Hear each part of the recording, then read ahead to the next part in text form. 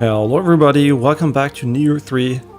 So far we have had a really great time with the game, and especially the open world design. I mean, I'm calling it open world, it's more like a connection of the relevant areas, I guess. Because it's not a traditional open world, and that is really cool. It makes it really more like a designed video game world, like a world where you can have discrete levels and fun, but within an open world context. And I think that is really cool, and I really appreciate the way they did that, because it really elevates the game from just being another open world game where there's basically just a huge plane and you just walk around and it almost has no meaning where you are. And in this case, it is very deliberate in design and still connected in an open world fashion. So really cool to see. And yeah, really looking forward to playing more of it. Definitely a big fan of the game. As always, a quick reminder, if you're using DLSS, to go and change the sharpness to 0 because the game is over sharpened. If you don't do it, a lot of DLSS games apply a post-processing sharpening filter on top of the DLSS perfect base sharpness. And yeah, you should definitely lower that to 0 if you care about the, I guess, like optimal visual quality, or whatever you call it. And if you like it over sharpened, that's fine too. Just like to let you know, because a lot of people don't know. And yeah, it's been around in a lot of games. Battlefield 6, Horizon Forbidden West, etc. Right? So a lot of games that have that issue.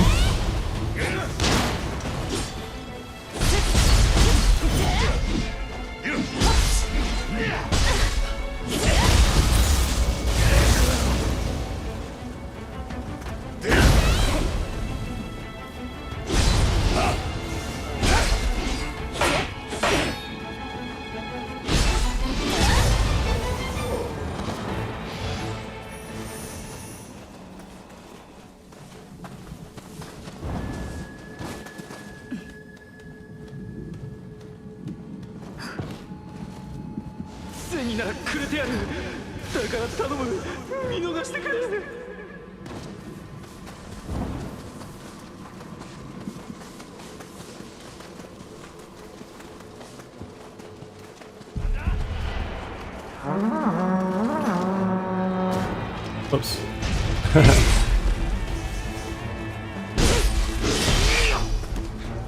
I am kind of curious if we should invest into HP or not.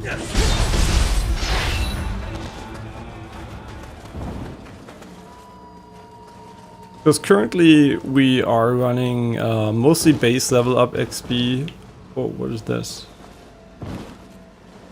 Okay, interesting. A base level up XP build without any discrete HP building. And it kind of still makes me wonder if just going for an HP scaling weapon might be really good in general. But for now we're still focusing on damage, and survival is okay. We usually get like 3 hit, I would say, by the average enemy. Probably a way back down. So that's pretty cool. Also, there haven't been that many of these these grays, and I wonder if that is down to people just dying less in this game, because so far it has been mostly pretty chill, but you never know, right? Since I've been playing Nioh games and Souls games for so long, I don't know how much of that is just me getting better at this type of game, because obviously the third game is usually going to be a bit easier than the first game, and then Souls games, if you look at that, it's probably not the first, like it's the...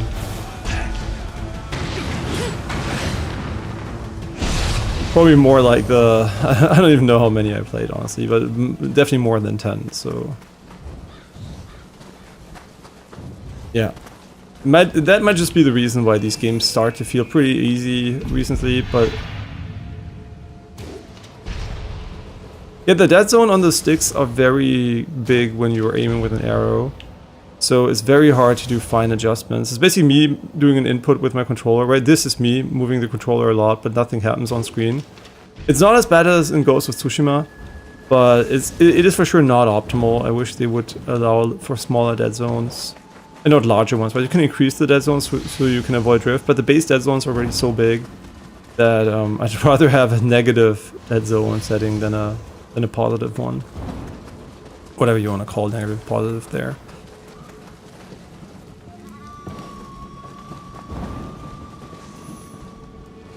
Yeah, but not a big deal since we're not shooting that much anyway, and you get used to it. It's just that you have to micro adjust more with your movement than your stick.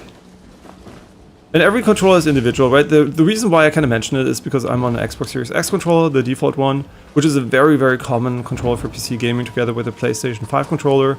And as such, I expect this to be calibrated quite well for them, because they should definitely calibrate for... these common controller types, and not for some, you know, like one of the thousands other controllers basically out there. Yeah, here people died, and I can... Ooh, there's a Kodama over there. Guess we should go there right now. I can guess how, because it's really easy to just fall in the water. So, how do I feel about not being able to swim? So, from a level design perspective, it gives you, like, these challenging sections, but it also removes the ability to, I guess, like, create water-based traversal moments. And I'm not sure if later on in the game you will learn to swim, maybe like Sekiro or something. But my assumption is probably not, because it seems like it's deliberately designed to make these like jumping sections a bit harder. And you know what? It's not even unrealistic if you think about it, because I wonder if I can jump on top of this. Probably not. It is basically realistic, because if you have a heavy sword and weapon with you and you drop in the water, you're gonna drown for sure. There's no way you're gonna be swimming with a sword and an armor set. So it is realistic. I don't even mind. It's not like if you have a GTA like where you're like a normal human being and then you...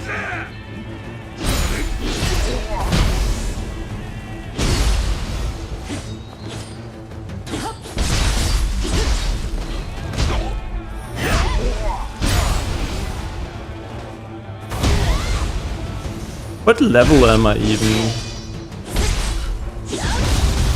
I like that you don't interrupt the finisher right away when you hit them. Yeah, but what level am I? I am level...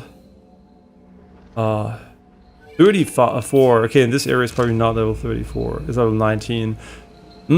Okay, yeah, I am a person that Percy enjoys having... You know, I'm a person that personally enjoys having scaling enemies in game to some degree, because it usually means that you will have a consistently challenged experience, and I think that's a thing a lot of open world games unfortunately don't give you an option for. Either they have it on or off, because some people like it, you know, on, some people like it off. And in this case, I think like it would have been nice to I guess there must be still an enemy around.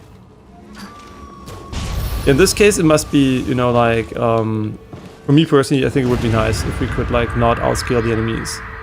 On the other side, I guess, like, besides weapon level, I guess your character level doesn't really do that much, because it's like a Souls game, but you still, I feel like we're really, really, really strong right now, which makes sense, because we're, like, I guess, like, 100% higher level than the area. Not 100, 50% higher level.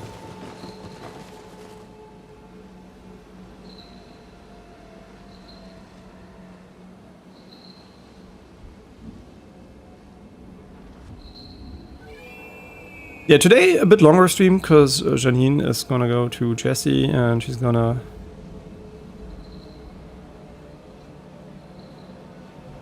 color her hair, which always takes a little bit, so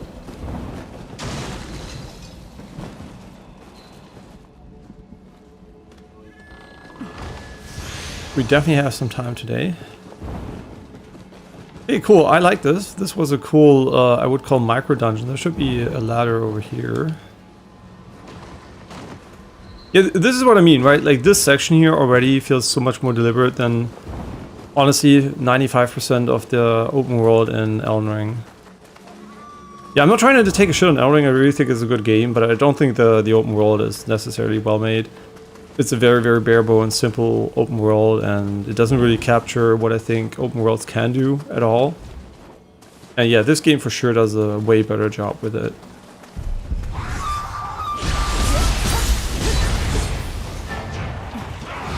What are you doing? I wish there was a heavy charge attack into light attack combo. Maybe there is one later, but for now we don't have one. That would be pretty sick.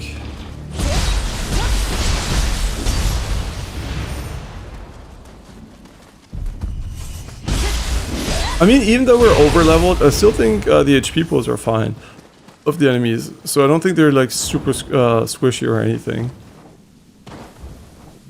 Which I hope is not an indication that if you're not over leveled that, oh, you can break those? Wait, you can, wait. Oh, you can break the brighter ones. These are unbreakable. Yeah, really huge plus this open world for me. I was like really expecting generic open world slop, to be honest, from a level design, and I'm really glad we're not getting this. It is really, I think, the first open world Soulslike that makes me kind of not regret that it's an open world from a design perspective sometimes. The only reason why I think it's still challenging, by the way, is because we don't have a lot of HP. We're over leveled, but we didn't put any levels into HP. Beyond like the base HP we gain from leveling up. So I guess like our HP pool is not crazy. Also big fan of not I'm sorry. Of not having you know, an increasing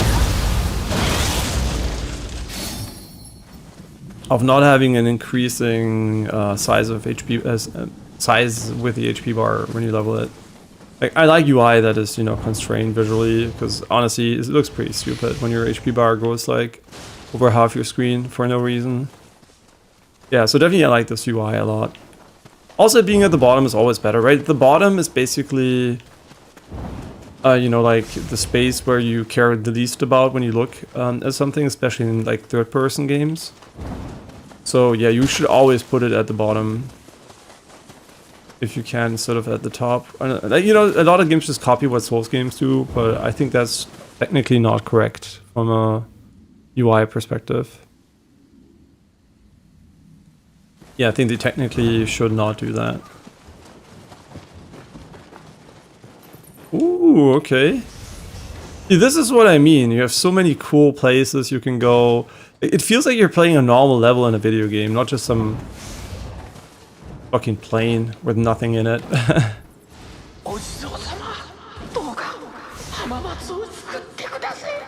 Yeah, there was I watch a lot of Distortion too, and he didn't play the game the last days, and it was like on launch day, and I was like, oh, what's going on? Something happened.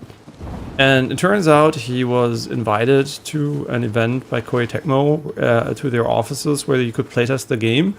And they kind of told the content creators, maybe, I don't know when they told them, but they told him, oh yeah, you have to make a YouTube video, right? That's basically why you can come, it's a YouTube video, but they kind of, as far as he made it sound, how much do we give? We give like 1K?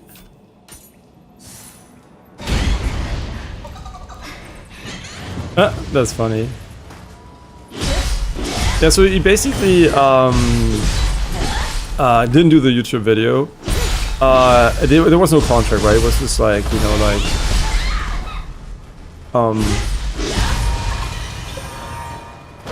it was basically just like they just told them, right? And then I think as a result he kind of got like flagged by them. And didn't get an early access key, but I think it was never communicated directly. But at the end of the day, I think he did realize that he should probably have done the video, even if there was no contract, right? If they say, oh yeah, you can be here at our studios, they probably paid the trip too, I would assume. And, you know, like, if they kind of said it, you know, you just do it out of courtesy. You just do it in half-assed YouTube video, just something, right? Just like upload a portion of your stream or something. And yeah, so I think like honestly, it's kind of maybe they're bad for not communicating it maybe ahead of time, because he wasn't sure if he would have gone if there was this condition. Then again, knowing about the condition and then, you know, like saying, ah yeah, I'll do it, instead of saying he said he will do it, right? He didn't say, oh no, I'm not going to do it when he was there. You know, then just, you know, commit to investing that whatever hour, half hour you want to do for like a very slightly edited stream or something, right? So yeah, obviously it's from my perspective, it's a bit of a communication error on the side of Koei Tecmo, but also definitely more of a Did I come from here, or where did I come from? Oh no, I think this is just the exit. Yeah, it's more of a communication error, and him, unfortunately, not committing to making the video. Yeah, so that's why he was like a bit hesitant to play it on launch day. But yeah, then he ended up playing it anyway, which is the correct thing to do, right? If you enjoy a game, and this is obviously something, it's not like they fucked him over or anything, right? So at the end of the day, yeah, a bit unfortunate, but it always shows, right? Like, even if there's no contract, it's all like these things are all about, you know, like connections and, you know, like relationships, and that's why you should, you know, like manage your relationships. It is what it is, right? It happens, obviously. Everybody makes mistakes, but yeah, that's why, you know, he didn't play it initially. Not a big deal or anything, but just like shows, you know, you're still dealing with a big corporation, and at the end of the day, you know, like if it's based on relationships, not contracts, it still matters what you do, right? They're not entire. You basically are free advertisement for them when you play their game, so that's great, right? So from my perspective, imagine I was Koei Tecmo, and I didn't do a contract and nothing. I would probably say, okay, you know, whatever, it's fine. You're still gonna show the game to thousands of viewers and enjoy it in front of them, and probably more people are gonna buy it as a result. So I would have been whatever, right? But yeah, it doesn't always work like that. So it's, yeah, you can't expect everybody to think rationally at this point. So yeah, and also out of fairness, I guess, like to other content creators which did make the video, I don't know. It's it's kind of hard, right? It's kind of hard to justify either. So just next time, honestly, distortion, just half-assedly make a YouTube video. That should be enough. And I know some people are worried about the YouTube algorithm and shit, but let's be real. As far as I know, distortion just like focuses on Twitch anyway, mostly. So yeah, but whatever. It's like it's a small thing, right? There's no negatives on either side. It was, in my opinion, was more miscommunication than anything. And, you know, it just like explains why he didn't play it initially. Because I was like, oh, what's going on, right? Did he try it and didn't like it in the demo or something? Because I heard him looking forward to the game when he played it. And yeah, that's you know, you know, like I guess like an interesting little tidbit, and you know, inside. And he also said he shouldn't have said anything. I don't think that's true. People were very confused why he didn't play day one. Me too, right? Because he seemed to like the demo. So I think it's, you know, honestly, also in his interest to disclose this to us, because we know he admitted that it's not only their fault, right? It's more miscommunication and him not doing what he said he would do. Yeah, so I think it is definitely not bad to let your viewers know, because that's open, right? Why would you hide it, right? Would you be like, oh, I'm not playing it for no reason, right? It was pretty obvious something was up, and yeah, nothing bad, right? I expected the worst when that happened. Like, I was like, oh, what's going on, right? Like, is there some real issue? But I was mostly expecting maybe an issue with the game, that he really didn't like it for whatever reason suddenly, which would be, you know, like, I enjoy, I guess, less games than Distortion 2. He plays a lot of, I would call, wait a second. There is a boat over there and an NPC. So either you can take a boat trip to the island, or you can actually swim later. There hasn't been a lot of indication though with, like, when it comes to water-based content. Maybe you can run on the water for a limited amount of time later. That could be it. I don't know. We'll see. I'm really looking forward to see what they did there. They already have like cool Metroidvania exploration mechanisms, which I'm always like uncritical of them in open worlds, because it leads to scenarios where you have like these locked areas and areas you've already done. And the reason why I think it's acceptable in this game is because they actually show you where they are, right? Like this year, it literally tells you what you have to do, that you can't go there yet. So I think that's fine, right? It still leads to backtracking, which is, but since you can fast travel to a very dense shrine structure, I don't think it's a big deal. Yeah, basically I was like, oh my god, there's something wrong with the game, right? And because I am more critical usually even than him when it comes to enjoyment. Because I just don't play as many quote-unquote bad games. I mean, they're good games usually, but not amazing games, maybe. So I was like, oh, if he's screen critical, maybe I'm also not gonna enjoy it or something. But no, it's just, it has nothing to do with the quality of the game. Yeah, and there's also guys on, I mean, you know, I'm not gonna say they're wrong because I have one PC and they have their PCs and you never know what's going on. They're basically describing the exact opposite of what I've seen. They're basically saying if you're using, example, you have 120 Hz display and you're running 60 FPS locked, there will be constant frame stuttering and you should lower your display refresh rate to 60. So I'm going to talk about that in a moment, and then it doesn't stutter anymore. But if you use frame gen, it always doesn't stutter. So if you use frame gen with 60 FPS to 120 Hz, it doesn't stutter. And I really want to mention that this is probably bullshit because for two reasons. First of all, I have experienced the exact opposite, right? I am running 120 FPS on a 230 Hz monitor. Yeah, super high-end PC, obviously, but I'm running this without any stutters, right? It's 120 FPS locked on 240 Hz display, no problem, right? No problem at all. But I'm also using G-Sync, so maybe, which is like acceptable refresh rate, I guess. But yeah, no problem, right? It works without any flaws. And then when I use FrameGen, it stutters like crazy. So no matter what I do. So I think maybe, I mean, we can try it again, right? Just like we never did in the open world. I can enable FrameGen here and I can show you because I think it's visible on stream. So yeah, be wary of people just like, I don't know if it's AI posting that shit sometimes, honestly. There's so many hosts which just read like AI, right? They just copy paste setting guides from games which don't even exist. Like settings which don't even exist. So this is now the FrameGen experience, and I think I don't need to convince you that this is stuttering. I think even on stream you will be able to see that there is like a constant stutter when panning the camera, right? The frame pacing is completely broken now. So yeah, that's why I just want to mention that if somebody tells you to turn on FrameGen, test this, right? Don't be the guy who just takes the setting. Just turn your camera slowly and you should be able to easily tell if it's stuttering like crazy or not, right? So yeah, really, really important to have this. Cutscenes are back to 60, very nice. So here, just like you can see, I do the same thing without it. And you can clearly see the frame pacing is very, very good.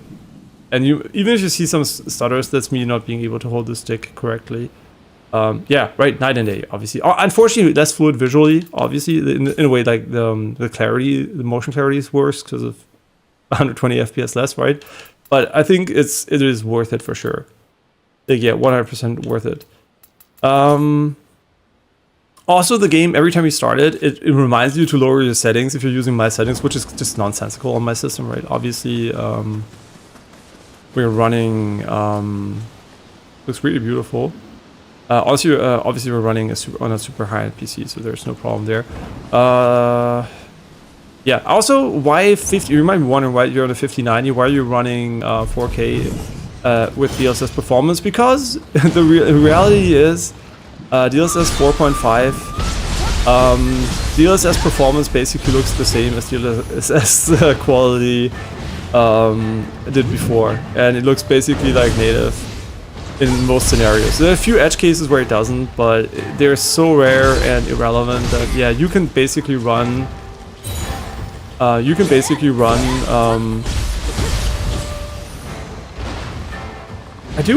want to test something. So does this distance, is it affected by my agility? Yeah, basically you can run DLSS performance as baseline these days, right? Let's make ourselves really, really fat here. Wow, our movement speed is really slow now. Wow, really? Oh no, that was just the water we're running in. Looks so cool though.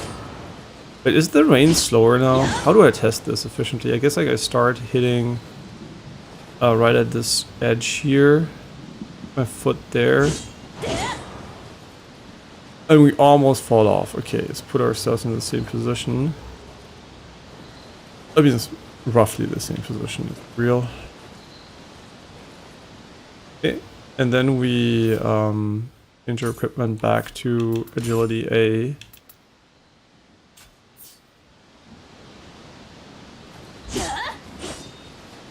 Wait, what? Did not work?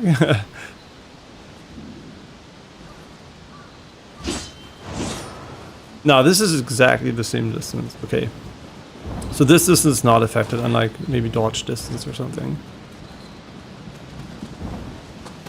Yeah, but basically, that's why I, like, I don't recommend frame gen if you're running the same setup as me, and you should obviously test your setup if it has the same issues, because that really will destroy any feeling of fluidity. Yeah, because unlike Rise of the Ronin, which has constant frame time issues, this game does not have those if you're like, I guess like hitting your FPS targets. Yeah, so it's not technically broken, it's just hardware limited. Right, like some games, no matter what you throw at it, like Rise of the Ronin, they always run like shit because they're just inherently designed badly, technically. And this game, obviously, same. Why I mentioned Rise of the Ronin is their prior open world game, right? Their first one too. So it's really cool to see that they, at least for this game, they fixed it.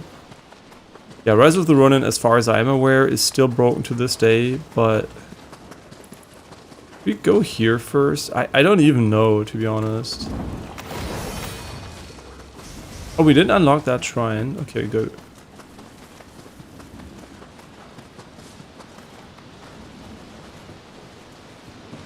Yeah, basically, I recommend, honestly, if you're 4K monitor, and even, honestly, even if you're hitting your target frame rate, you could consider, for the sake of, reducing heat and power consumption, still running DLSS performance. And even ultra performance looks perfectly reasonable, right? I mean, I can show you. Maybe this is a good idea. To show you this, is maybe take this scene here. I don't know. It's pretty chill. Maybe not the most representative scene because it's so dark, but I like it because it's quite pretty. I mean, sure, whatever. It looks pretty. Let's just go and crank the slider down. I'm not using DLSS model L. I'm using model M. But this is basically, yeah. This is, look at it like this, right? This is basically 1080p to 4K, and then we're gonna go and I can show you. Let's just do 100% DLA. This is DLA. Runs like shit. Super stuttery. Looks almost the same. Alright. There's not a big difference visually. But yeah, this is to show you DLA. Then we're gonna go back to 50% here. Alright, this is 1080p. Yeah, I mean, what a difference. It runs way better and looks almost identical. And now just for fun, how low can we go? I have no idea actually how low the slider goes. Check. 25%, which is crazy low. Isn't that insane? This is 25% of the render resolution. Isn't this incredible? This is not the model meant for it, by the way. Where you can see it, right? Here you can see a little bit on these trees here in the branches when there's dynamic movement, especially when I'm moving around.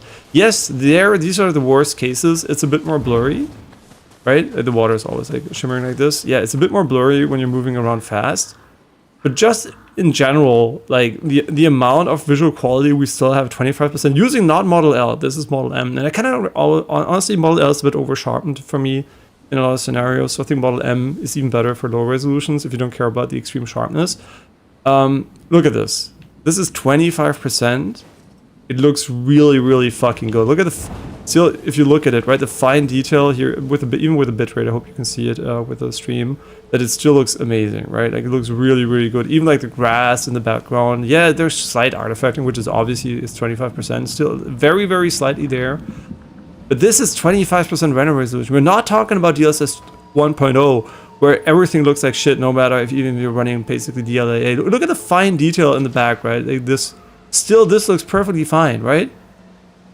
It looks so good at 25%. And now imagine we're giving it 25, double the resolution at 50%, right? Just imagine, right? This is DLSS performance, basically, 50%.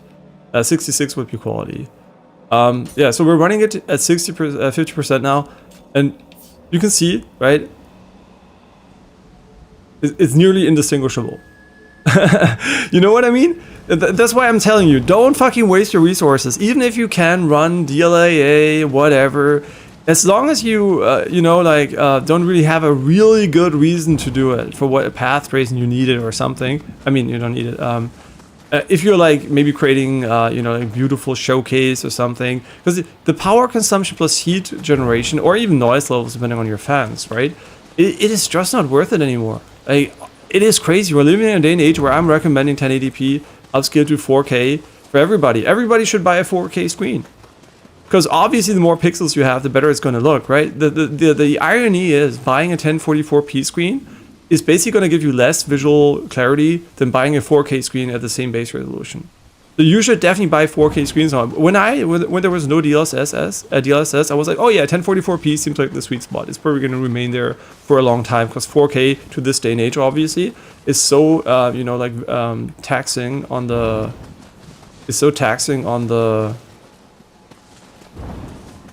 GPU. And I was like, 1044p it is. And then obviously I got into machine learning. I did my master thesis about it and everything. And at the end of the day, I was like, oh shit, DLSS is gonna be the real deal, right? I realized that our brain is doing the same thing and it's running on way less power. So I was instantly, okay, this is gonna be the future. And as you can see, it is the future. And now it's a future that's already so good that I can only recommend, using a very, very low base resolution. Yeah, so at the end of the day, here you go. We're living in a day and age where 4K gaming is basically 1080p gaming. Just honestly, you can shit on Nvidia and all that AI stuff, because obviously it sucks to have to buy GPUs and RAM for a horrendous price, right? It sucks obviously for a consumer, but at the end of the day, don't forget that without these firms, you wouldn't be even playing games like this, right? You wouldn't have like the visual quality. You wouldn't have without AMD and Nvidia, this would not exist, right? And Nvidia especially is like the innovator in that sector and gives you so many upgraded features which are just objectively good, right? When the first reaction of AMD was like a PR answer where they were like, oh, we don't use fake frames, right? Obviously now they're also trying to push hard for FSR4, which is their first AI based upscaler, which is like DLSS 3, because it isn't like a transformer model, so they're still one generation behind. And why does that matter? It matters most in motion, because if you don't know, DLSS for transformer is basically the first model that gets rid of TAA, temporal anti-aliasing motion blur. It's the first model that basically has perfect motion clarity.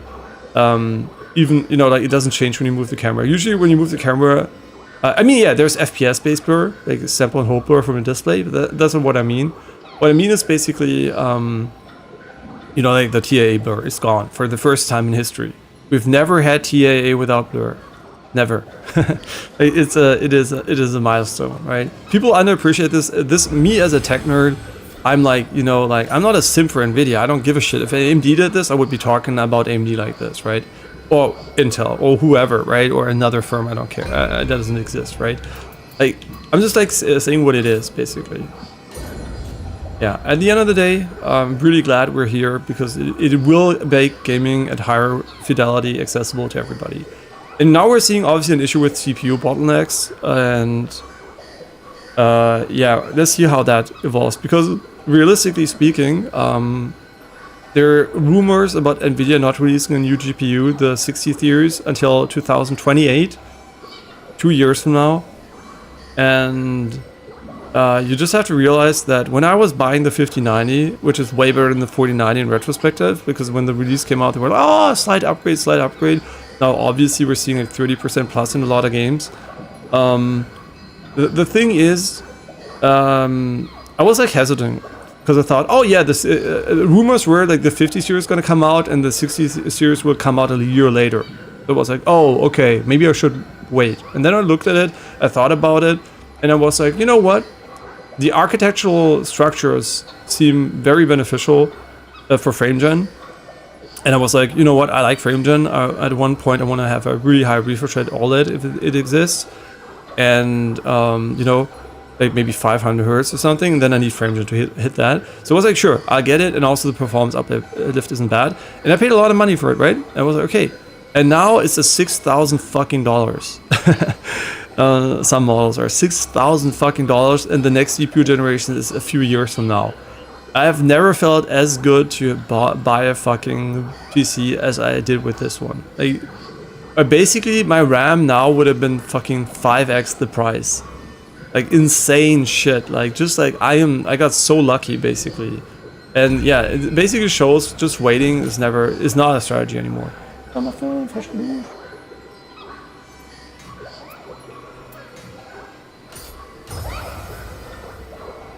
Mm-hmm.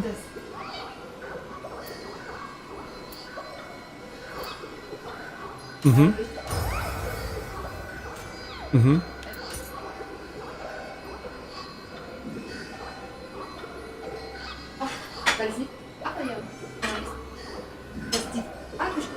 Mm-hmm.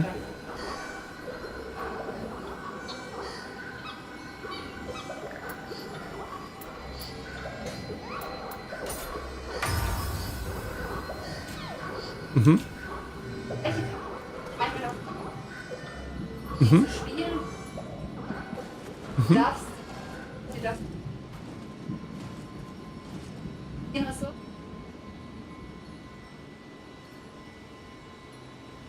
Okay. Mhm. Das Problem ist, du sagst es so schnell. Ja. Also kann theoretisch Maximum. Mhm. Aber up how many Mhm. war die Antwort auf oft eins, zwei ist. Ja. Bist du Ja. Ja. Antwort ist. Ja, jetzt will ich es falsch. Aber schau mal ganz kurz, Stream. Mhm. Aber schau, ja, ist falsch, ja. Schau mal, so sieht es jetzt aus, siehst du, oder?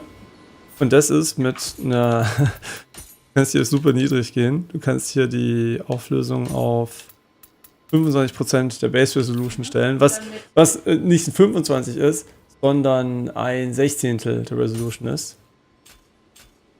Aber das Also ist. Die Pixel werden In einer Dimension werden sie auf ein Viertel reduziert, aber es sind zwei Dimensionen, also quadratisch. Ja. Oh, by the way, yeah, I didn't mention that. Und das ist jetzt mit einem 16 in der Auflösung. Meine ich ja. Yeah, so you might not know why this is so incredible because you might not be aware. This is like for one axis, and since it's a 2D, like we have horizontal and vertical, it is 1/4 of the pixel in each dimension, and all the pixels, easy math, right? Just like calculate the square, so it's like 1/4 times 1/4, which is 1/16. So it's basically 1/16 of the base resolution. This is incredible, right? That means like we're only seeing 1/16 of the pixel or quote unquote real pixels, quote unquote, right? That's not really how it works, but yeah. And I've had there's a really interesting idea because what it basically does, it scans like a limited amount of pixels, and especially when you move around the camera, I kind of wonder how low you could go there, experiments with it, but like in theory, how many pixels do you actually need to get an image? And I would assume you need incredibly few pixels. And I thought about it, right? The human eyes are constantly juddering, right? They're constantly moving. And I was like thinking, is that to actually interpolate the different sensor areas? Are your eyes basically moving around to scan with a limited amount of quote unquote pixels, in this case, like receptors in your eyes to complete the image? Is that actually a thing that is there any scientific knowledge behind that? Because I just thought about it. That might be why the eyes of the human eyes are like moving around. But yeah, for sure, like impressive, right? Really impressive results here from DLSS, for sure. It'd be pretty, honestly, I kinda wanna ask this. Yeah. Uh-huh. Mhm. Mhm.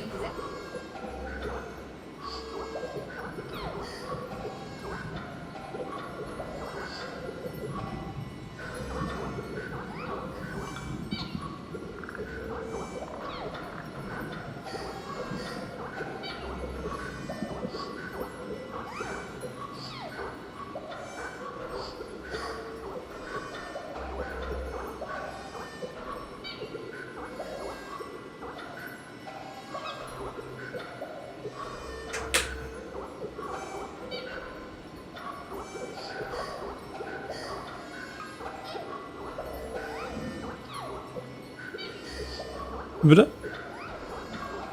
Nee, ich habe drüber nachgedacht, ob dieses Wackeln der Augen quasi wie so ein Scanner ist für eine limitierte Auflösung, er dann das Mittelbild zwischen allen seinen Scans nimmt, weil du nicht so viele Rezeptoren hast. Ja, denke ich auch, ja.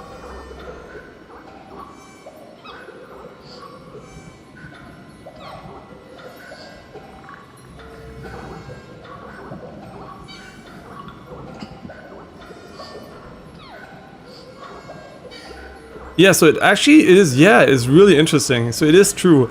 And it's so funny, a lot of these like scientific discoveries, which have been, honestly, some of them have been recent, right? In the last 10 years or something. I have thought about like, you know, like there was no like empirical evidence because it wasn't like, studied scientifically or there was no way to study it or nobody thought about it. But when I think about these things, I usually have answers which, you know, turn out to be scientifically true at the end. It's really funny because a lot of these things are like, oh, big discovery, and I'm like, isn't that known since forever? Like that makes so much sense to me, right? And yeah, it's really interesting to see that we're like in a that my intuition is right there often, even without like the knowledge, and it really helps, right? Just understanding things really helps you to understand new things easier. Because if I didn't know how that shit worked, how would I ever think about that, right? You would just be, oh, why is it moving? And then you would study it and you would have to, you know, like find evidence and everything and then think about it. But if you already knew why it is that way, you don't really have to think about it that way. You're looking for the answer basically from already, you know, like you have a hint.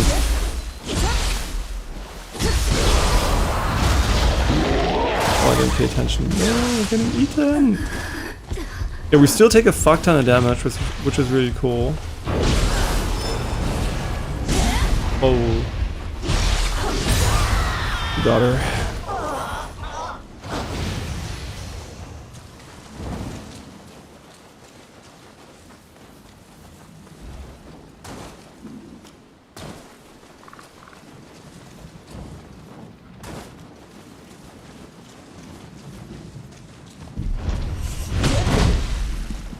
Wait, did he just block me?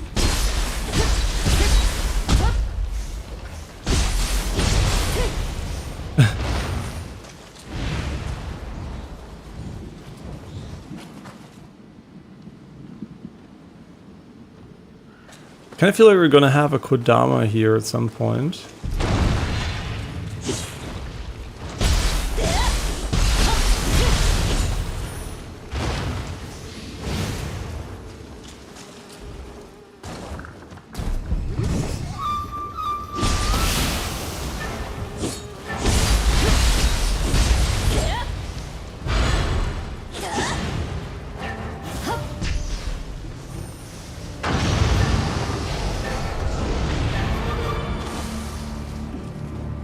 Okay, when you're target locked, they disable interactions, which is smart because you need it mid-combat. Hit the same button.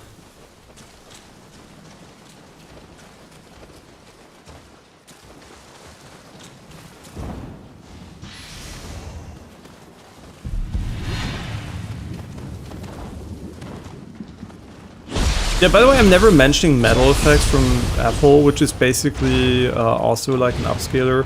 I don't know how exactly it works. I think it is machine learning based, not sure. With Apple, you never know because they obviously conceded their AI stuff to, I think, Gemini? I think that's what they're going for now, not OpenAI, but actually Gemini. And you might be wondering why Gemini and not OpenAI like initially. I mean, the answer is fucking obvious, right? Gemini is integrated into smartphone OS. ChatGPT isn't. Who would you pick for your smartphone as an assistant if both are almost equally performant? Obviously, you're gonna pick Gemini, right? So you might be widely buying the competition stuff, and that's the reason. Oh, you might know Mark Brown Lee, one of the biggest tech YouTubers. I usually really like his videos, pretty chill. And as every single, tech YouTuber is gonna have like a moment where he posts stupid stuff or uses something which is maybe dumb. And he had like the moment where he was speeding like really fast with his car, and people were like, he's driving too fast. And it's true, you shouldn't be speeding. It's really like, obviously, he was like, that was not good, and he shouldn't do it. But that has nothing to do with this. It's basically him using a thumbnail of a OnePlus being charged with a charging cable that is basically catching fire. And then the title is basically the problem with these new batteries, right? He's talking about the silicon carbon batteries. And then he's basically trying to, it's just a thought experiment about, why maybe Apple, Google, and Samsung are not using these batteries in the West, while Chinese companies already are running them since, I think, 3 years. And like, why we have like these like very bad like batteries in our phones compared to Chinese products. And he was like, oh yeah, maybe it's, like a concern with their expansion and a safety risk, but it has nothing to do with the fire risk. There is no evidence that there has been a case of these batteries exploding, while there's been plenty of cases of older batteries exploding at this point with the old technology. So his title is basically insinuating, first of all, that OnePlus has a charging issue with these devices, and also that there's a theoretical fire hazard risk with these things. And I think the thumbnail is really, really bad. I think he really should change it. If I was OnePlus and I saw this, I would probably consider a lawsuit, to be honest, because it is kind of defamation, right? Because he's like obviously baiting people. And he's not lying in the video. He's not saying it happens, but the thumbnail 100% communicates this. So yeah, it's really, I think, not a very professional thumbnail. It's very clickbaity, and it also really hurts, I think, the brand for no reason. So I'm not a fan of OnePlus. I don't give a shit. Any brand, just imagine any brand you like, or maybe it's your enterprise or something, being on a thumbnail like that. I think nobody would appreciate this, right? If it was true, no problem. If it's just blatant clickbait, I think we're definitely in a territory where I think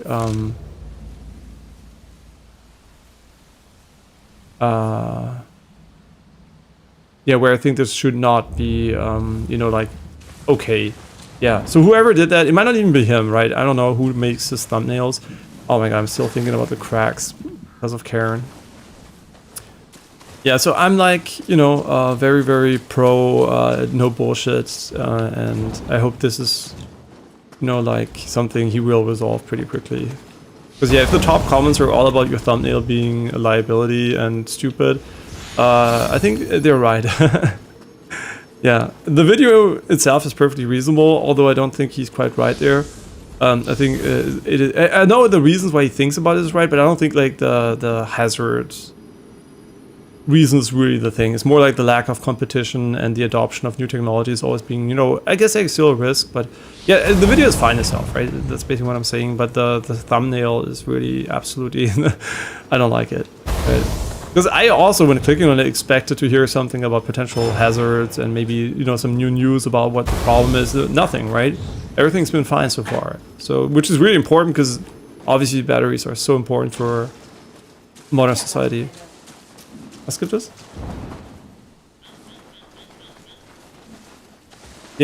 Ja, aber vor allem auch bei den bei alten Batterien sind ganz, ganz viele kaputt gegangen. Ja. Ja, genau. Ja, ja, genau. Ja. Yeah. Yeah, my girlfriend's also listening. She's behind me, and yeah, she also thinks it's kind of stupid to do that, because especially since the older batteries have the issue, he's basically expecting from the newer ones. Mhm.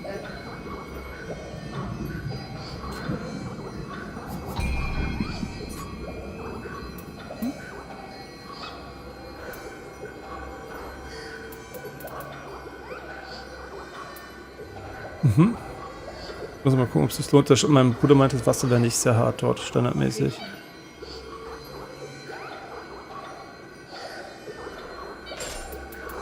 I don't know if these are active in all sets. I assume they're not, because they're like not common skills, right?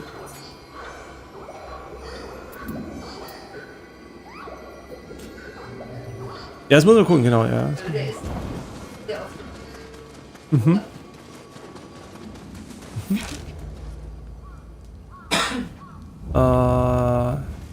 We came from here, right? What's up here?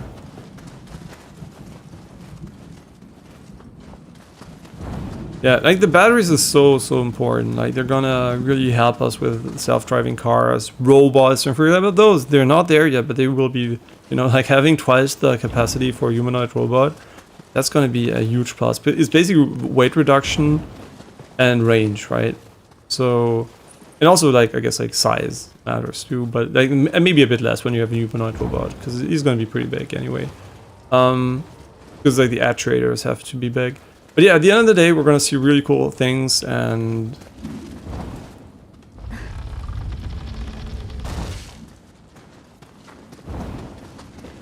Zielhausen.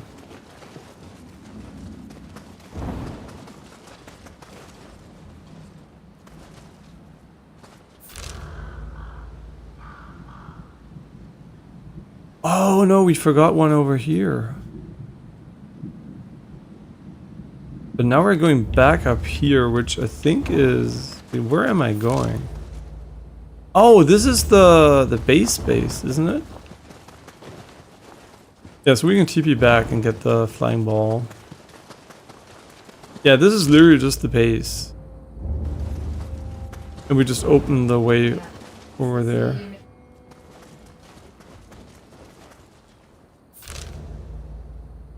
Also deutlich nicht. Was ist denn, was würde man als weich denn bezeichnen? Also wäre es relativ weich? Okay, aber relativ weich, also doch. Mittel. Ja gut, aber das ist ja nicht super hart, ja.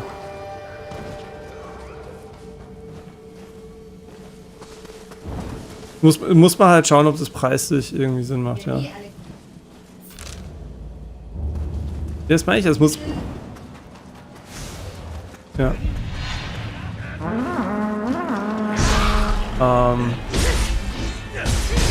Lol, I was not paying attention. I was just listening to my girlfriend, but no, that was not the issue. I was basically looking for... I forgot that there were enemies. I was looking for the flying thing. This is what I mean, right? In theory you can die quickly, but realistically it's very hard for enemies to kill us when I'm paying attention.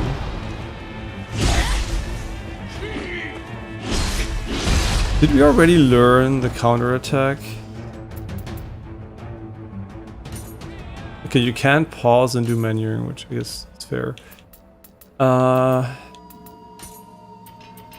Did you already learn the parry? Parry is an attack neutralizes it. Sure, let's try to learn the parry. Wait, why do we have fucking 8 ninja points?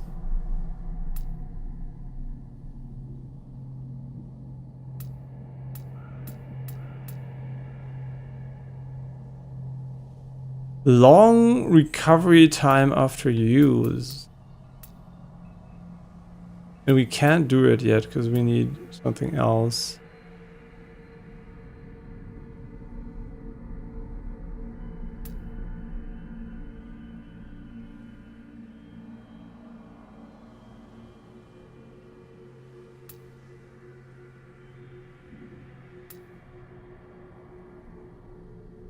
I'm pretty sure we're gonna get way more skills. Just look at this. There's a lot of, like, you can see there are a lot of nodes which are inherently locked. So don't worry, there's gonna be more. I'm just like a bit too lazy to parse everything right now, to be honest. Oh, we don't burrow. You know what? That is actually more interesting than maybe something else here. And hey Zoro, hope you're doing well. I hope you're also enjoying the game if you're playing it.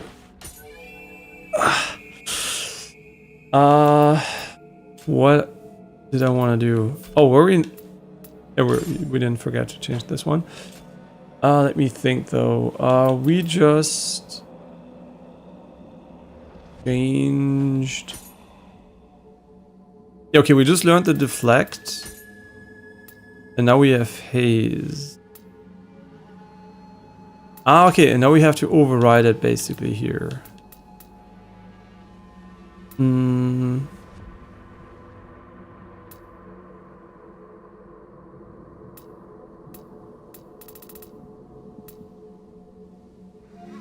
Okay, we wanted to change these here. I like all of them, to be honest. They're pretty nice, but this one could be pretty cool. And only has a 2 stock. Okay, that's pretty cool. Yeah, it only having 2 stocks seems pretty cool. Okay, where is our flying friend though?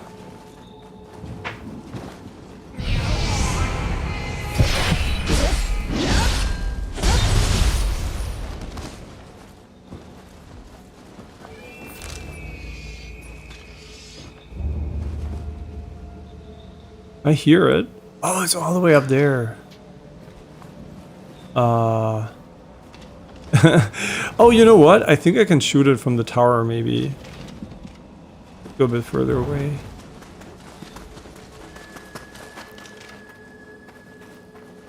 How much range does this have? Does this have, like, drop? No, it does not have drop.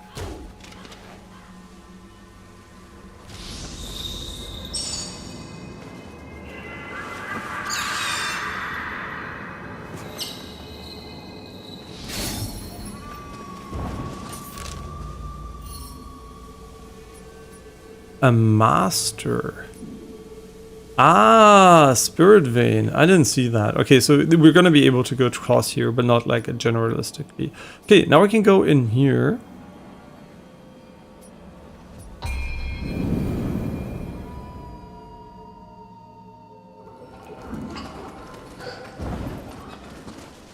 How many points do I have?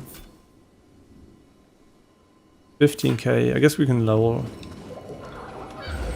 via this here. Really good feature. Just pressing one button, easy XP for a level up. That's pretty nice. But still getting more gains from skill. I mean, sure. At some point we're gonna also go Constitution, maybe. Just maybe. But arts proficiency. Okay, that is for sure not for something else here. Princess Tsubaki.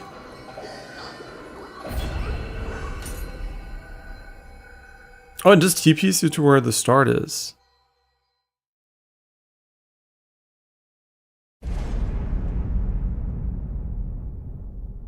Oh yeah, there's an automatic sell option. Given as offerings when you pray at shrines. And offerings, I think, gave you elixirs and consumables? I'm not sure. We should check that. But I kind of also want to disassemble them for the smith, because that was, I think, very important in other games.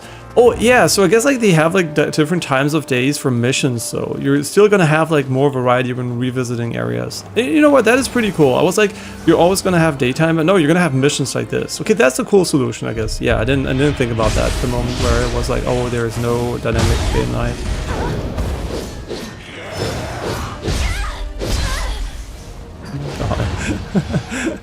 Okay, what is new parry, right? How does it work? Okay, that was not the parry, but we're gonna try to learn it and see if it's good. If it's not good, you can just not use it. And you know what? Now that I think about the mission structure, because I was like, okay, how are they gonna do missions? Is this gonna be a discrete area? And usually missions are just part of the open world, right? It's just like gonna bring you back to... I don't even know what this is. I guess it just changes the time period, but it uses the open world, and you know, that would be really bad if the world was not designed as well as it was. Yeah, if the open world was not like a really cool, you know, like connection of like individual levels, I think it would not work. Yeah, so it's really cool to see that they actually... What the fuck are you? While he is attacking, you cannot dodge him. Okay, we have like a new abilities too. What is... This is Burrow? No, this is... Well, I guess when the mission starts, you don't have a lot of...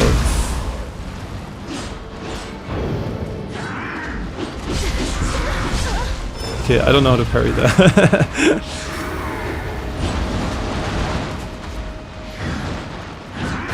Okay, so we have this skill now. Oh, I move. Okay, I have to move.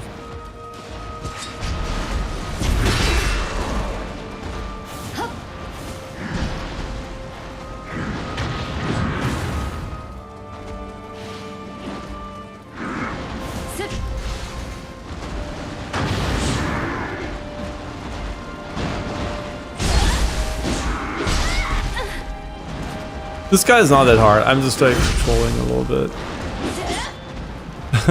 Okay, let's try it again. It doesn't have a lot of range.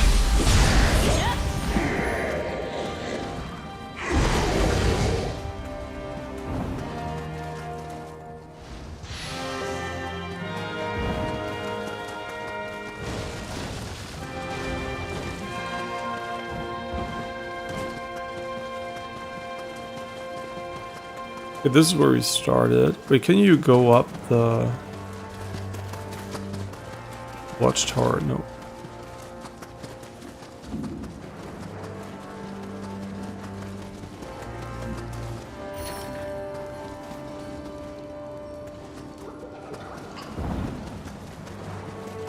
Yeah, sorry for backtracking. I wasn't really paying attention. Sometimes,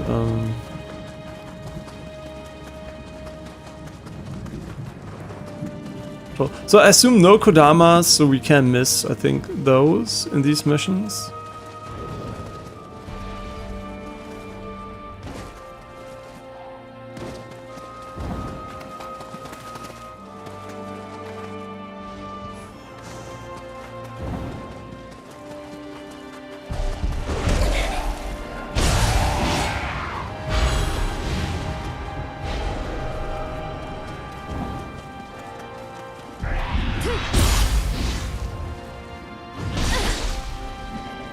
I guess the problem with the parrying is that offense is so good that it kind of feels like you're wasting your time when you're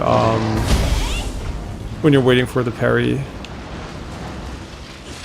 What are they doing?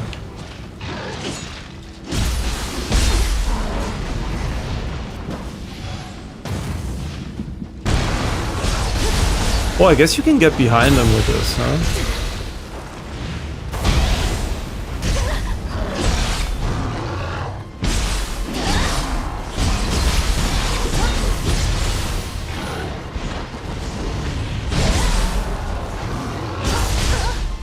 Yeah, let's try to parry him. Okay, maybe in the next one. It's kind of hard to justify waiting for a parry if you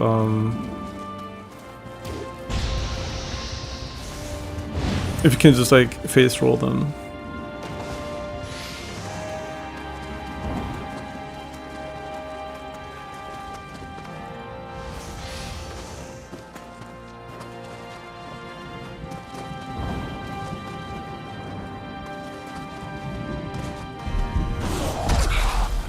Okay, let's parry him.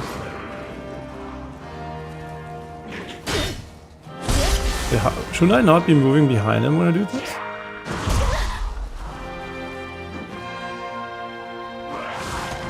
Okay. Come on. Huh? That's not how it works? What? Wait. Did I not equip it? Or did we not learn it? Oh, you know what? It doesn't deflect yokais, probably. Oh, that makes it so bad. I thought it was gonna deflect yokai. I mean, kind of makes sense, right? Humanoids have like these specific animations, but yokai, yeah, yokai don't have it. So it's bad. Okay, yeah, whatever. It's okay. We can reset the points anyway if we need them for something else, but... Yeah, I kind of expected them to also get deflected and me get behind, to get behind them, but yeah, it's more, maybe it's more useful against humanoids then.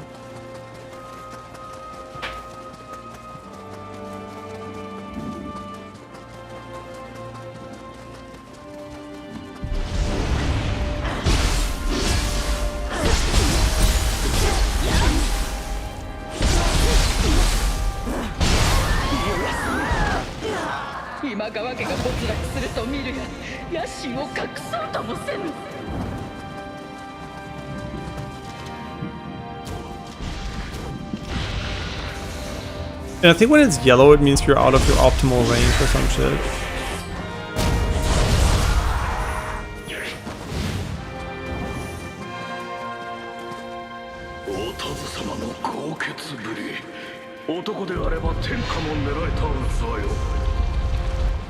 Nice try.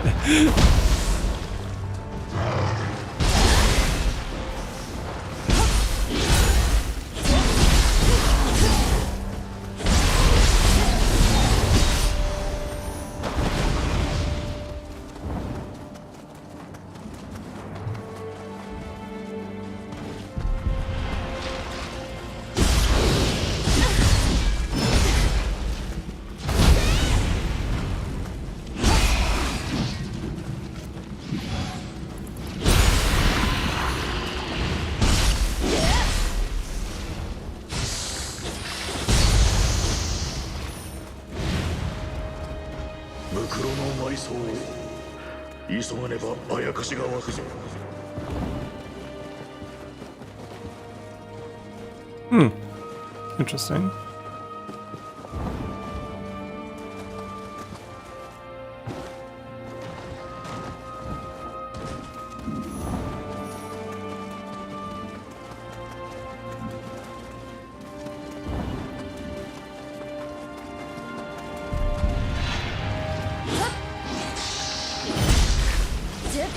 Wait, does actually hurting them with the shuriken make them turn around? Oh, maybe it actually interrupts them. Wait. Let me test. Wait, I have to watch later. Oh! Oh, wait. Okay, we're gonna have to test this with big enemies. So maybe the dodge shuriken is bad. Let me quickly see.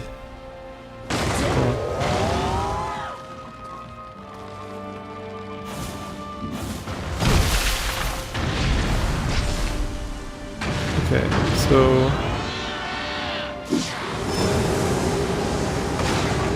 Okay, maybe this is not the enemy to test it on.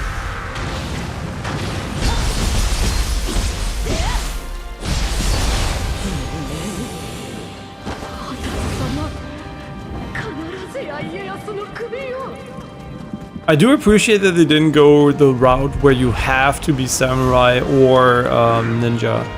Like, it's basically completely up to you to do whatever you want. When does this shit glow?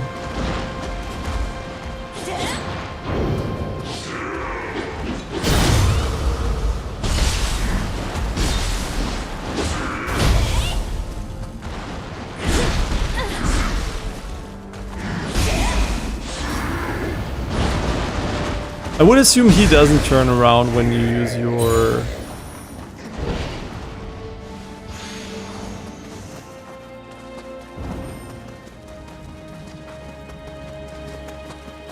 when you use the shuriken. But yeah, the shuriken interrupting the enemy's attacks, why that is also good in of itself, but it also means they get a reset for their turn.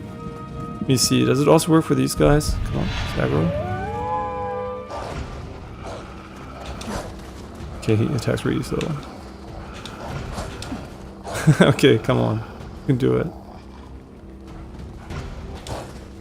This does not trigger a perfect dodge? Huh? Can you not perfect dodge them? Oh, whatever. Maybe not the enemy to test it on.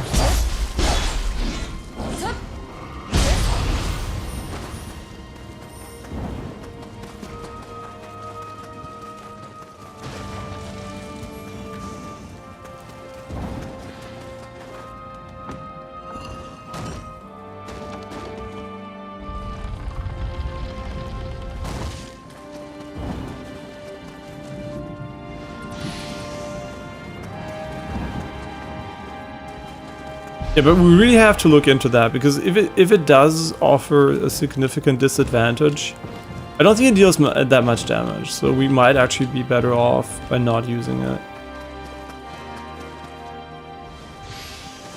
But I guess it only affects small enemies that you can interrupt, so...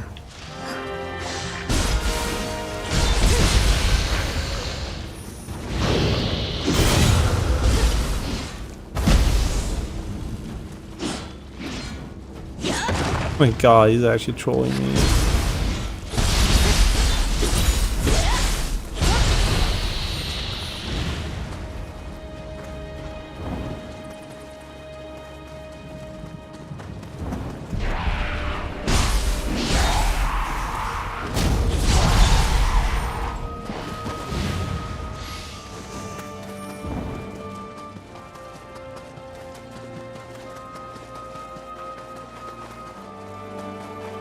Ah!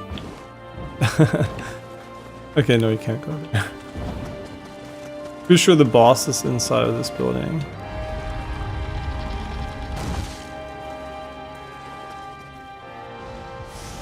I mean, I assume there is a boss. There might be no boss. I don't know.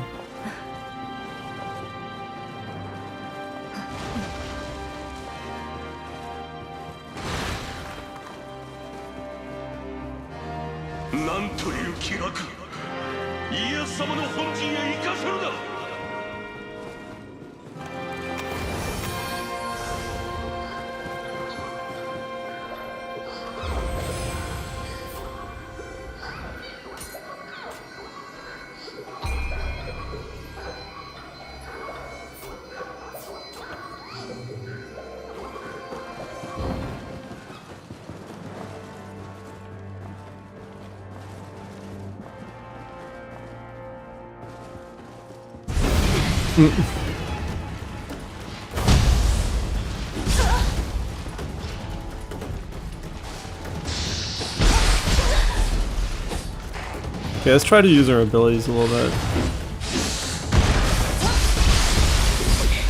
I mean, that one seems very useless, admittedly.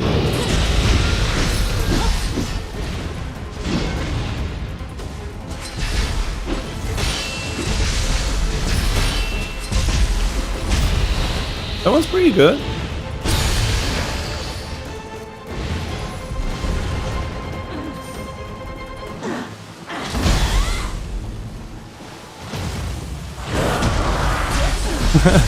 I'm not so sure about this one though. I'm gonna lie.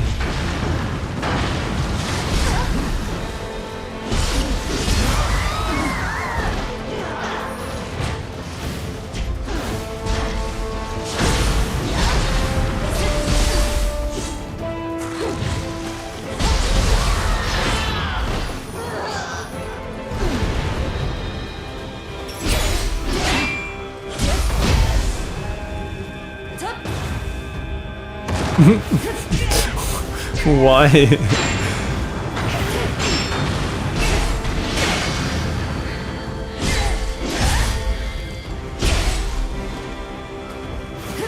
I guess this is so OP because it also gives you a stagger afterwards. So you throw it once and then you can just go and you get staggered. If you can even do two, so you get like a double stagger.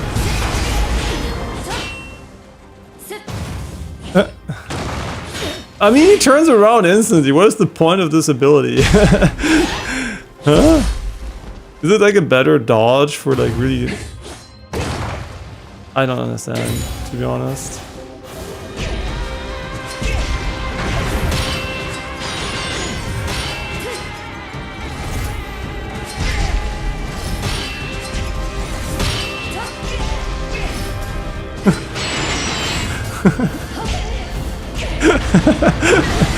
It's so cheesy.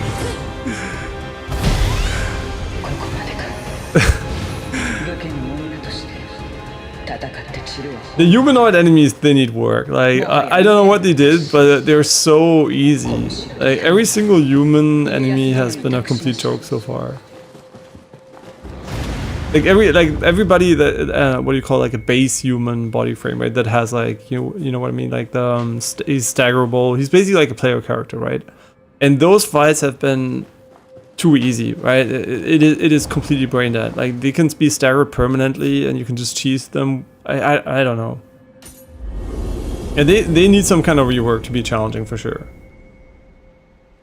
They're the only fights in the game that seem kind of like something is not right from a AI perspective. Because if you assume the AI was good, obviously it could do roughly the same things I can do, right? So a little bit better AI could definitely make them more challenging. Obviously you could just still cheese it to some degree, but I still wish it was even a little bit challenging in those fights. And now we're just back here. That's so cool, actually, just being able to take on a mission like that and just move on.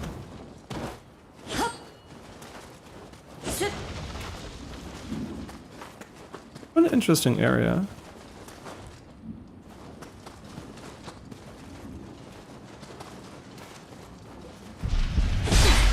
Wow, really?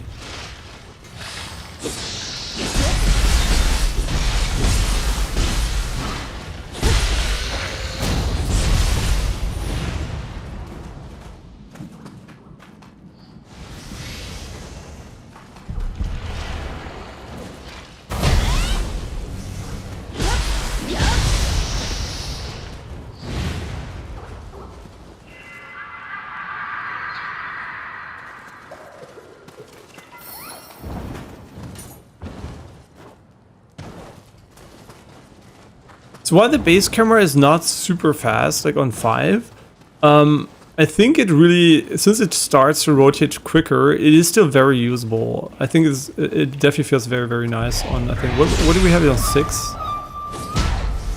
Yeah, it definitely feels very, very responsive, but still precise enough. And that's one of my biggest issues with Zenless Zone Zero, is that the camera really doesn't feel that great in that game. I don't know what they did, but the camera feels very, very imprecise and wonky. And in Genshin it's way too slow. Right, Zenless Zone Zero it's fast enough, but feels wonky, and in Genshin it's mega slow. So I don't know who you verse, what they call themselves now. They basically suck ass at making camera movements with a controller. Yeah, there's two big I mean, I'm going to call them gacha. There are two big games coming up. One is Anata and one is Neverness to the Everness. And Neverness to the Everness is a gacha game. Anata is no gacha game anymore. They basically announced that it's not a gacha game. And that is very surprising. It is the closest, I think, to GTA from a anime game I've seen so far. So I think Anata is going to go for the anime GTA, no gacha. And Neverness to the Everness is going to be like this GTA-ish gacha, but more in a traditional gacha sense with a combat system that is more traditional. And I'm going to be honest, Anata, looking at the stuff you can do, it seems a bit too much like your generic Western game slop. And Neverness to the Everness is basically like more of a Genshin Impact, Withering Waves, Zenless Zone Zero, modern, but you know, not like as simple as Genshin, but like a modern version. You have like, especially like the character swapping, right? What Withering Waves, I think, invented is basically the on-field attack swap. I guess you had that in fighting games where we were like tagging in and out characters, that they have like a move when they get tagged in and out. But now you have that too in Withering Waves. And they're bringing it also, I guess, like Ye Shuang is the first character that basically allows you to do that too in Zenless Zone Zero. But it's basically becoming a staple of these character swap games, that they have like an on-field like swap attack or animation or something, or effect.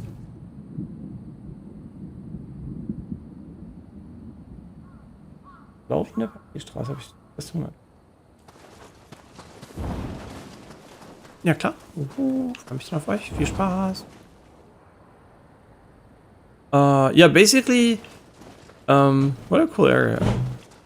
Neverness to the Everness is going to have a, I think, very modern combat system, and it looks really well made from a, you know, artistic direction, and like, I don't know, I have a feeling this is going to be the next gacha hit. I just have, like, obviously Anata is not a gacha hit anymore, so that even reinforces my opinion that Neverness to the Everness, which is coming out, I think, May, from all I've seen so far from the closed betas and stuff like that, is that it's going to be really, really dope. Why is this attack so trash? Whoa, why do you deal a bazillion damage too?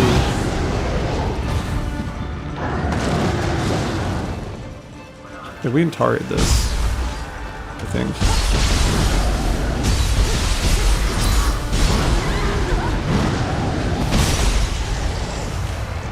Is he dead or is he down?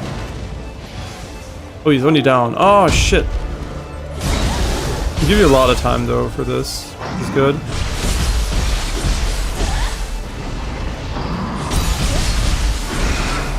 Yeah, sometimes the backstab is a little bit, how do I put it? It doesn't really trigger when it should be triggering.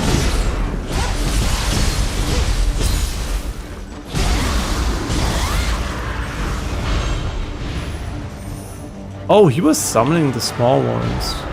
Oh, he's a Gaki chief, that's why. A baby chief. No, a kid chief. But Gaki, I think, is like brat, right? Gaki is brat. And Kodama is child. Yeah, currently watching the highest rated not Yuri, girls love anime with my girlfriend in the morning on, what is it called? I think it's Aniverse, but whatever, you can watch it wherever you want, you know what I mean. Like, there's so many fucking stupid anime sites. I just like to pay people for what they do, but if you're young and you don't have the money or you don't care about like changing your... If you have like one subscription, you don't want to change it every time, I understand, right? It's super annoying. Every time it's somewhere else. It's called... what is it called?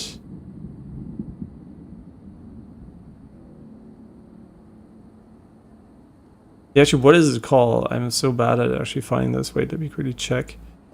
It is called...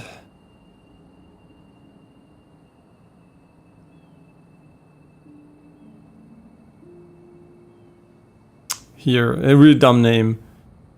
Watashi ga koibito ni nara... No, I'm just kidding. It's called There's No Freaking Way I'll Be Your Lover Unless blah blah blah. So it is basically a girls' love anime, but I like that too, right? I'm a fan of all genres. From it doesn't really matter as long as the moment to moment is entertaining. It's been pretty cute. Yeah, just finished Call of the Night. Was also pretty nice. A bit pedophile, but you know, if you watch Japanese stuff, you just that you turn off your pedophile meter sometimes. The stories themselves are enjoyable, but yeah, often they feature underage characters being depicted in potentially a predatory, especially there's the most common pedophile thing is actually underage boy with non-underage women. That is, I think, for whatever reason, more societal, more accepted by society, and that's why we get it quite a lot in anime for whatever reason. Yeah, so it's still pedophile, obviously, but yeah, otherwise the story is pretty nice. And hey, David, hope you're doing well. I was wondering if the skill management, attack mastery 1 and 2 stack. Skill management, attack mastery 1 and 2. I'm by no means an expert in the game. Just started playing a few days ago. Which one do you mean exactly? Skill management, attack mastery 1 and 2. Skill management. Attack mastery 1 and 2. I'm sorry, I don't. If you tell me where I find that, I can maybe try to help you. But I don't think I have definitive knowledge about the stacking of them. Yeah, unless the game specifies it somewhere, I would have to guess. But I can give you my best guess once I know which mechanic you mean. Sometimes it might be bit more or less obvious from the wording or what type of skill it is. This is so cool. This almost feels like we're in Sekiro and we're going towards the temple.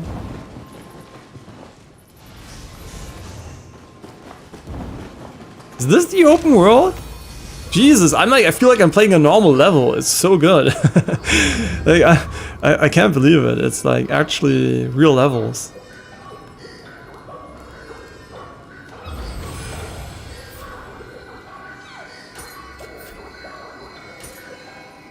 Yeah, I'm so glad. I was really expecting a like open world slop again. It's so common these days.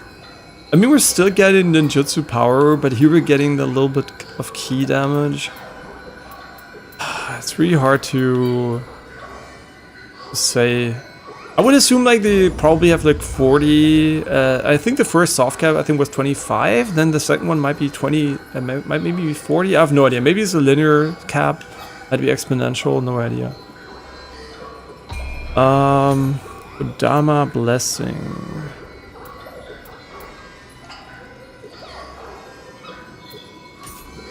Whatever. They're just 10 points, and we have the most important one. This one, I think this one is super important. This is basically what makes the game easier because you always have heals and you don't have to rest that much.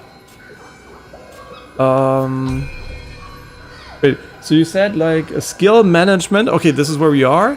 Attack mastery 1 and 2. So if they are here, I would 100% say they stack. Yes. Yes. If you can select both of them at the same time, 100% they stack. No questions asked. The reason why, because they're not a toggle, like they're not like this, they have a resource cost, right? So I would say 100%. Unless the devs are brain dead, which I don't think they are. So yeah, I would say 100%. Yeah. I don't have it yet, but I would say 100%. You can test it easily, by the way. Just like take an enemy, put one on, attack with your RB attack, rest, put it on, turn it off, attack again, and compare the two damage numbers. Takes you like maybe 20 seconds and you have a definitive answer. I can't test it because I don't have it, but it's really easy to test. Yeah, just turn it on and off and you will see if they stack. But I would say intuitively 99% they do. Yeah, unless the game is designed in an awkward way. Oh, 8% ninjutsu damage. Okay, now we're getting to the point where I'm like... This one's really bad, right? We already mentioned this one is bad. Is this good enough? How much damage does it actually deal? I guess we're just gonna keep it until we get more points, but... Yeah, so if you're still there, I hope that answers your question. Yeah, I didn't know what you mean because there's so many terms in the game and I just don't remember what they're actually called half of the time. Yeah. Whatever review called the game accessible, it is accessible I think in terms of difficulty, but the mechanics and everything you have to learn, there's just so much. It's so much more complicated than I guess a traditional Souls game. Yeah, honestly I think in a good way. The mechanics are not like bloat or something.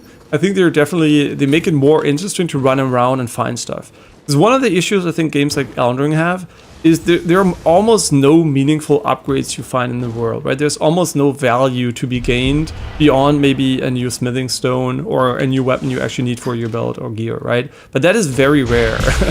So most of the stuff you find has no relevancy at all. And I think having a lot of mechanics that give you some sort of, even if it's small, growth via exploration is a plus for me for sure.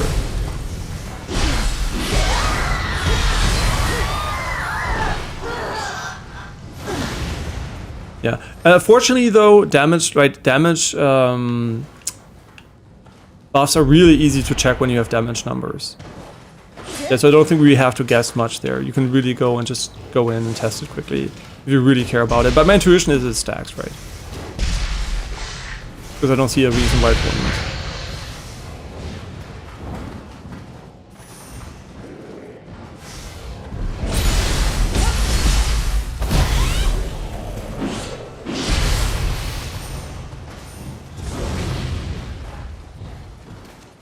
No! You know what? It's so funny that Ninja prevented us from playing Spear again. If there was no Ninja stance, we would have been playing Spear for sure. No. I wanna test this one. Wait, did he get stunned from this? No, it's because we broke his horn. Wait, does it hit his horn? Yeah, that is the one skill I'm not sure I want to keep around because it seems pretty useless. But if it can destroy weak points efficiently, maybe it's cool.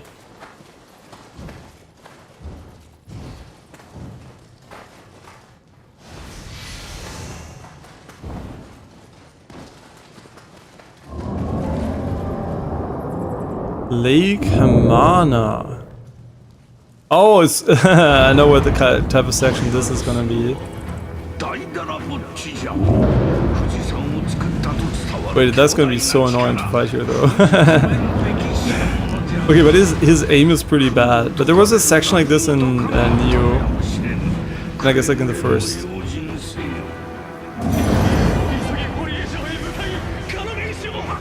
In the first Demon Souls, and the only Demon Souls.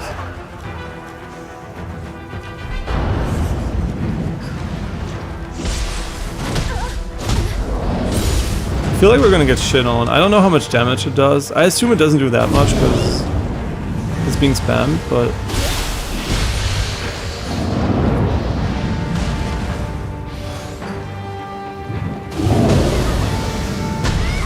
Nah, it's fine, yeah.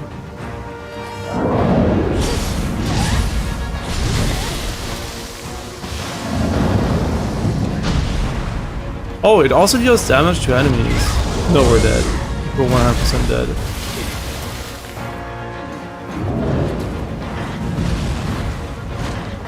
No, because we got stuck on the geometry. I didn't know if there was water where we can fall down. So I was like, instead of healing, I jumped. I should have healed.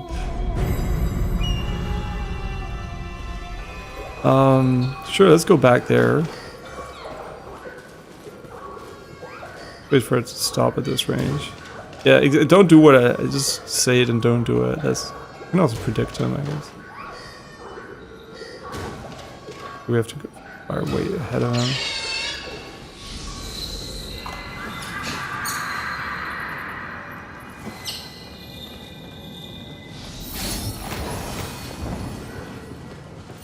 Okay, we go again.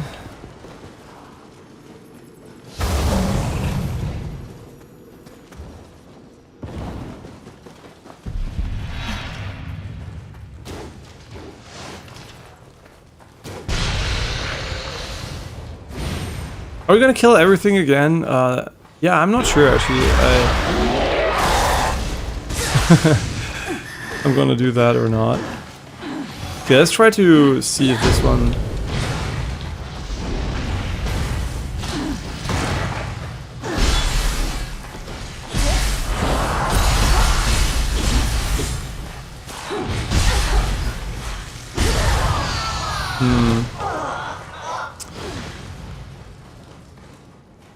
Like, you can't tell me this is a human being.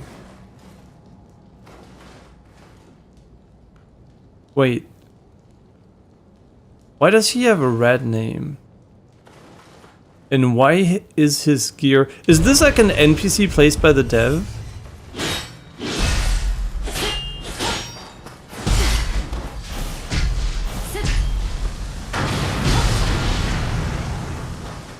Because his gear is so bad, I can't imagine a human being getting this far and having great gear. Probably it might be an offline NPC or something. Oh my god. The dead zones. Yeah, let's try to break this weak spot with this one. Not really.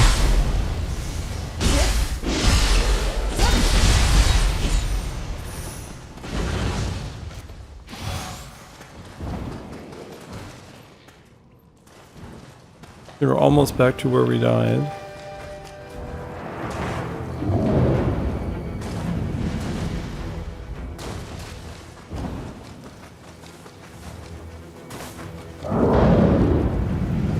But cool idea with the enemy shooting at you constantly.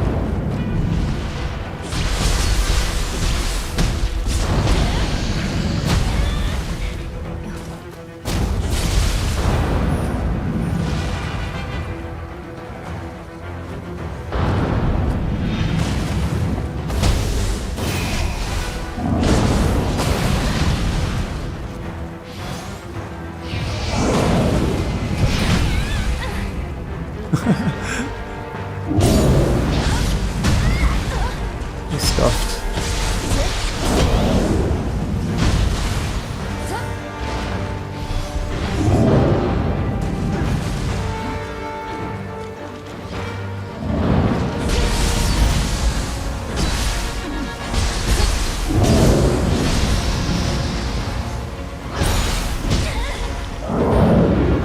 I think this has iframes as far as I know.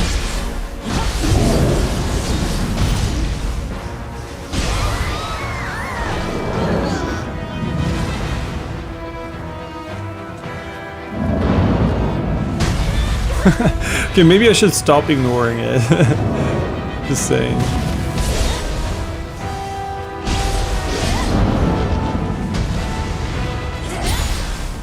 Bro, the jump attacks make so much sense in Nioh. It was always such a pain to find an attack that has the perfect angle.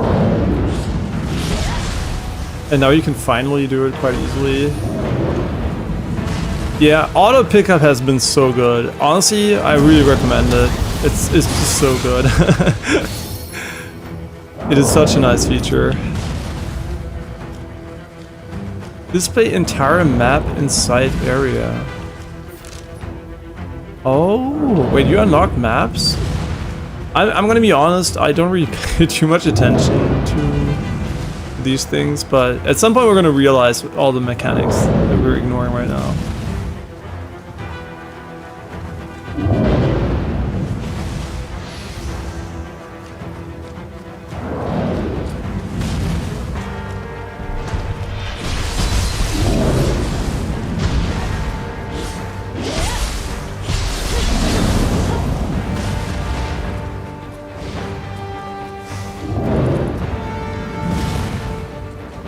Yeah, you don't need to sprint to evade it, which is pretty nice.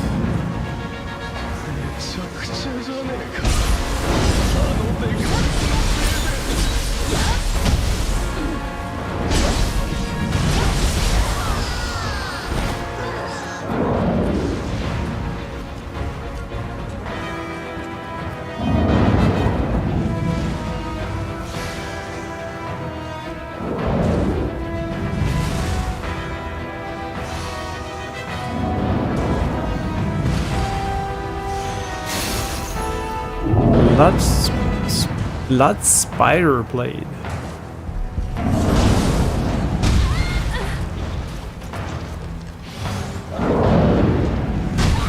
Okay. Okay, if you don't want to fight me, that's fine. But I want to fight you.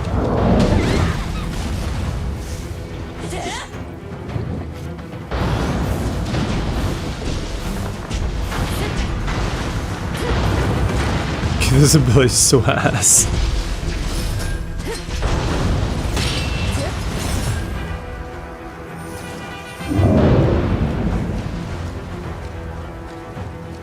Yeah, and people complaining about the double inventory management. Honestly, you don't. First of all, you don't need to do it. You can just play one stance if you want to. Is this where you fight him? But you can also, which I think is also fine, is literally just use the auto system, right? At least for leveling. Later on, obviously, you want to do it maybe yourself, but yeah, I don't think it's an issue, right? I have not felt like the inventory management was pissing me off so far.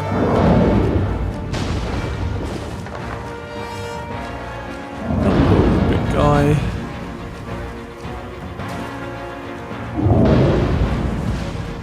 Oh, there's somebody flying there. That's cool. Do I shoot this guy, or what do I do? Oh, wait, what do I do here?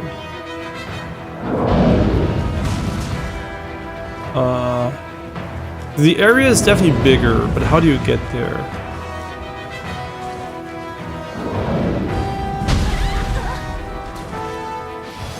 Oh, here. So I guess you don't kill him? Really? Maybe later.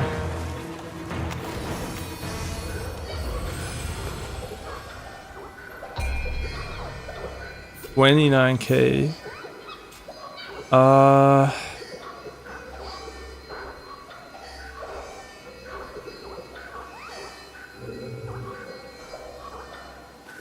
Do we want to disassemble some yokai? And how do we do it? I think it's like blessing? No. Preparations. Offering. No, gear, wounds. No.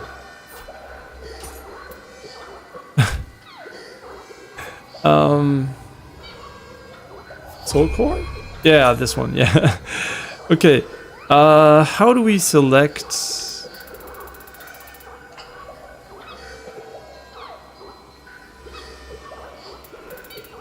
all the gray ones.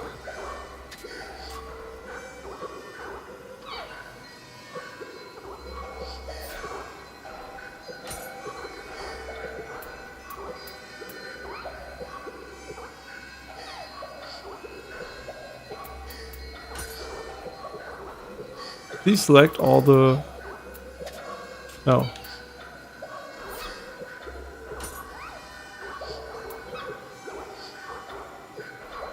Oh, smaller then. I guess I just do this then? Ah, yeah.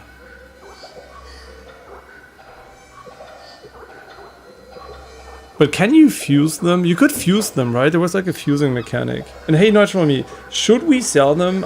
I'm not sure. We get soul fragments, but there was a mechanic. Yeah, this one, right? Yeah, we're gonna wait for this. I think you can combine them later, which I think is more sensible than getting a resource where I don't even know what the fuck it is.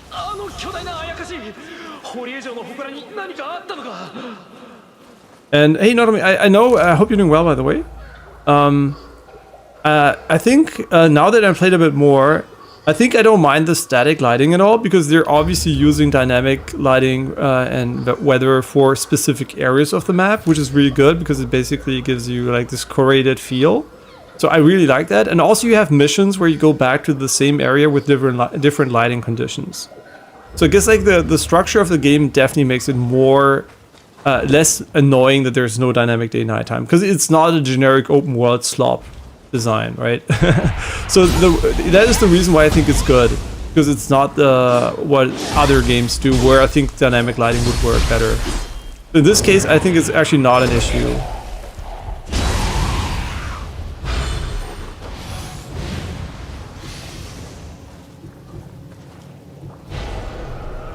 Yeah, so I think they're making good use of the static day-night time, or whatever you want to call it.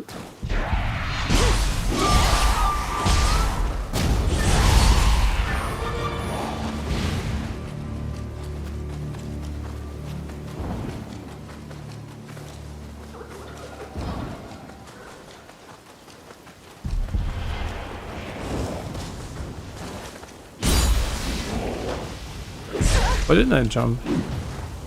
Oh, I had no key probably. 季節外れの桜の花。今宵も桜姫がお泣きなのかの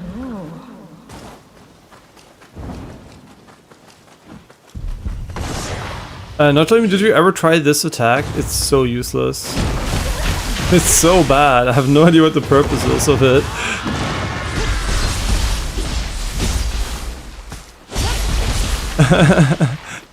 It's such a meme.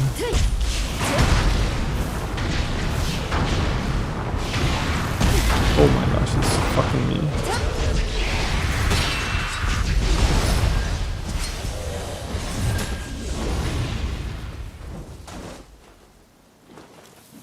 Wait. Oh, this is probably one of these you need a certain skill for it thing. Yeah.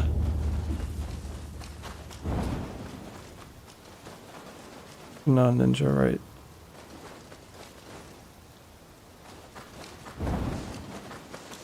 Wait. Ah, it's just water. It looked like a gaki for a moment. Yeah, so the item was on top of that building there.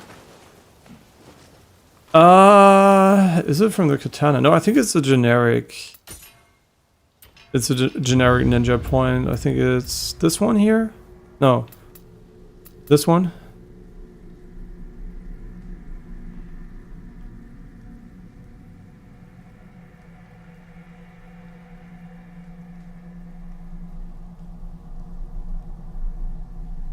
I guess it has iframes, but I'm not convinced this is gonna be my ability. Honestly, goodbye. Usable mid-air, I mean, how greatly?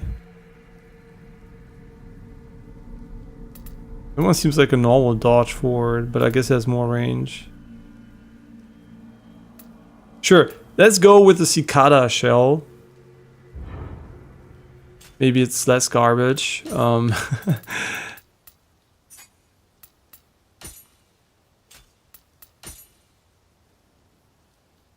I guess technically we should put the pinwheel shuriken here. This makes more sense. And then the cicada shell over here, because parry is basically the same button.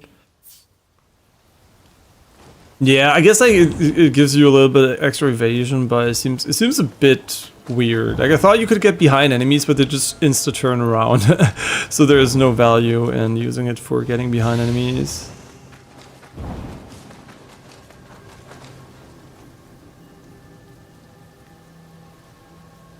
Wait, wasn't there like a flying? Yeah, there was definitely a flying thing here.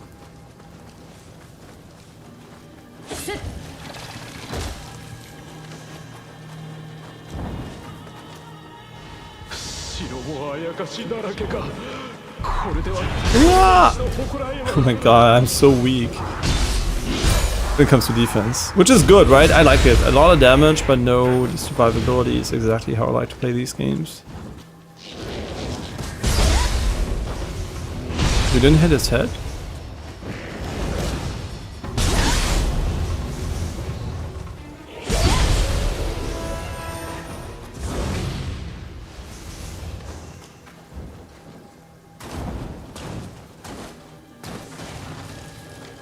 Okay. The sprinting here. A bit memey.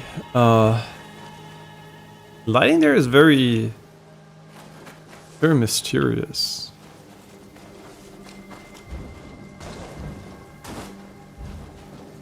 Should be flying around somewhere here above us. Okay, let's try out our new attack. What is it again? It's cicada shell. Huh? Do I have to hold it? Or do I not have a charge?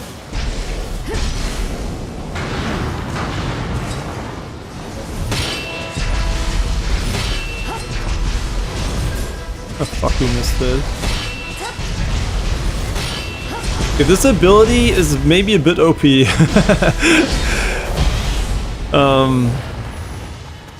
I have no idea, but it seems pretty good. Seems pretty damn good to me. Yeah, isn't it kind of funny that having triggers in a lot of games that are not shooters doesn't really make sense? Or racing games for that matter. But it's kind of still the default.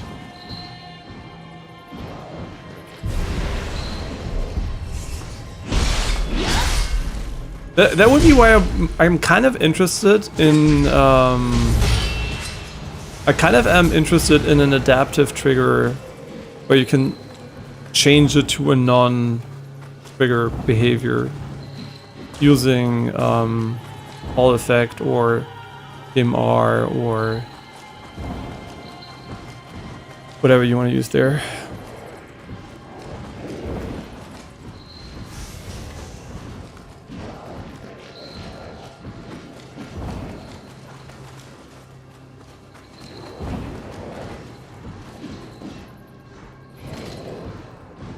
Let me check something.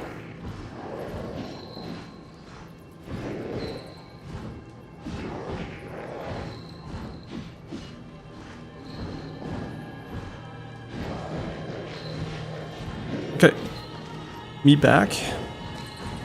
Oh, I should get up and drink something quickly. Been sitting for too long.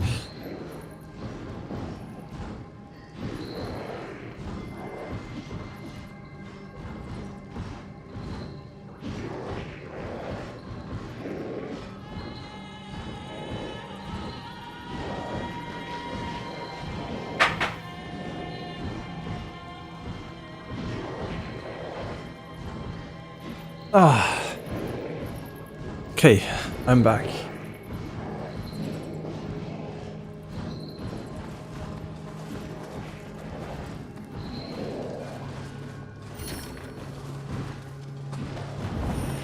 You can definitely hear there are enemies around us.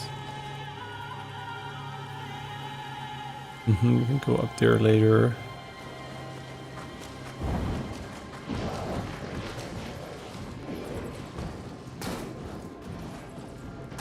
Oh wait, did he drop the weapon?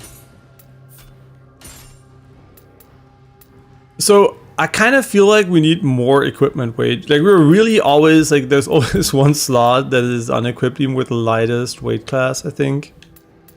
Maybe a little bit additional weight could be nice. No, you're exactly talking about what I mean. The new controller I had. No, I have the base Series X controller. I'm waiting maybe for no reason for the new generation Xbox the Elite 3 if it ever comes out, but it doesn't seem to come out ever. So I'm still like on a base controller, which I really like. Honestly, it's pretty fine. That's why I didn't change so far. But yeah, since I never had a better controller, I'm obviously pretty sure it's going to feel better to have a better one. Yeah, I'm very confident I will enjoy it more than this one, but I kind of am not sure which one I would get right now. But I'm kind of still waiting on the Series Elite 3 thing, but yeah, maybe it's never going to happen. I should just buy another one. Yes, but so far I've had a lot of like positive experiences with this, but maybe if this one dies, I will consider if there is no Elite 3 to get a new one. Anyway, it's just like I'm looking at this realistically. I know myself, right? I'm already spending so much time setting shit up and then having back like the buttons for my fingers under the controller to like the back buttons, whatever you want to call them, and having like you can put the resistance of the triggers and everything. I don't know if that would be opening a new can of worms there, because when it comes to mouse and keyboard already, like with the Hall effect keyboard, I spent a lot of time setting it up and I'm really glad I did. But when it comes to controller, I'm worried it's just gonna, because I don't have a lot of experience, right? It's gonna take so much time to find what I really like again, and I don't mind it right now, so as long as I don't mind it, I'm like, why would I change, right? I know it's gonna be more work. It might be, for sure it's gonna be better at the end, but also it's gonna be a lot of work. Yeah. We don't have enough to get the level up. I kind of want to have it though, because honestly,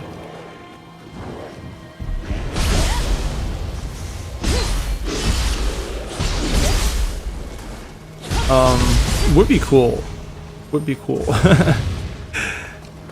But yeah, let's just keep it easy and simple for now.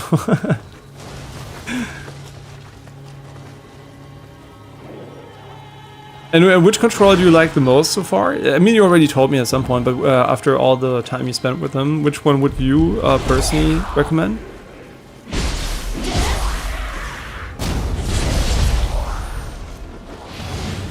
I like how everything almost one-shots us. This is cool.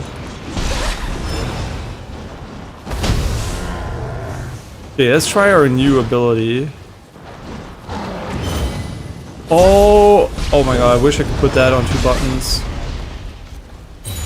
I wish I could do this as a default input.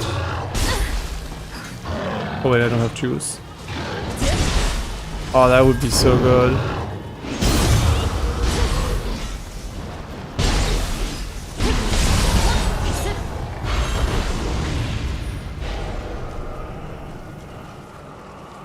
Yeah, that would be actually sick to have that as a default input. Wait. Yeah, the game also is really insistent on adding these like stupid dynamic resolution, dynamic FPS, blah. Wait, what is dynamic FPS even?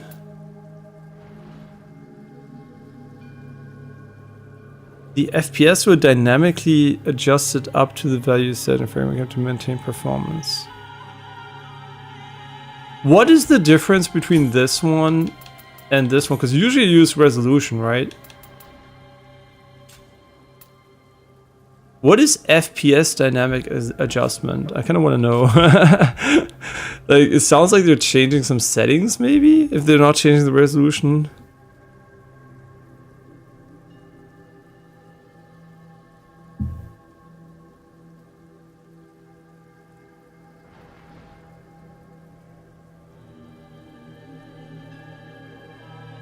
Uh...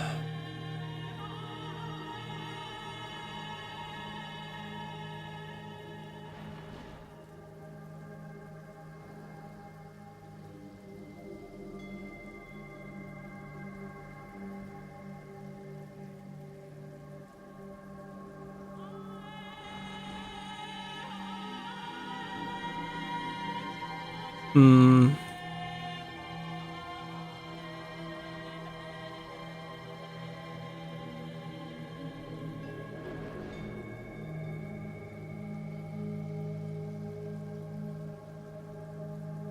Slowdowns.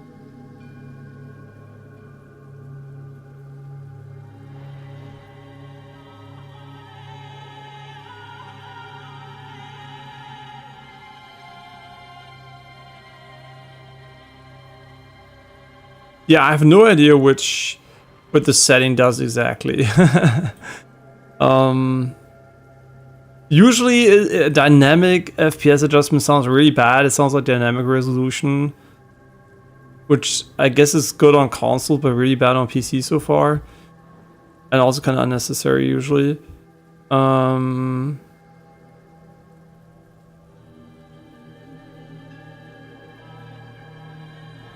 I guess nobody knows.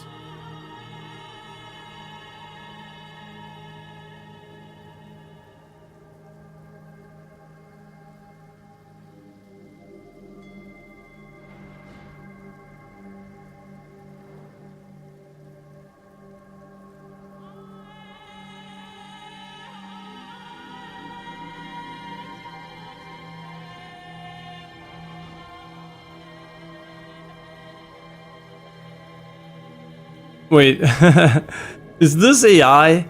Turning on the FPS dynamic adjustment will cause slowdowns in Nioh 3 even if you're getting high FPS. It's recommended to keep this setting on to play the game smoothly. Huh? Contradiction? AI? Question mark? I mean, we can turn it on and see what happens, I guess.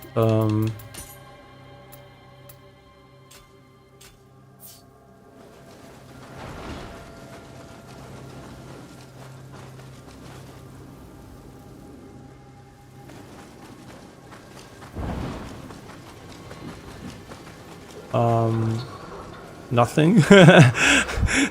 Nothing happened.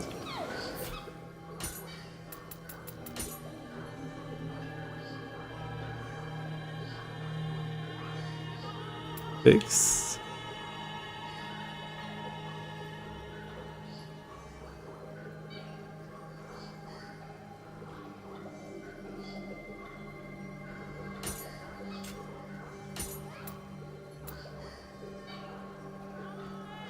I don't know what it does, to be honest. I'm completely like, maybe it changes something dynamically because it says dynamic, right? But it doesn't tell you what it is. I'm just gonna leave it off. Like usually it can just, if it runs well, right, why would I care about it? But at the end of the day, I would like to know what it does. For sure. Yeah, I would for sure like to know what we got there. And you would never want to use a controller without extra keys anymore. That's what I'm worried about. And then you go back to playing on a Switch or on the PlayStation or something. And then you're like, oh, I need a Pro controller there too, which has the back buttons, which doesn't exist for the Switch, I guess, unless you're third party. Using third party tools. Okay, yeah, I'm here. I think. Autism. Yeah, it's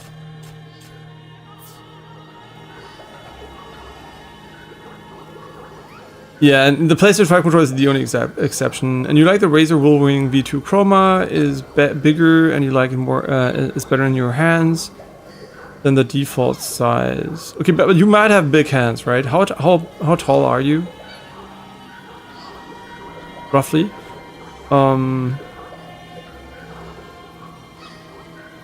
And yeah, and you like that you can't feel them with your fingers, the keys on the back, if you're not pressing them, which I think is my main concern, is that it will affect how I hold the controller in a negative way. Yeah, like the ergonomics basically. But I guess like the way I'm holding my controller, my middle fingers are both free. Right? They're both oh, what? You're only 150? No, just kidding. He's 196, almost 2 meters tall. Okay, yeah, then you have big hands, right? I don't have that big hands. So for me, the size is not an issue. And I always remember being average size is good because that means the world is designed around you. The bigger or smaller you are relative to the average size, the harder it's going to get. Right? So yeah, it's not a disadvantage to be average sized in a non-custom day and age. If there's like custom everything one day, sure, it doesn't matter anymore. But for now, like being average in size is obviously easier because you're gonna have less issues adapting to things which were not designed for bigger or smaller hands. Yeah. Okay, but yeah, I did notice that my middle fingers are free for pressing buttons. So if the buttons would fall directly there, it might actually work. It should be flying right there, but I don't think we can see it yet. I guess we can hear the audio though.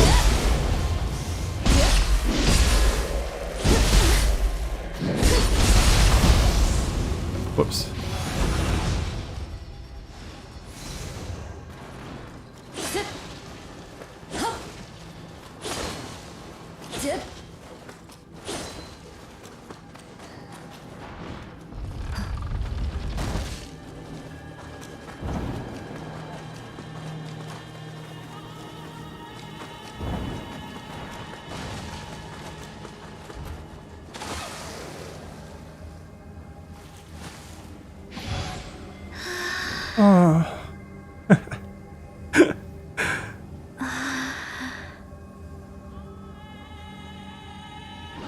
But wait, where do you like the keys? Like, for the elite, if they are exactly where your middle fingers are, where do you prefer to have them?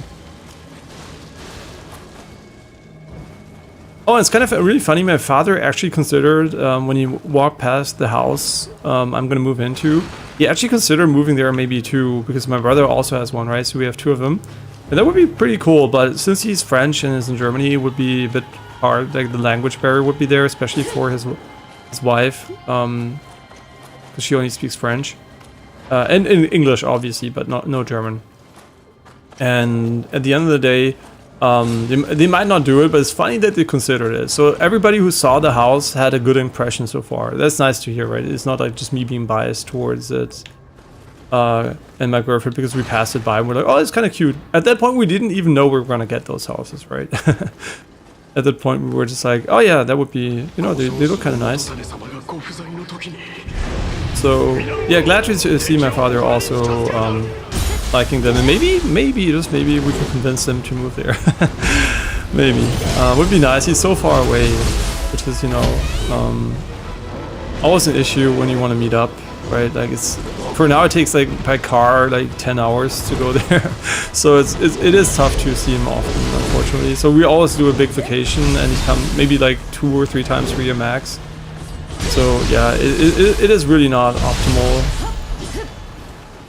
But at the end of the day, you know, it's his decision if he wants to move or not, like closer or non-closer. Yeah, obviously would probably entail selling somewhere in France, which, you know, why not? Like, more time is more valuable than having that house. And also it would obviously give a lot of money, so he would have potential complete freedom to what he wants to do.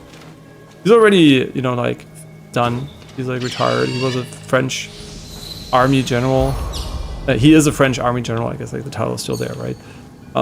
So he's retired anyway, so, you know, if he wants to move wherever, he could move wherever he wants to. As soon as he sells, like, the house, he's basically set for life. He's already set for life, but he would be set for life even if he had 0 money now. So, yeah, the house definitely would enable him to go wherever he wants to. Why did I drop here? Am I fucking stupid?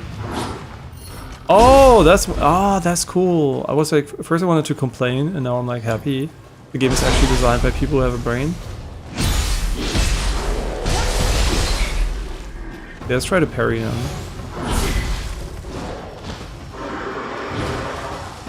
How long? Oh, it's a very small shit, I fucked it up.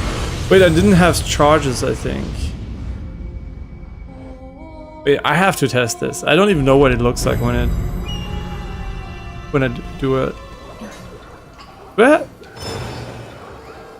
Wait, what? Huh? What? Oh, I held... I have no idea what the fuck I'm doing, to be honest. Yeah, the parry we're gonna have to figure out how it works.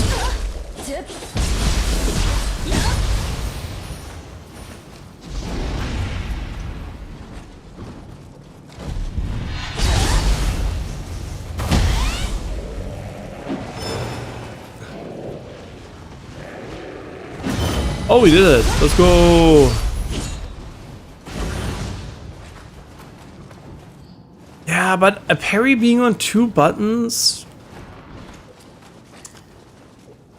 I kind of wish you could put it at an additional override for this, right?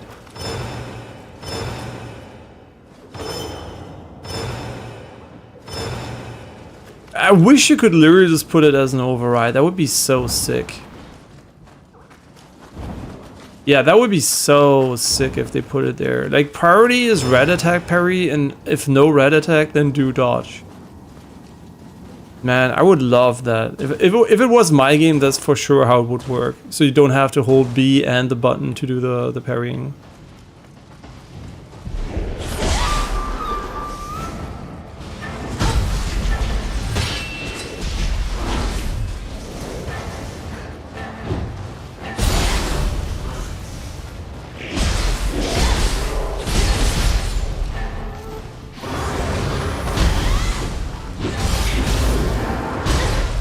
Yeah, I'm brain dead. But I'm learning the parry, man. Oh shit! You can parry ranged attacks. Wait, that's actually crazy good. How do I put that on one button? Or if I could put that on the parry button, that would be so sick.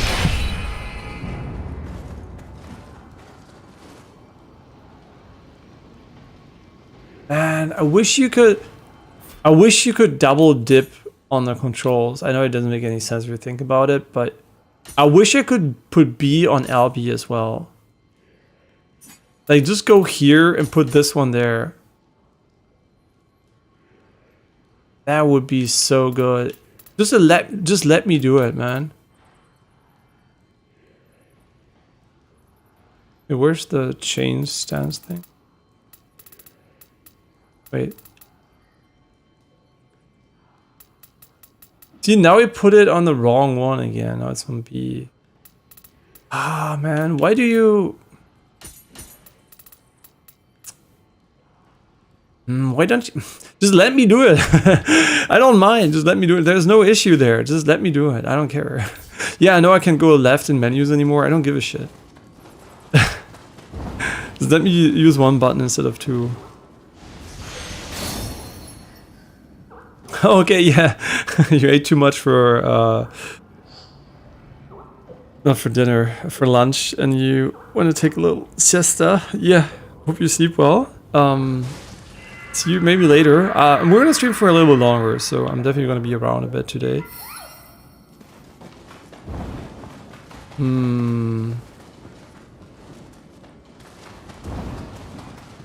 We TP from here, because it is pretty far away.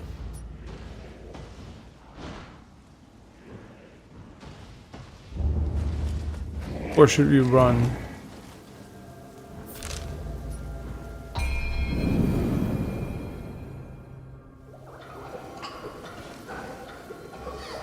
I wish it was one button. I know it's not hard to press one button and do the other, but when it's like defense, right, and you want to do it reactively, I kind of like doing this, right? Because it leads to scenarios where you wait for an attack and you don't react to an attack.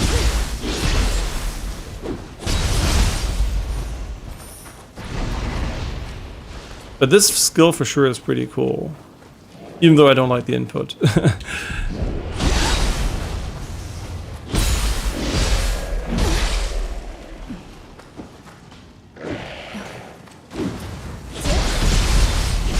And that it uses charges when you miss it is kind of interesting too.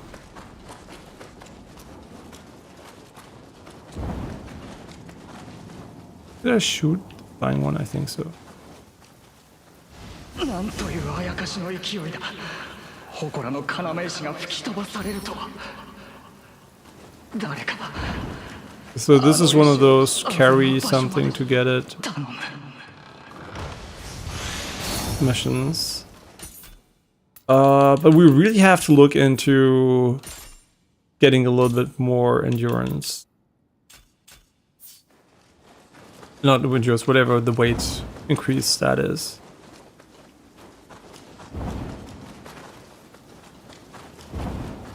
Yeah, we just go here.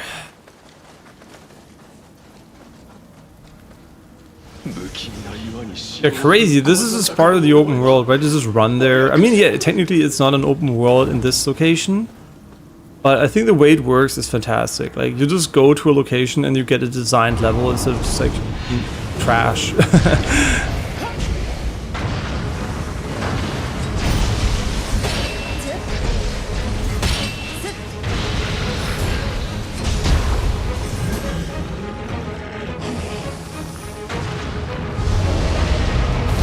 Oh, I remember these guys.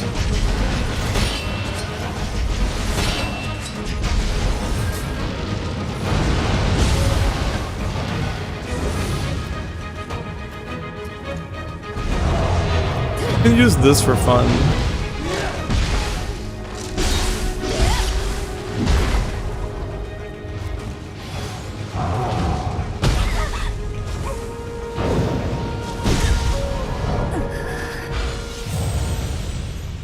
I didn't parry it. I was thinking about using the ninjutsu to get behind him, and so I didn't parry the attack. No,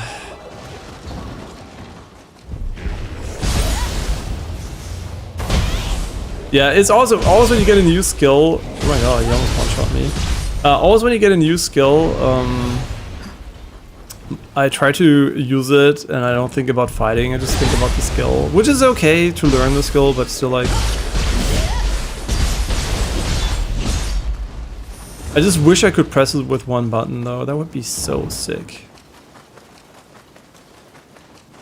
And I don't think you can multi-map.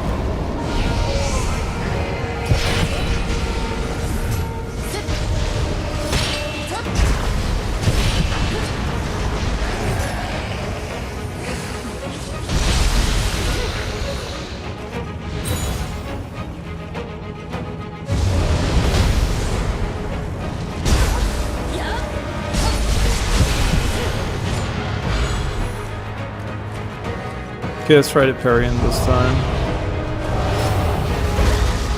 Yep, perfect. Exactly like that.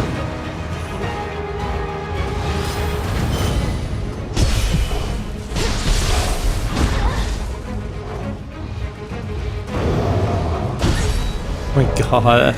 The thing is, I always try to do the fucking ninja parry thing instead of the normal parry there. I don't think the ninja parry works for that one.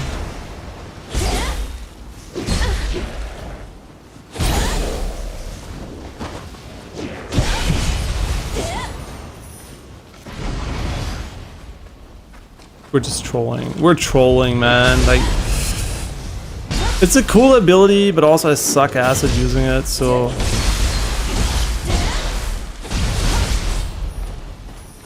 I think I'm gonna get rid of throwing the shuriken after dodge. Because it makes enemies turn around. Yeah, we're gonna get rid of that. I think while...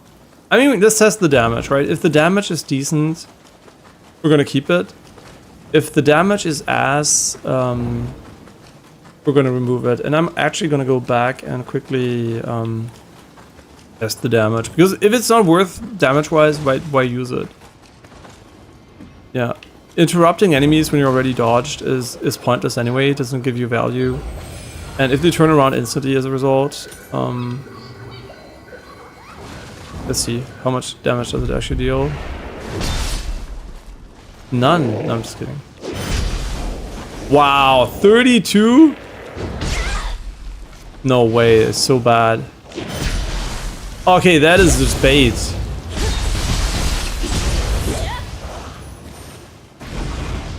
Wait, that might be the worst skill. It interrupts them in a way that is useless and prevents you from backstabbing them. It sounded so cool and it's actually trash. No wonder it's 3 points.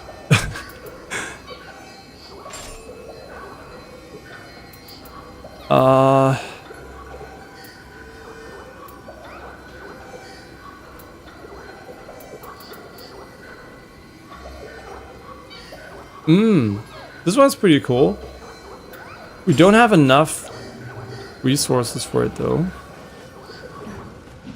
And now we should be able to backstab way more consistently. Yeah, see? And now we can go for a backstab. Okay, this is so... I should have noticed that earlier. That's my bad. Yeah, I don't know why I didn't notice that. Now I wanted to parry him.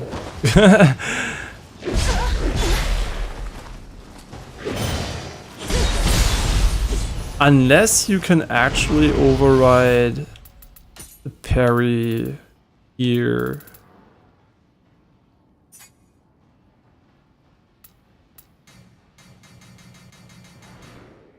No.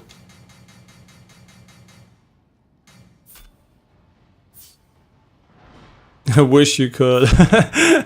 I wish you could have both of them. Aww.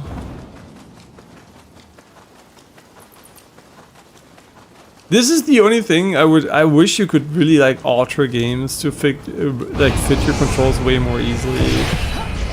This game has so many options, but you will always find a scenario where suddenly you're like, oh, I wish it was different.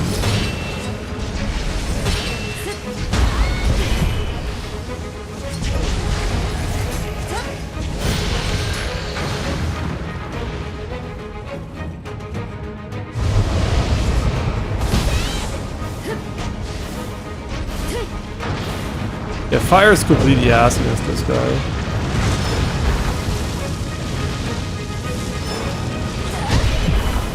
Oh yeah, he had a weak spot after rolling, I remember.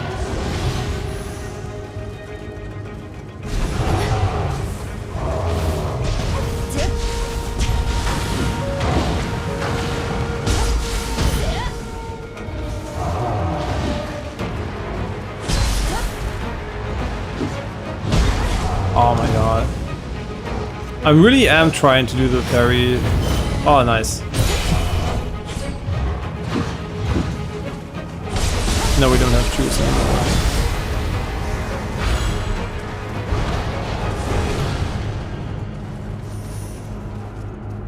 Yeah, he's not hard, right? We're just fucking around. Like, we're just fucking around with the new parry. A new Guardian Spirit skill.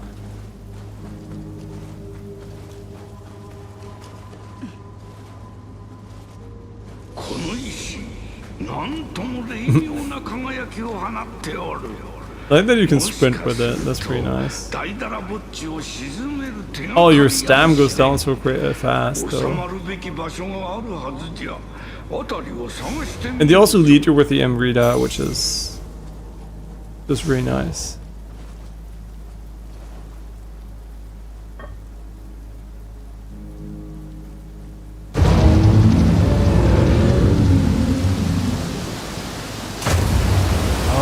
Banishing him.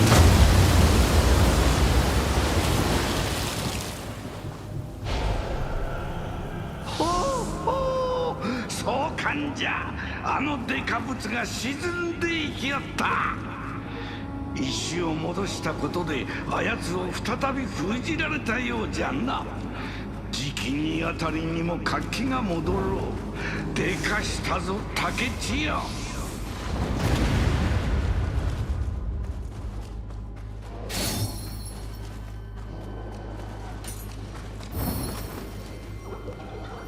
Do we shoot the flying one? Yeah. There's a master over here now. Does he teach you new ninjutsu skills? And how do we get to him? I guess we have to walk back. Oh no, there's a shrine over here. I'm stupid.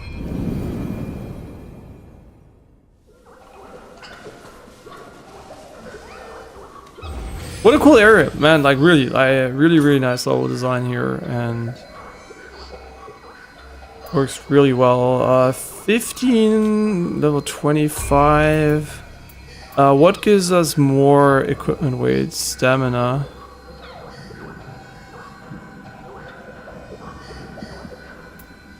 Oh, it gives you a little bit of life too.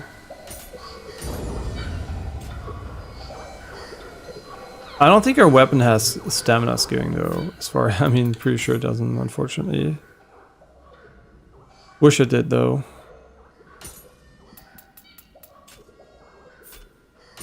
And now we can put on 4, I guess, which is kind of shit now, but do we invest more into the points so we can use these here? We just need one more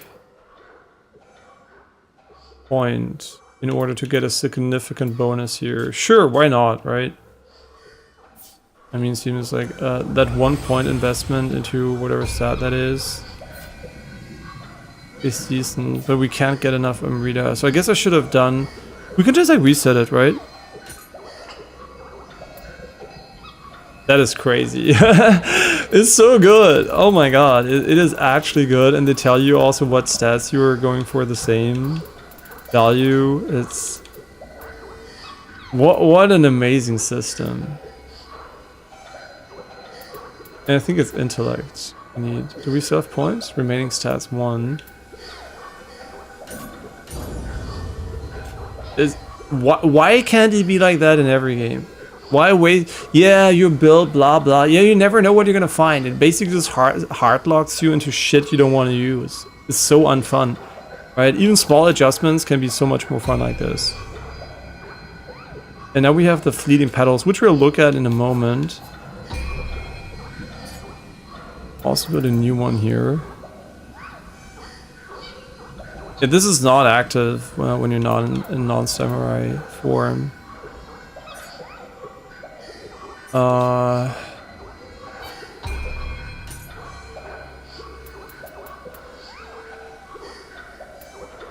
They're so cheap. Let's just go for them. Pretty sure this cap is going to be increased. Otherwise, we would already be almost done here. Or there's going to be new effects added. Okay, and now we just optimized. Let's see. Will he optimize the fans for us? No. So these are definitely not auto-optimized. Life drain, water damage. Kunai gauge, charge. We don't use kunais. Lightning step. And we get what? Movement on Amrita absorption. Faster movement. Interesting. Paralysis resistance. Auto Amrita recovery and spirit force 2.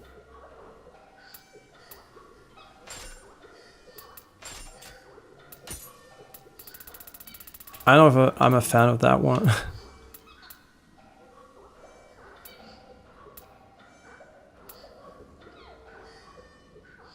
Sure, why not?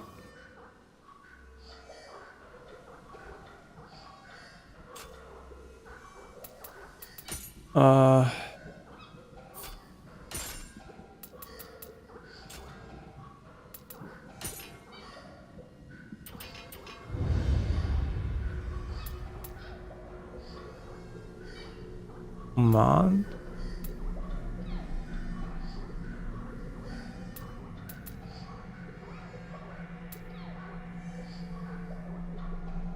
What?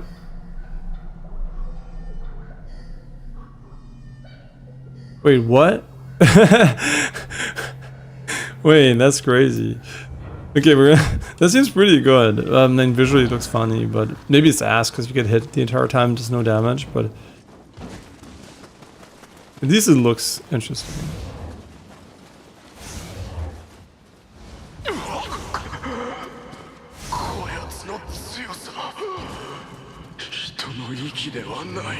Oh, okay, that's gonna be a really tough fight.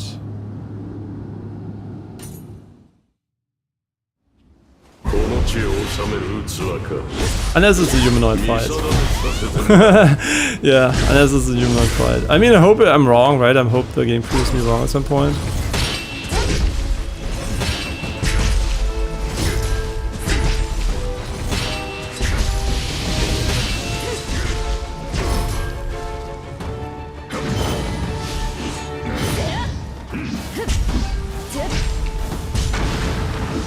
I thought it was going to be one of those mega bosses or something.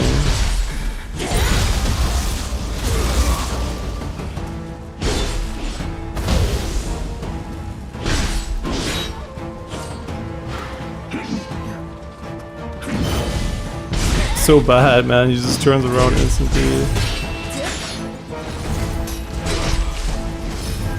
Whoops.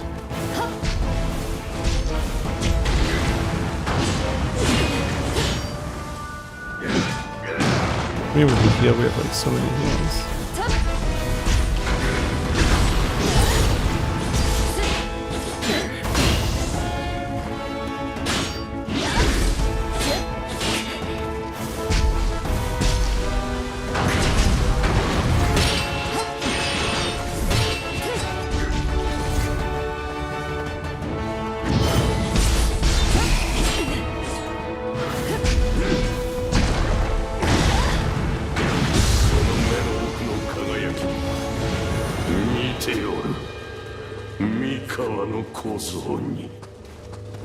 Yeah, I'll let you know when there's a humanoid that's not completely brain dead to defeat, like when when it changes.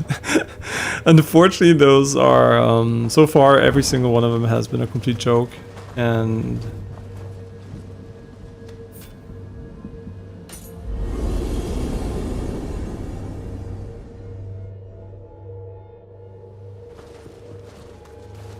oh, we have 70 in our storehouse by now? Crazy. Does it auto send them to the storehouse? I would assume it does.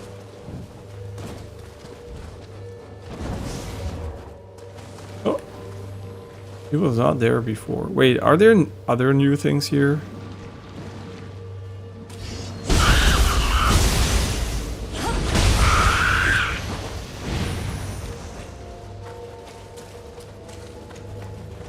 Yeah, I think we're going to invest a little bit into weight so we can put on more good equipment, because I think it's kind of ass that we only have shit equipment.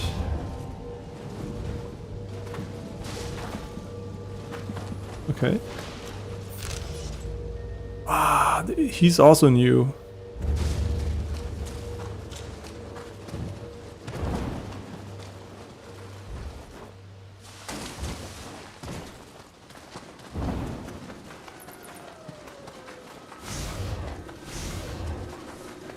I think he's gonna go this way.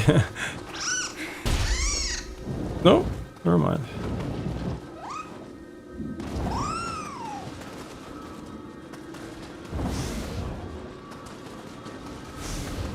Yeah, I'm really glad the game is great. Like, I'm always worried when devs change the core, you know, idea of a game in terms of world design, and I guess they didn't really for this one, right? It's an open world game, but they 100% kept their level design identity, and I was worried for nothing. But it is funny, just imagine them making an Elden Ring style open world, and then you could compare this to this, right? You have both games in existence, which they don't exist, right? And then it would be super interesting to see if I would actually feel like I'm missing this. But I think I would, because if I had that, I mean, if it wasn't like this, I would be, oh yeah, maybe it's, you know, like it's fine or whatever. But now that I see what it is like to have this design, I'm like, why couldn't Elden Ring be like this? Imagine Elden Ring having like this level of level design. How cool it would be. We basically would be playing a Souls game in an open world, which I think I've never done so far. Yeah, so huge props to the devs for making something happen that I guess I didn't even know that I wanted that badly.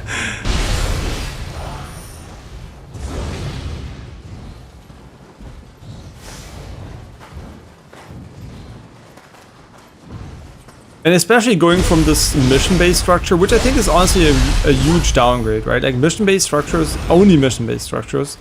It's kind of, it really doesn't really work well for me because I think it's like, oh, it's a bit, you go in, yeah, it's still fun, right? But it kind of doesn't work as well, I think, as an open world that's like, not even an open world, like a cohesive world, like in Souls games where you go from A to B and it feels like you're in one world and you're moving across the world. And just like keeping around loading screen after loading screen, I think is way worse than this. And this is basically the optimal version. It's like more than a Souls game in openness, but it's still the level design you would expect from those games. So I guess it kind of solves what I really had wanted from Elden Ring. And also, you just can't, you can run by most enemies, I guess, to some degree.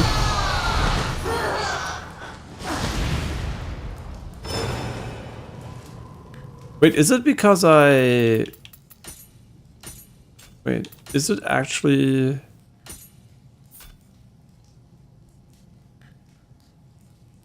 No, wait, where was that setting? Yeah, style shift, right? And break separation.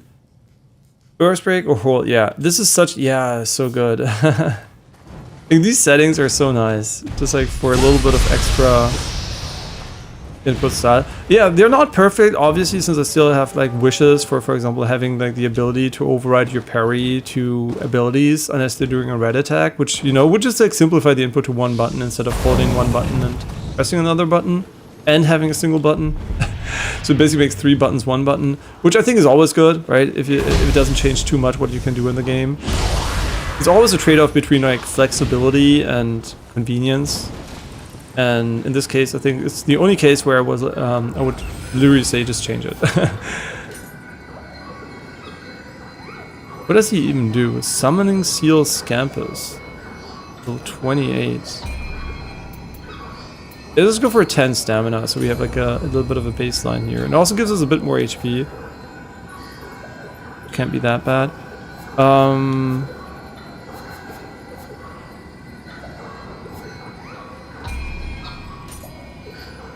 You're level 23. Ooh, okay. And you can summon the Scampus.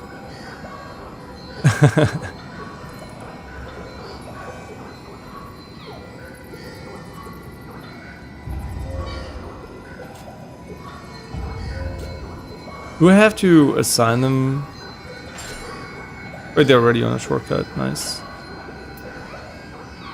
And this one's a water buff, which I think was pretty cool. Wait, Lifesteal Talisman.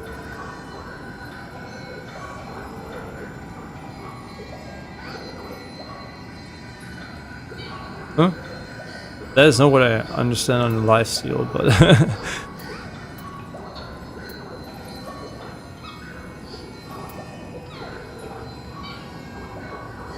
This one I have no idea how good it is, but healing hasn't been an issue so far.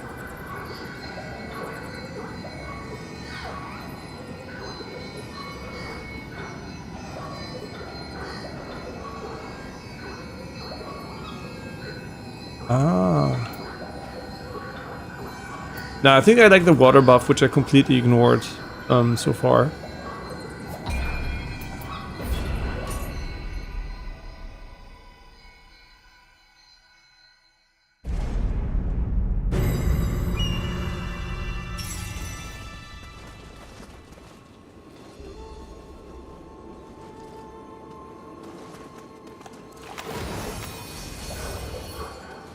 And I also like that you usually do the levels in reverse when you go into a mission.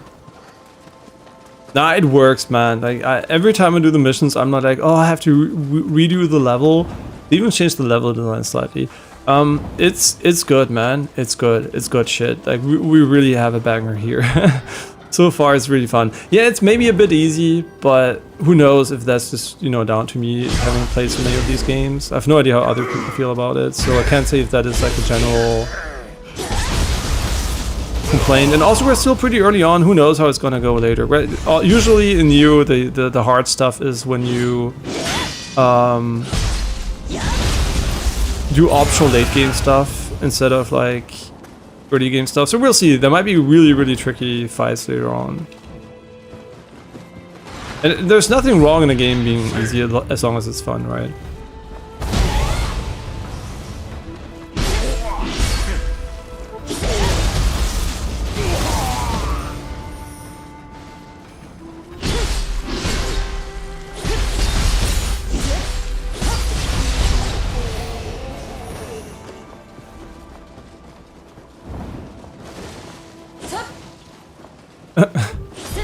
Glowy glow.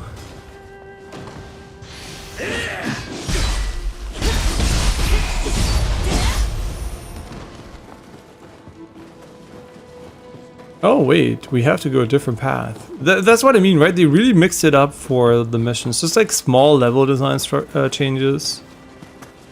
And already the level feels completely fresh.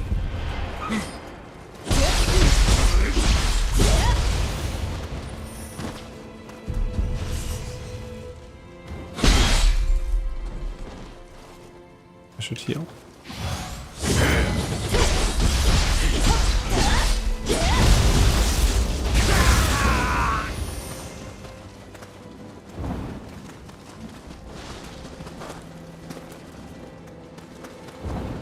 And I guess most of the missions so far have been during nighttime, which makes sense because the main game plays during daytime.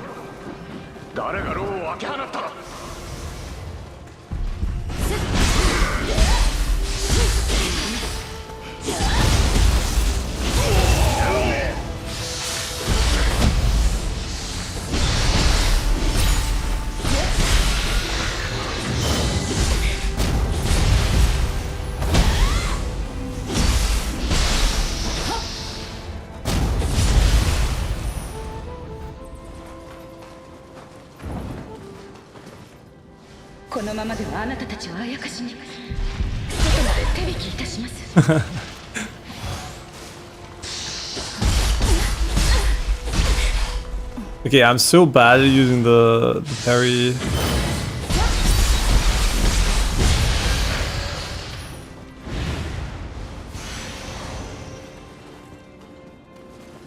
Because we didn't really, the thing is, right, we don't really have muscle memory for parrying because we're not using it. And I guess if you want to parry normally, you can just play Samurai. Yeah, so for sure there is probably a really cool parry focus playstyle in the game. But since I just, you know, ninja is new, so I'm basically going ninja. I guess like the parry style would also have been new, technically. But I do enjoy that the ninja is just really fast and, you know, like... Yeah, it's just super fun to play. And also the animations for running look way cooler, which is very important because obviously style matters the most in any game. Ah shit, I didn't wanna...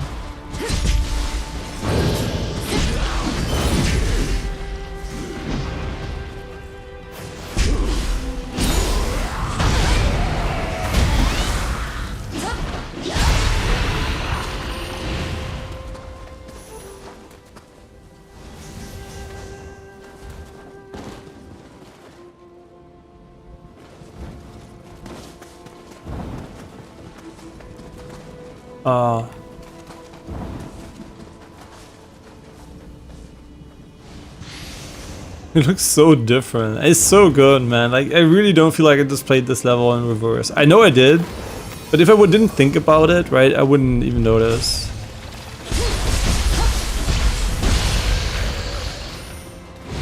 So this does 500 per hit in a backstab.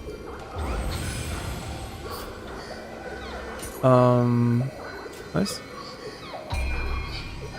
500 and a backstab. And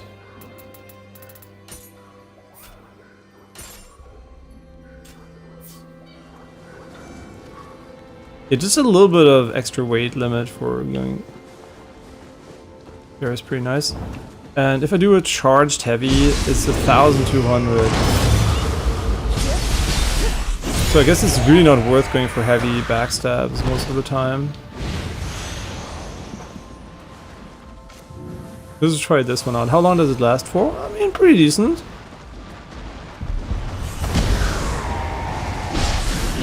You see, this only did 1,000 damage, which is not crazy high. I guess he doesn't take a lot of damage. Okay, that makes 1,000 better. Yeah, there were people complaining about when you play alone in the game and enemies just turning around backstab not being useful. Maybe you're not like strafing enough. Just like don't dodge sometimes and just walk sideways. A lot of enemies allow for backstabs for sure. Yeah, some don't that much, but a lot of them do. Like I would say like 90% of the enemies allow for easy backstabs. Pretty.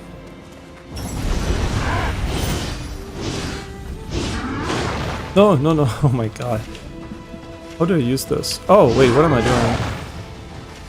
Well, you can swap between two of those.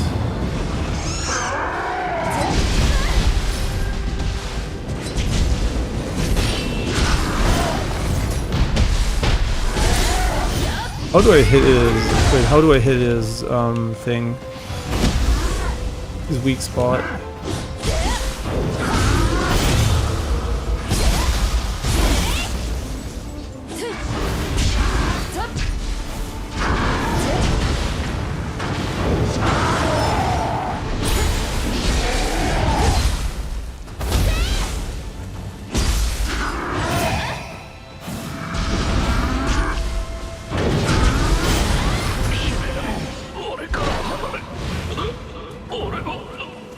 Yeah, I like my control scheme. I think I made good choices there. Distortion went with the default one because he went from Code Vein 2 to this game, which also has face button attacking and doesn't have abilities to remap, which, you know, makes it better than that the game is not that great, because I would have modded like crazy if I couldn't rebind it. Yeah, I think my control scheme, for me personally, is very, very nice. I enjoy it a lot. I think it's also ergonomically optimized compared to a lot of default control schemes, especially dodging on A instead of B. Like, dodging on B is just literally adding distance you have to travel every single time from your stick, which is basically the same as input lag. Yeah, also having sprint on the default one is, I think, definitely better because you have on button press and not on release dodges, which also adds less input lag, right? There's just like a small amount of things. Oh, also why you should not lower your refresh rate, like the one post on X, whatever it's called now, Twitter, mentioned, is because if you put your refresh rate to 60 Hz, it's going to add more input lag even at the same FPS, because your container is basically more laggy, quote unquote. Yeah, so I would highly recommend not setting your refresh rate of your monitor lower than the highest one you can get.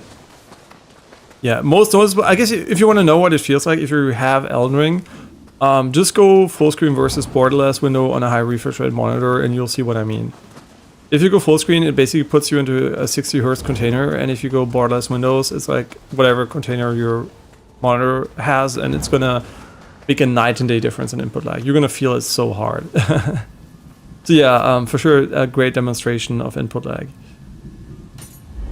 Fun missions, liked it, cool. So far, a huge thumbs up for the level design. Like really, really fantastic level design.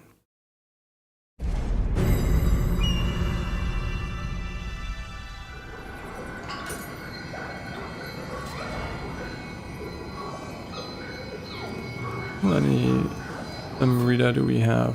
Whoa, what? Oh, I thought 113. No, 22 is also fine. We breached the gap? No. We should use our summons more, and they're really fun to use.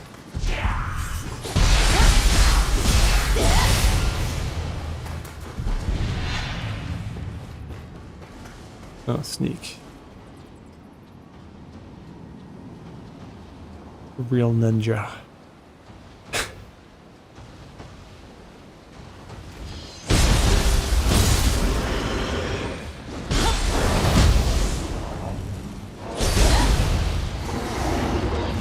No, like the jump, right? The jump attacks are so good in this one. Like in Elden Ring, they were just pure cheese and Clown Fiesta. In this game, they make sense because of the weak spots. It is honestly, it's so good. Like I'm simping so hard for this game because it's just so much better in terms of combat mechanics than Elden Ring. Like it's so fucking good. And I'm just playing one playstyle. You can still have the other complete samurai playstyle if you want to, with I think also different stances and everything, like in the older Nioh games. There's so much like playstyle variety, and it just works, right? I'm not feeling like I'm playing like a tacked-on playstyle or something. It doesn't feel like, oh, I'm only playing half of the game or something because I play only ninja. It's a completely, fully viable playstyle of its own right. Without you can use both at the same time too, which is even better, obviously. You ever attack? Wow, that was the most useful less TP behind him I've ever seen.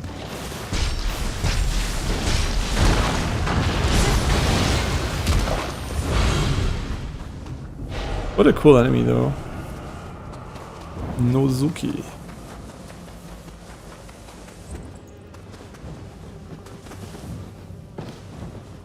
Man, I really hope From Software learns from these games. There's so many Souls games by now that are like, in some areas is objectively better than traditional Souls, that I think they really, whatever their next game is, if they still have the core mechanics exactly like in Elden Ring, I would be, especially the controls, man. Like in this game, I hold a button, I can cast 3 spells, up to 4, maybe even more, right? I have access to so many things without having to use a fucking list to scroll through, right? Like the spells in Elden Ring where you have to individually go through them, right? I actually have access to these 2 sets here instantly, which is 4 buttons instantly. You can do the spells here, 3 of them. You have 2 additional ones here. It is so much better to instantly use something in this game. Yes, it's more complicated from an input perspective. It's less quote-unquote simple, but it makes sense, right? Like it doesn't make you feel like you're an idiot for using more than one ability. So I think Elden Ring for sure is very, very dated in that regard, and I hope they really up their game, right? I think From Software, they make fantastic games for sure. I think Elden Ring is still a fantastic game, but it could be so much better. And obviously, then their next game for me is gonna have to prove that they actually are able to keep up with other developers in terms of, not others. There are not a lot of them actually. Like I think this is one of the very rare ones where it's really, really good and works too. But yeah, basically, I really hope they, still improve, because there is a lot of stuff to improve. Yeah, would it be sad and would I not play their games if they don't improve? I mean, they're still probably fun, right?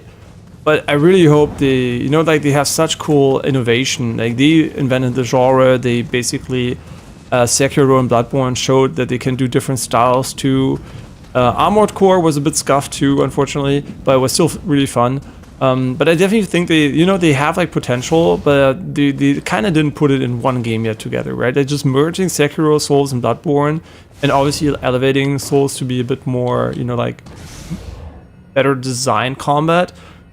I think there's so much potential. Like everybody who says Souls games are, they're just like repeating themselves over and over again. They're so far away from being finished from a design perspective. There's so many mechanics, like for example parrying, since Sekiro has emerged as a mechanic, right? Expedition 33, that can be put in so many games and just make so much sense and fun. Zenith Zone Zero has it too. Neverness to the Everness is going to have it too. It's just like a fun mechanic, right? Like parrying and not only dodging is so cool, and because it gives you like this visceral impact feeling, I guess. Like, there's so much you can do, man. Like, it is such a young genre, and people really overestimate what is the staple in it, right? A lot of things you think might be mandatory, which always happens when a game is successful. People just copy paste it 1-to-1. And it turns out in the later stages that not everything was mandatory, right? You can strip away some parts and will still have the core identity, but feel completely different and fresh. So yeah, for sure. Whenever I saw Nioh for the first time, I was like, oh wait, you can actually have more complex combat systems and it's actually better. And it still feels like a Soulslike. And also you can have like an inventory, an item system like in a Diablo game. It's like, you know, like random loot, and you don't need to have like just like one set that you wear the entire game. So yeah, there's so much good shit in this genre, to be honest. And unfortunately not a lot of devs are able to execute on it that well yet. Because yeah, it's just what it is, right? It's a new genre, and people are still struggling to even replicate what From Software is doing to some degree. And then there are devs like these who basically just make their own style, which works so well. And yeah, I'm gonna come for you.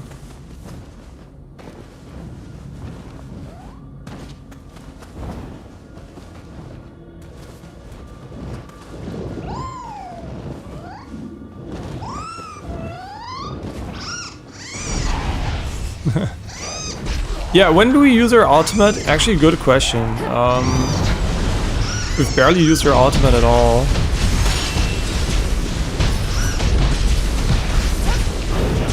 Which is not because I think it's bad.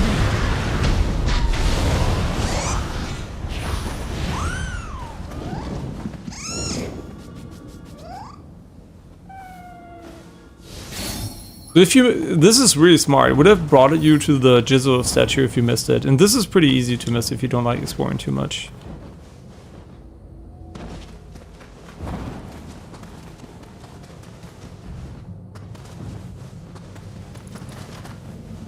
Yeah, really impressed. I'm so impressed by this game, to be honest. Like, the biggest, I think, improvement they could make is actually literally tech stuff, right? And also already running for me at 120 FPS with no frame time issues on a high-end PC. Basically, you can brute force the game to be very, very good. Obviously, uncapped and also like more consistent performance across like different PC versions would be pretty nice. And also, it doesn't really have like very high-end graphics, right? Like it is compared to, for example, Assassin's Creed Shadows. It is a generation, I would say, behind. But at the end of the day, it still looks really cool and it's really fun to play, right? So, but still, obviously, it would be nice if we would get unlocked FPS, completely unlocked. 120 is fine, right? And it works well across a wide range of configurations. So tech is basically the biggest thing, but they seem to have improved significantly, at least for the PC version, compared to Rise of the Ronin. So they're definitely not ignoring it. So yeah, and also it being 120 FPS already, like I said, is definitely definitely nice. So yeah, for sure a big fan of what Team Ninja is doing here. Yeah, for sure don't regret giving them another, you know, another supportive full price purchase on day one. Yeah, really glad I did. But also with tech stuff, right? Always check your configs, check what other people are saying. Man, some people talk shit and they have no idea how to set up their game, but if everybody's complaining, there's definitely something probably wrong with low-end CPU support. Yeah, so for sure there must be something, right? But at the end of the day, always, you know, just like check if you care about that. If you don't care about performance, I mean, you're probably among the lucky few. Because I definitely care too much.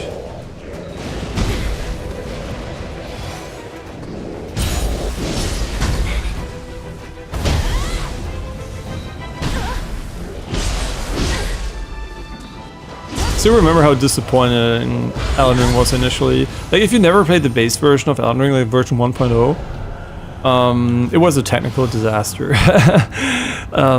Even on a high-end PC for the time. I played it on 3090, and yeah, it was horrendous. Like, the first impression Elden Ring made was so bad, and I was like, holy shit. And then after a while, I was like, okay, it's better. It's technically still ass, but it's kind of a cool game. But yeah, it is for sure.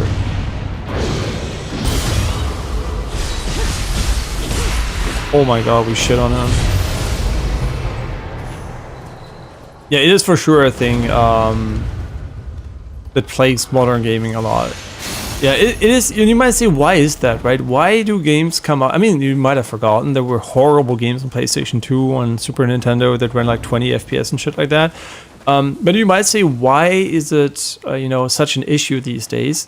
And the thing is, it is a very simple answer. Humans are not infinitely intelligent and skilled, and tech is just more complicated than back in the day, right? We have more tools and everything, but the end result is a vastly more complicated product, and that just makes it harder to optimize. It's not as easy as it was before if you were good at doing your things, right?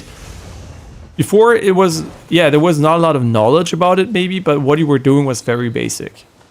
Now, basically, you really, really have to know a lot of different techniques, apply them and everything if you want to have a modern looking game. And optimizing that, especially in your own custom engine, that is a lot of work and effort.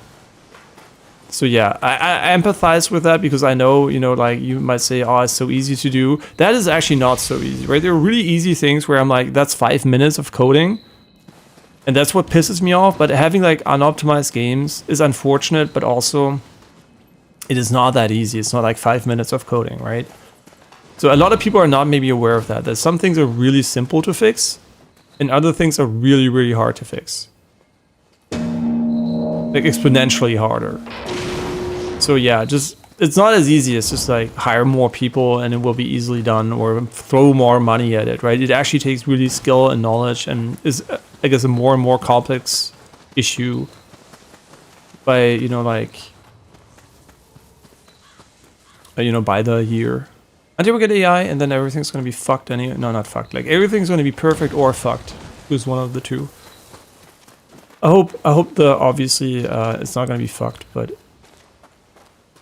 oh my god. I think he wants me to shoot from somewhere else, but I don't give a shit. I'm going to do it right here. Can't shoot higher, unfortunately.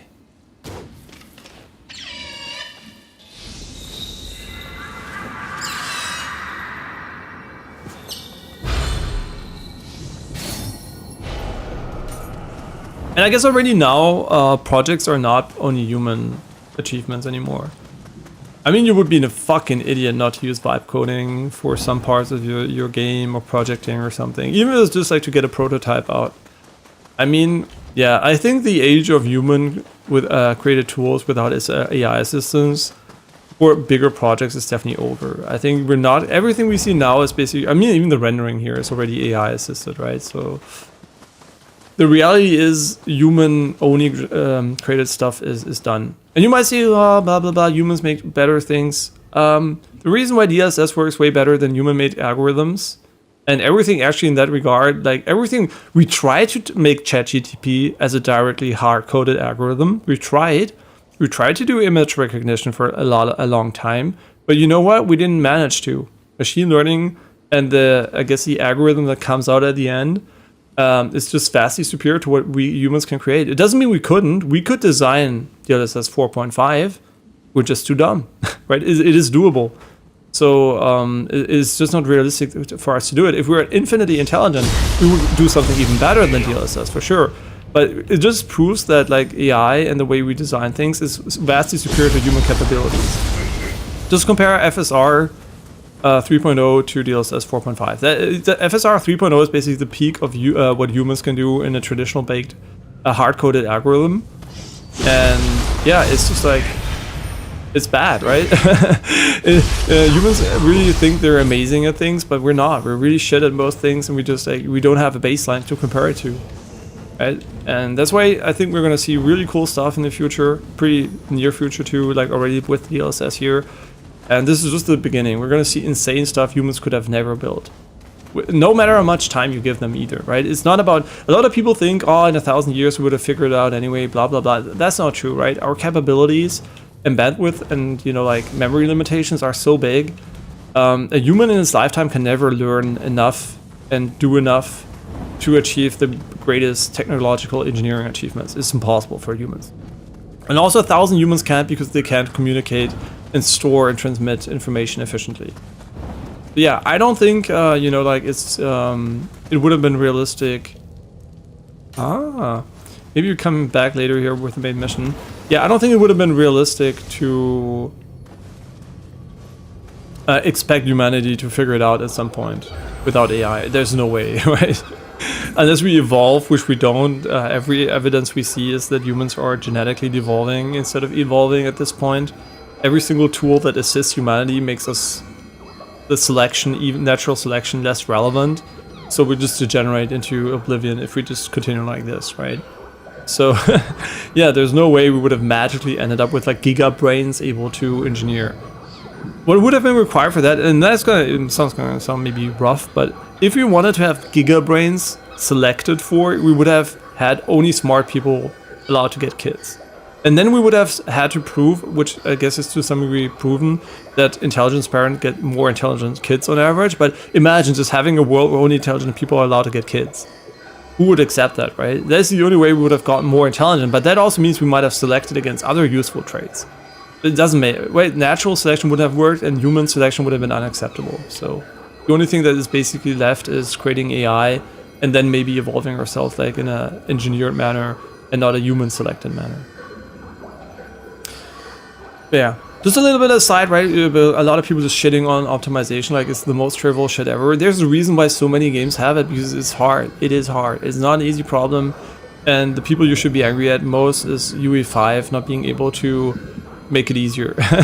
UE5, it's hard, right? I'm not saying UE5 just fix it. It's hard, right? I just said it. But UE5 is the one thing that should be easier to optimize using that engine. The engine focuses too much on beautiful graphics over efficiency, and it's really easy to misuse UE5 to create a horrible experience. And I think that is, on Epic Games a bit more. So yeah, it being the one engine that everybody uses together with Unity, I guess, at this point, and some custom engines, which I guess we should celebrate, like Assassin's Creed, I think Anvil, or this game, I guess, like also has its custom engine, which is maybe not as advanced, but at least it's a custom engine. So at the end of the day, I think it's a custom engine, right? I hope it's not the Unreal Engine or something. I'm just saying that. I think it's a custom engine. Wait, let me check though. Before I talk misinformation here. Nioh 3 engine. Yeah, it's called the Katana engine. It's their own engine.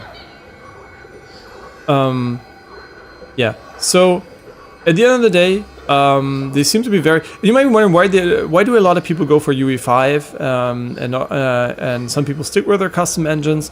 The reason is dev tools, right? If you have a team that has been around for decades, like Team Ninja, and they are used to their own engine tools, they're really efficient at creating new content, specifically for the games they care about. And UE5 is very general, so if you have new teams, a lot of people are proficient in UE5 and can move to that team instantly and help, but it might not have the tools you need to create your game, right? If you make Nioh 2 in your own engine, and the tools are good, you can create Nioh 3 really fast, compared to if you want to do it in UE5.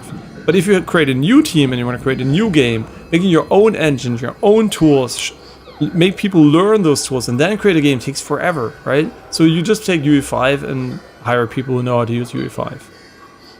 Yeah, a lot of people are also wondering, right? For example, a good example is CD Projekt Red. You might be, oh, they fixed Cyberpunk, their own engine is really good. Why are they not using that for the new Witcher game? The answer is very simple. Their engine might still be completely ass to design in. It might take so much work and effort to get a comparable result than UE5, and also it really limits hiring new people and having to like have them learn their engine. So there's a lot of reasons why it's going to be UE5,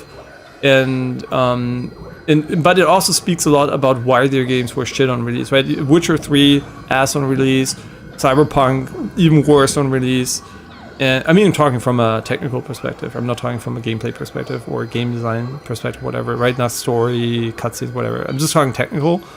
And yeah, those two games 100% showed that their dev tools were not up to scratch to create a bug-free, optimized, polished experience on release. Even after 3 games, Witcher 3, after 4 games, Cyberpunk, right?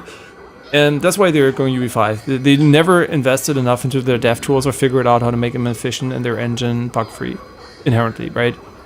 Just because Cyberpunk runs well now doesn't mean they didn't have to put in a tremendous amount of work. And there's a reason why it was released unfinished, right? And that's obviously capitalism, but also the fact that they couldn't just like make it work instantly. Yeah, but the message is still CD Projekt Red, right? I heard their labor conditions weren't that great. So there might be, always this negative, but I'm not talking about that. I'm just talking about if you will receive the product you're paying for at the end, probably, right? Even if Witcher 3 is 4 is complete ass when it comes out, it will at the end up good. At least 90%, right? Because they have proven in the back. It's like No Man's Sky devs, right? If No Man's Sky devs ever release a new game, it could be the biggest pile of shit and lies we know they're gonna come through for us, right? So some devs just have this, you know, like, it doesn't matter if it's ass, they will fix it. Yeah, of course it makes you question if you want to play on release, rightfully so, but you know at least it's gonna be good at the end. Or whatever it wants to be. I'll be right back in 1 minute. I'm quickly gonna drink something and wash my hands, and then I'm gonna shut up about AI and game optimization, and we're gonna play Nioh 3.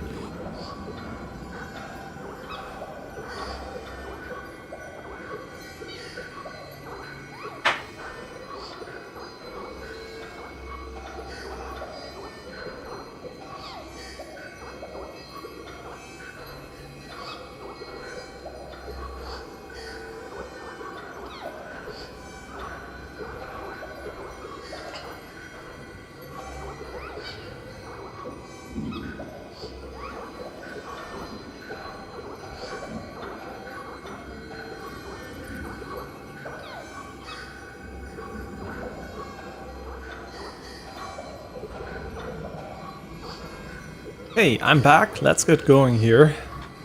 A level 32. Okay.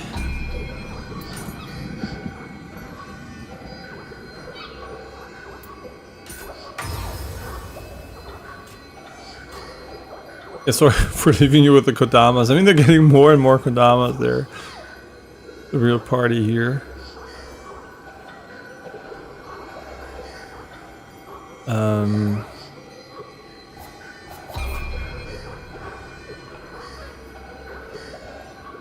How do you actually level this guy?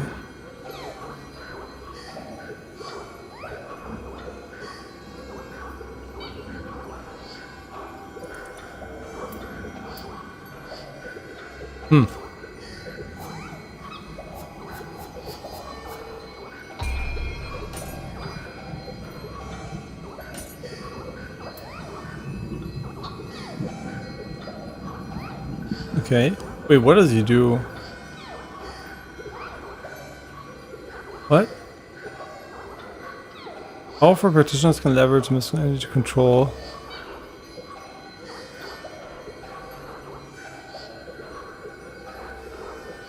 Wait, does it bait enemies? Wait, that one seems pretty decent.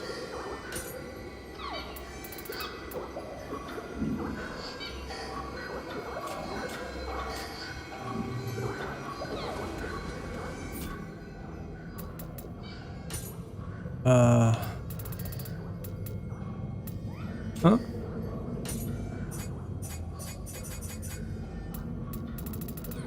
I don't understand. Allegedly there is a new skill, but where is it?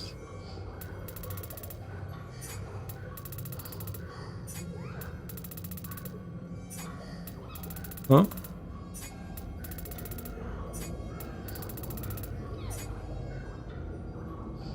Oh, it's in samurai style. Okay.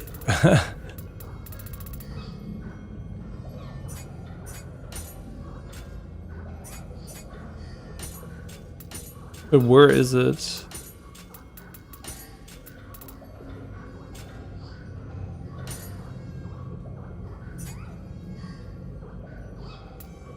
Oh, it's over here.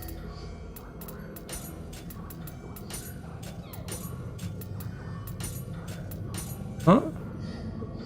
Am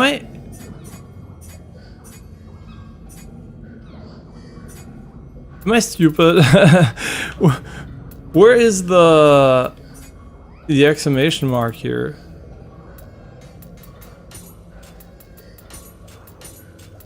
I hate exclamation marks that don't go away. Maybe a bug, honestly, because either I'm blind or it's a bug, but I can't get it away.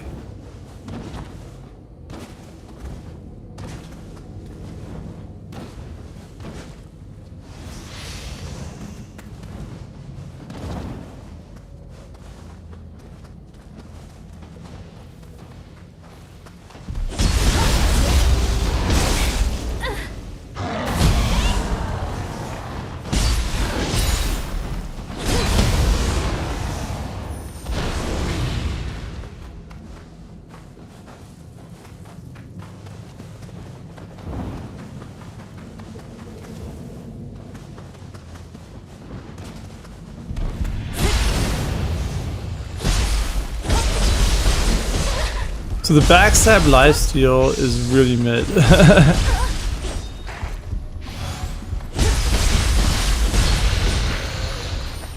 Which maybe is better. If it was too good, it would really be not good for balancing. So them tuning that a little bit more conservatively is probably for the best. Maybe there is a version 2, because I assume from the comment that there might be 1s and 2s. And yeah, obviously the question if they stack is pretty valid, but you can test it easily with damage ones. Well, the lifesteal would be a bit harder. I guess you see life. I guess you see healing values on your character. I turned them off, I think, for the original Nioh, but or Nioh 2. But I don't think. I guess yeah, maybe. I mean, maybe I should turn them off. They don't really add a lot of value because I can see it on my HP bar when I heal.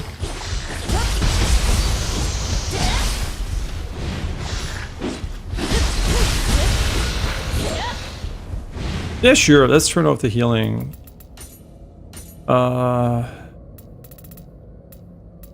Effects, because they really don't add a lot of value, because you just look at your HP bar anyway, right? Because it's a much more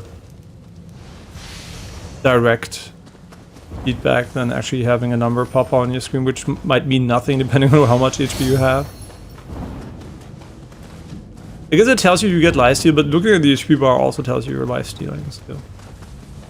Just remove the number from the screen. Yeah, I don't think turning off HP bars, damage numbers is a good idea for ninjas, because I don't know how else you would know if you attack from behind. And in general, I think the damage numbers in this game work well. I don't think they're distracting me too much. Like in Zenith Zone Zero, I turned them off because honestly they were getting, they were just absurd. Like basically you only saw damage numbers at some point. Like the entire enemy was full of them, and yeah, they were. And even if you put them on like additive, when they go, you know, like together, they still ended up.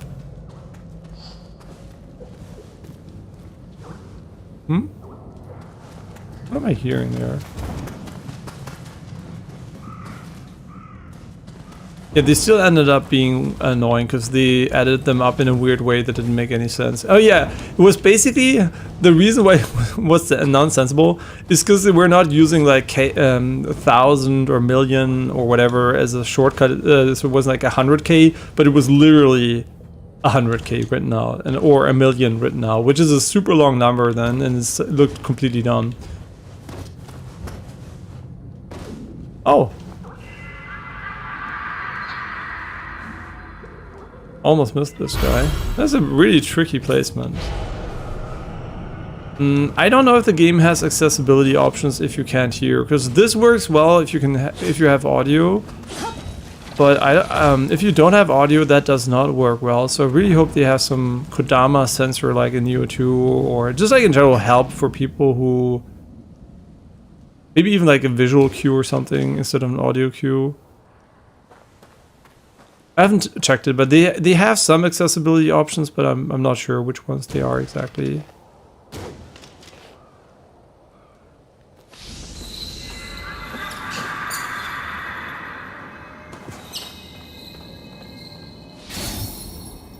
Okay, we have 6 charges of this skill, and I think they never come back.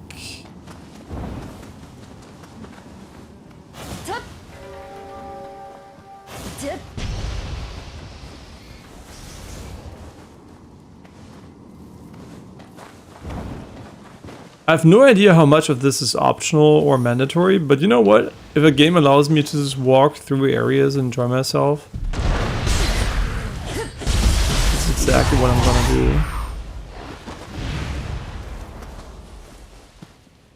I don't even want to drop down there just yet.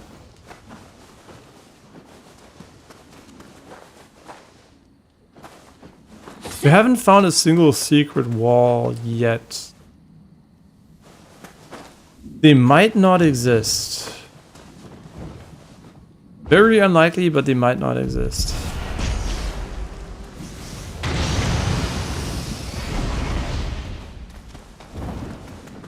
This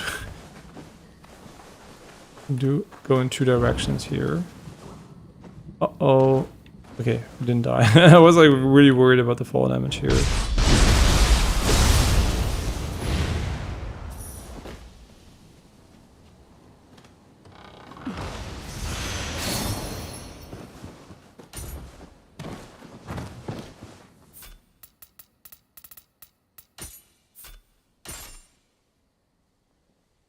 Yeah, it's been a while since we found weapons. I mean, our weapon is only level 22 while we're level 32. But I guess like gear drops are more area dependent, which I guess that kind of levels it out.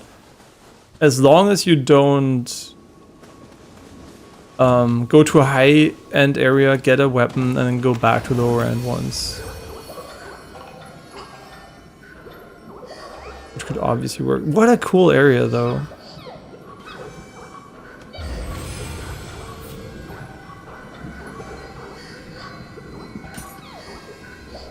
Now we have a Kodama soul core.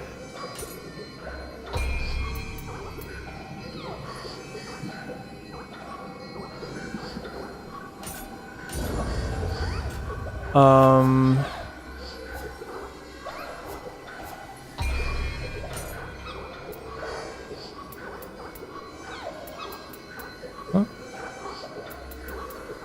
I mean, I have 10, but I don't think I can buy anything.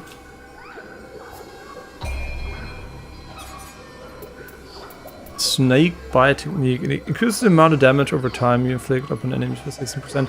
So we don't have a lot of dots right now, so it doesn't really make sense to me.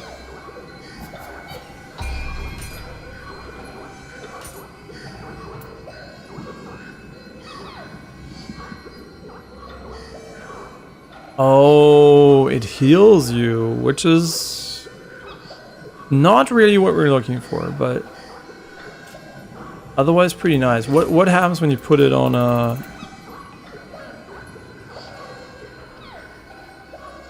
That's cute. Also not what we're looking for, but pretty cute.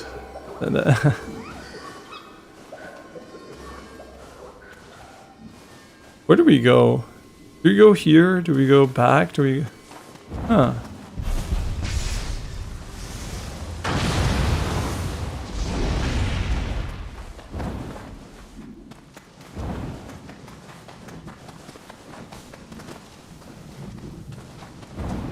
Oh, and the game is not constantly telling you what to do. It's not like, oh, Kratos, please use your right thumbstick to look at this object. Oh, look, the object is there.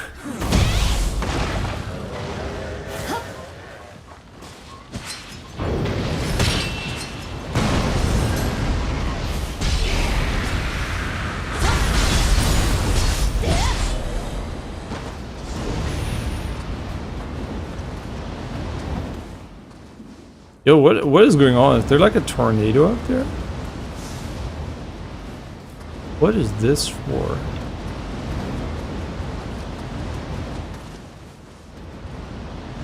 I think this game they started development maybe after Wulong, I'm not sure. But I don't think they took that long to make this game. And the level of polish and how much there is in the game so far, it's really, really good.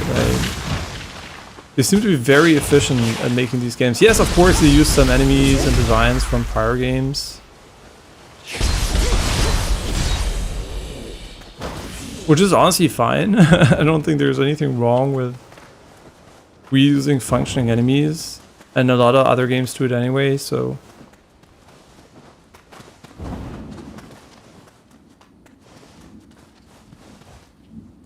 Man, the level design is just so good. Like, everywhere you go, you feel like you're just playing a normal video game, and it's still an open world.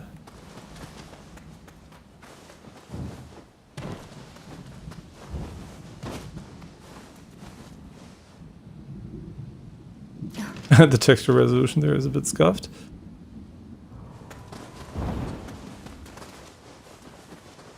Yeah, so I kind of wonder though, because this is obviously the it is I think an intended texture.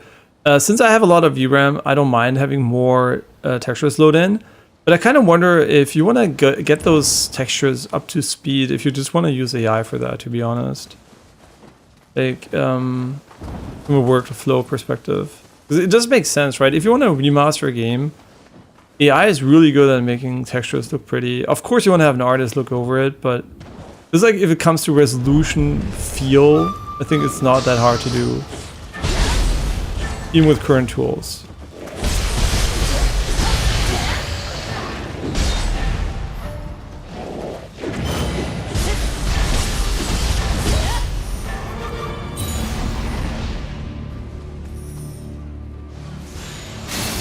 There's a lot of people who are cynical about using AI for stuff, but there are really some applications where AI is actually just so good from a general, like just like ensuring a consistent texture resolution and stuff like that. It's just so good for that. Yeah, like I don't see any problem when a dev uses AI for that, right? A lot of people are like, oh, I used AI, blah blah blah, but they created the art and then it's just like, you know, they just like changed what it looks like. You basically have a filter that isn't ass anymore. So there's just like putting a bunch of post-processing trash on it, you just use AI to make it look good from the get-go.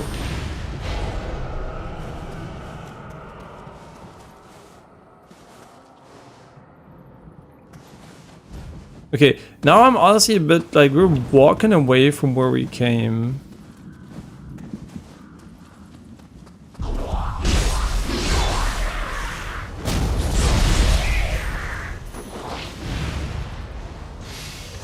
But we can just TP back to the shrine if we need to go to the other way.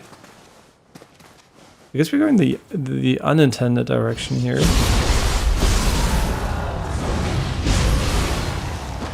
Can I push it?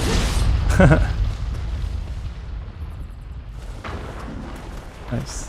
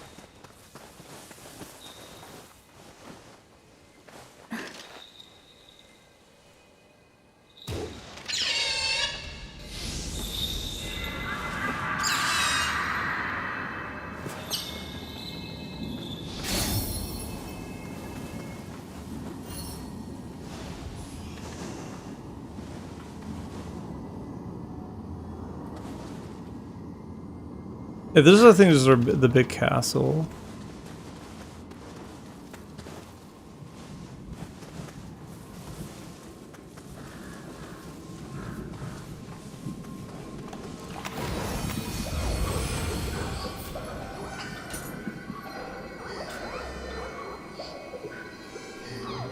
Yeah, we're almost getting no XP because I think this area is actually pretty low level.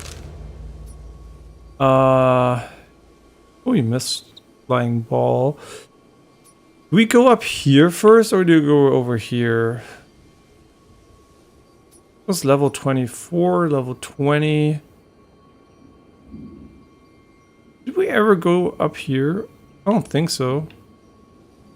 Maybe we should go there first. Wait, no, it was closed, right? There was like, no, this is the gate. That's locked. What is over here? I guess I missed that part. And we also missed this part here. And this one's also locked. We could have gone from here to here. Maybe the bridge is broken though. Yeah, not sure if we could have gotten here, to be honest. Should we go over here first? Or should we finish this part here? I think we're going to finish this part and then we're going to TP over there and finish the other one.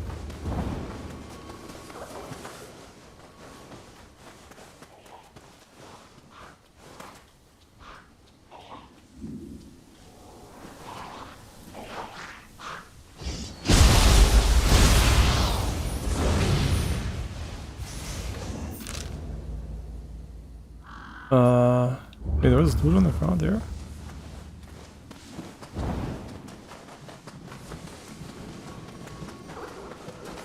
Wait, I guess I never ran over here.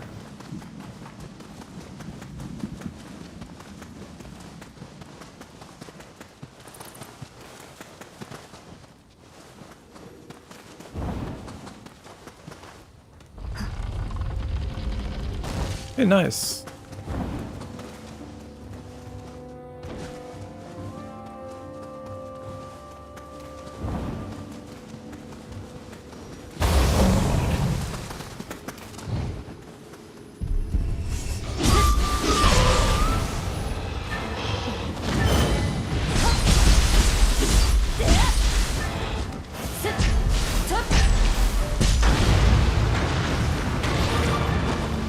Yeah, I haven't been using my ninjutsu that much, but mostly because we don't really need to.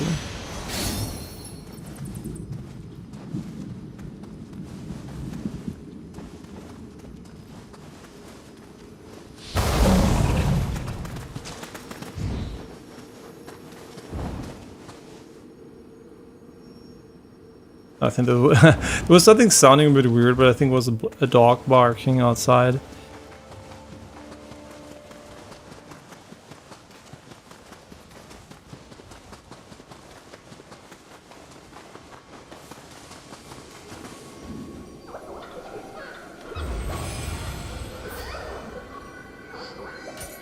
Rebounding surge. Amount damage by 15% when attacking with a shadow arts ninjutsu, but afflicted with the status element of the same element.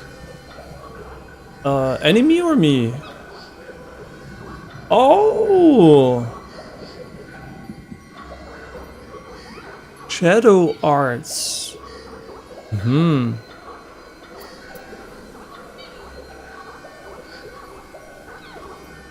Interesting. Sounds a bit annoying, but maybe it's good, depending on what element you have. What the fuck is this anyway?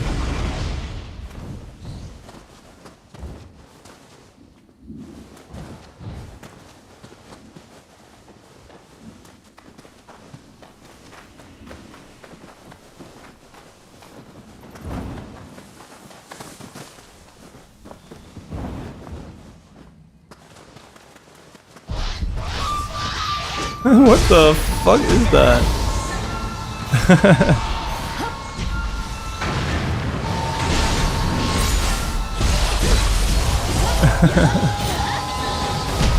That's super cute.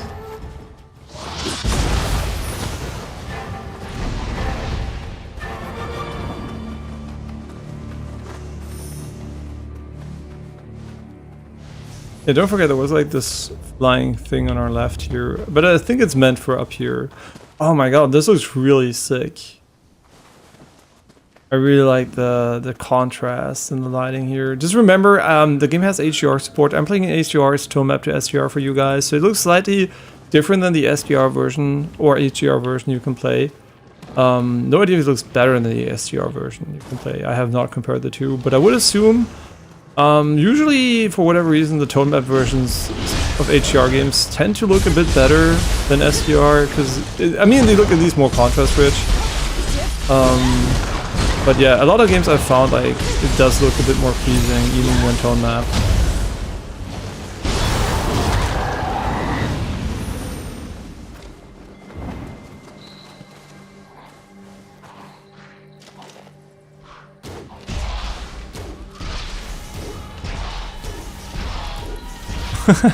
Okay, we would be better off just using this, deals way more damage and more efficient. You hear the ball, there it is.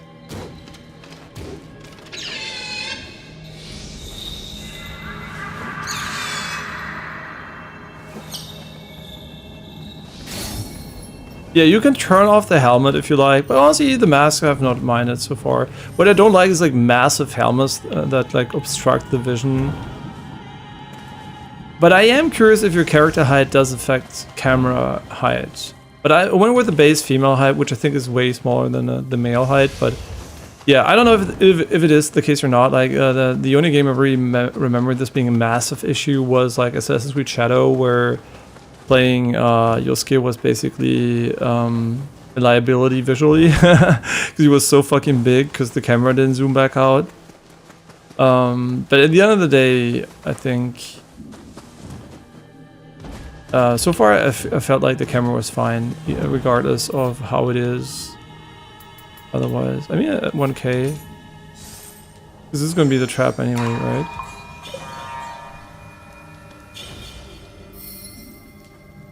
Maybe you should put more in there. You can only do it once.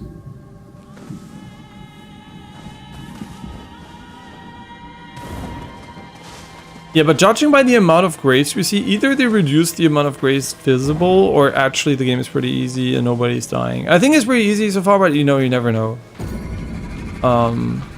If that's just me being biased or just like experienced in these types of games, and that's why I feel like everything's like super chill. How many do we need of that? 2 are enough, okay. But did we actually set them on fire with one? How much fire does that deal? So 2 of them would already burn them?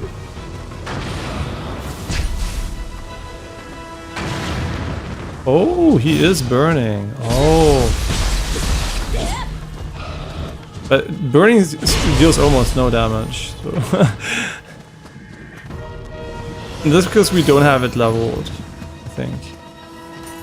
Or this is just an increased duration. I'm not sure, but whatever it is, it doesn't really work that well.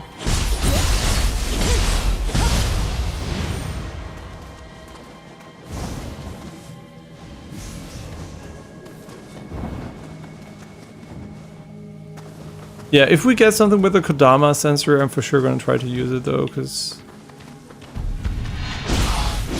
it's usually pretty pog.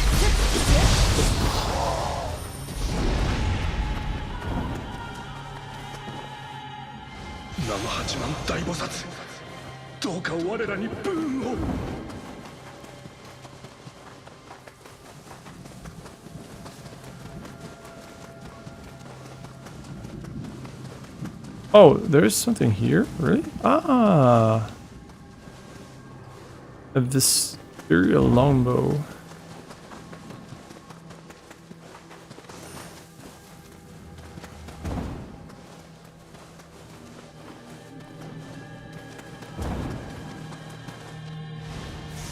Yeah, also the sprinting, honestly, is way more nice than having to summon fucking Torrent a billion times.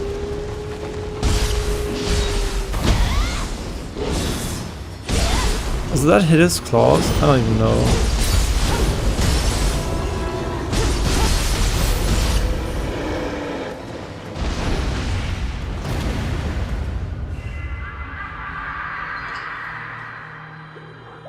And enemy bases are a great idea to make you actually kill enemies. So some people just, you know, they just like to run through. Nothing if that's you, but having enemy bases and to force you to clear an area at least once. You know, maybe something Souls games could have done too, because a lot of people think an Elden Ring didn't kill shit when they were in the open world, because you don't have to, it doesn't give you anything. So they're not wrong, right? Just because I have a rule I set up myself that I have to kill every enemy once at least, and then I can ignore them. Yeah, that's me basically admitting that the system doesn't really require you to kill them and also doesn't really reward you for killing them. But at the end of the day, I really also like that you can easily see if you missed something. It's so good. It is so good. I'm sorry for simping so hard, but it's just good. What can I say? It's just a good game. It's really well made.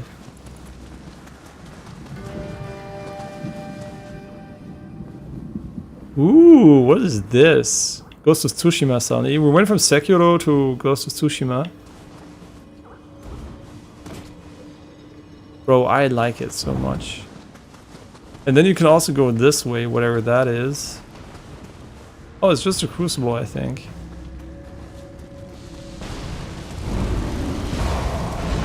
Also a good idea to make you fight enemies, right? The more classic combat arena, but they didn't just force it on you everywhere.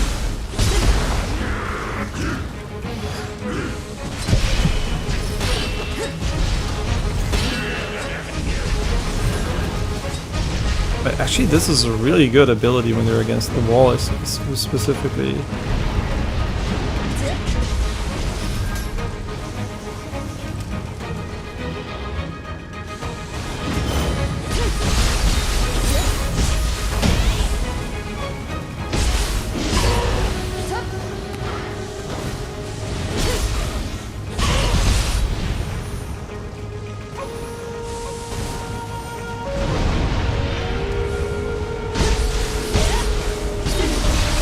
You know what? We never used this. Why the fuck should we not use it? Just for fun.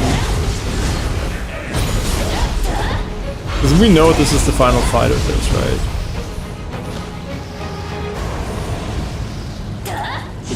But you can't cancel it, unfortunately.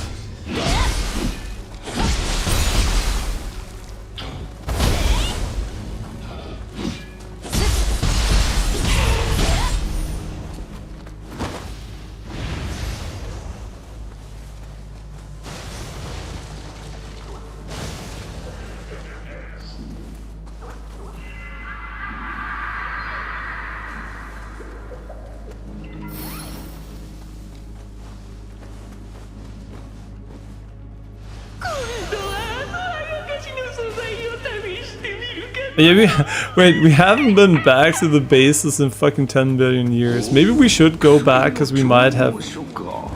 I assume the progress there is tied to the main mission, but... Can we just talk about how cool it is that we actually are not being gated that much in exploration right now?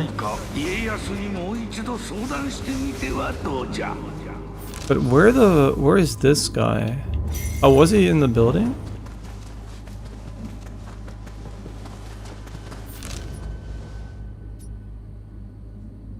Huh? Didn't we just... Am I stupid? Wasn't there like a guy just next to us? Maybe not.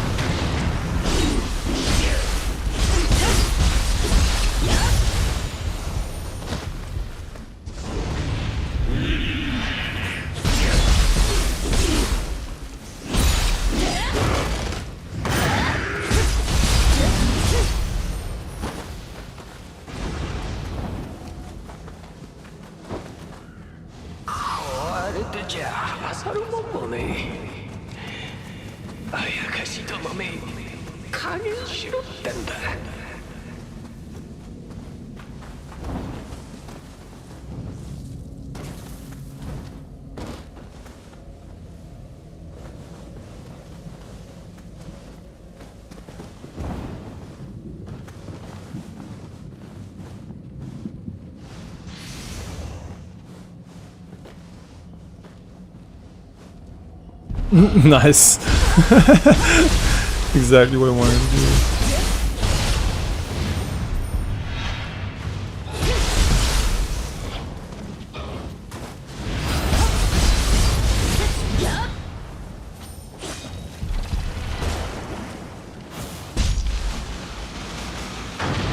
What?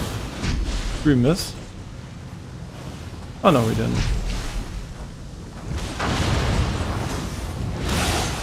I mean, yeah, we missed, yeah. First I thought he was immune, but he isn't for sure.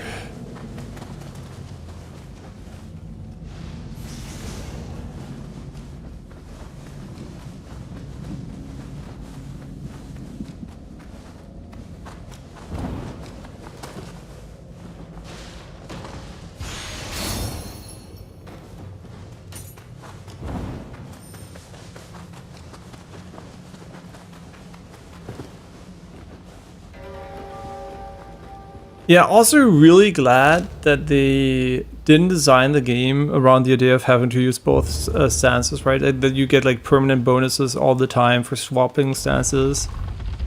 They could have done that, right? They could have said you have to swap your stance every now and then, or you're gonna get like massive disadvantages, but they didn't. So really glad, because I enjoyed this stance and I didn't want to bother learning 2 stances and equipping 2 characters and skilling 2 characters for now. It's cool that you have the option though, obviously, right? Like, and even if there were some side synergies, it would be fine too, obviously, if you could build like that, for sure. But what would be really bad is if it was mandatory. And I think that was one of my main criticisms of Ghost of Tsushima, forcing you into different stances versus different enemies. Because it really didn't do much for the game beyond you having to press an additional button before you can deal damage and fight them. Yeah, so it felt really awkward, and I really like that they didn't go this is a samurai, this is a ninja type enemy, and you know, like, it's basically just gives you 2 playstyles and doesn't lock you into, and it forces you to play the 2 playstyles at the same time.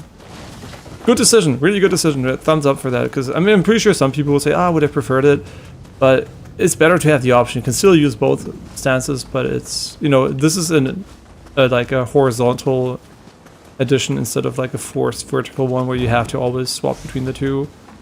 It's more of a side grade than an, you know, like an upgrade in terms of complexity.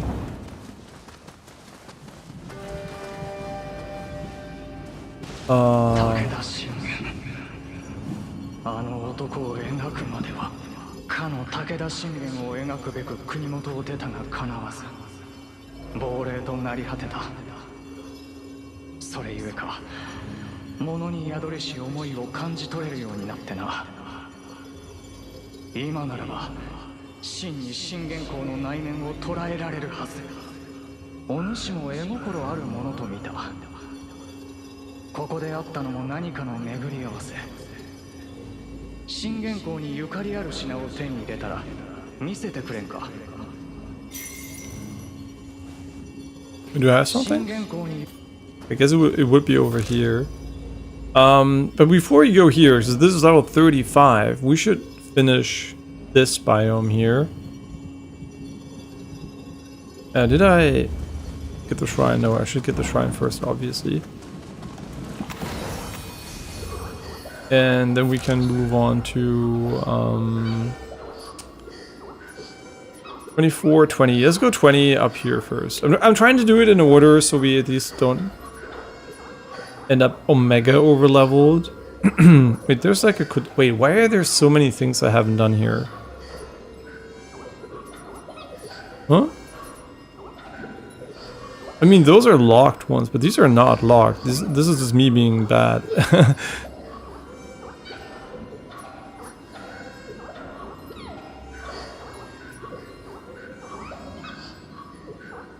Okay. I mean, sure, if I missed it, sure, why not go there first?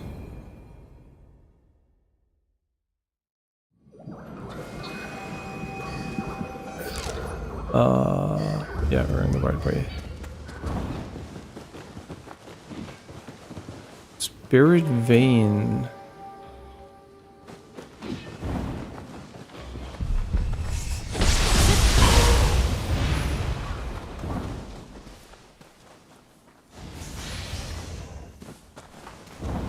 Yeah, that does not really matter that much, but...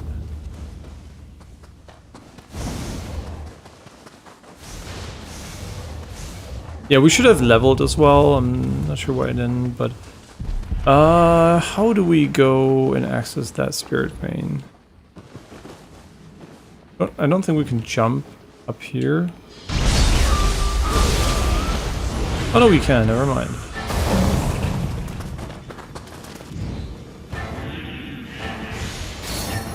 Oh, okay. I mean, not that bad. Next we're gonna go here. No, this is just a merchant. But the one we're missing is this one. Fast travel unavailable because we're in combat. I think.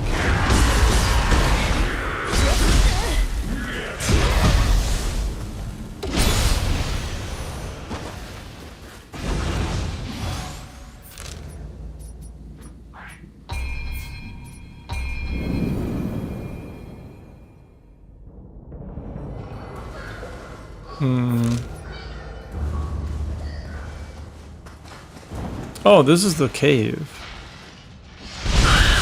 I like that you can still do it if you're already falling. Oh, maybe it is because it is after beating the cave you unlock all of this.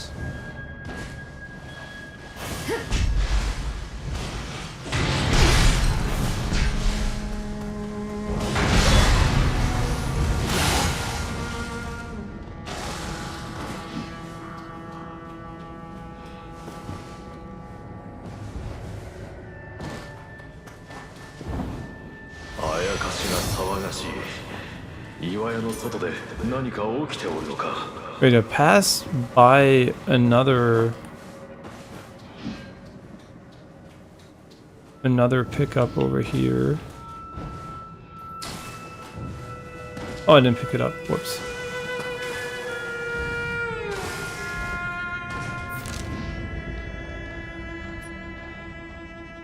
So we're basically heading for the Kodama, and it will show you the important pickups on the map, because you can see this one was like on the map, and the other ones aren't, so they might probably just be quote-unquote trash pickups.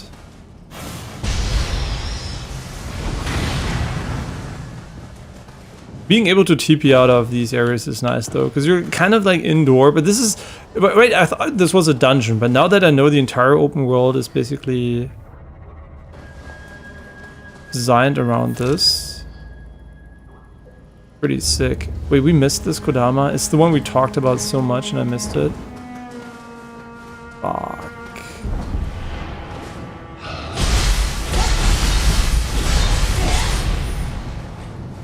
What I do wonder is, does Ninja deal less damage from the front than Samurai?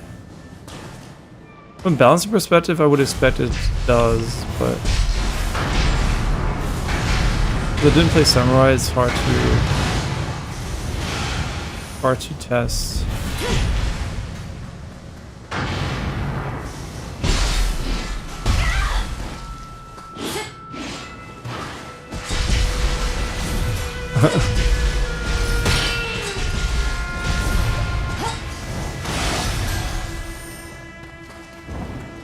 Okay, how do we get to the Kodama though?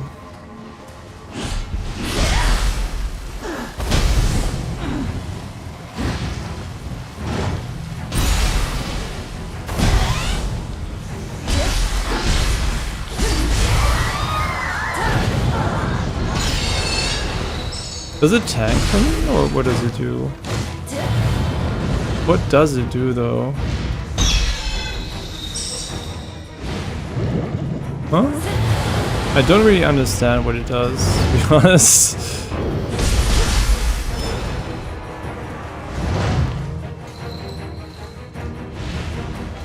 I thought he was gonna tank, but it's more like a mine than a tank.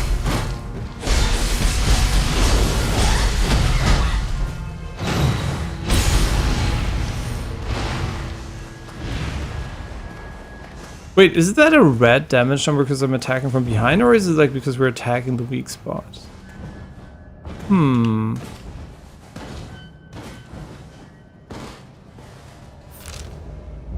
am I even more confused, because I think we're getting further away from the Kodama, but maybe we can just loop around here.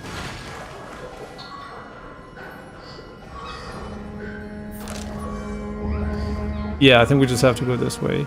I'm gonna ignore the enemies because we already killed them, as I already mentioned. Once we kill enemies, I'm gonna mostly ignore them because they're like in...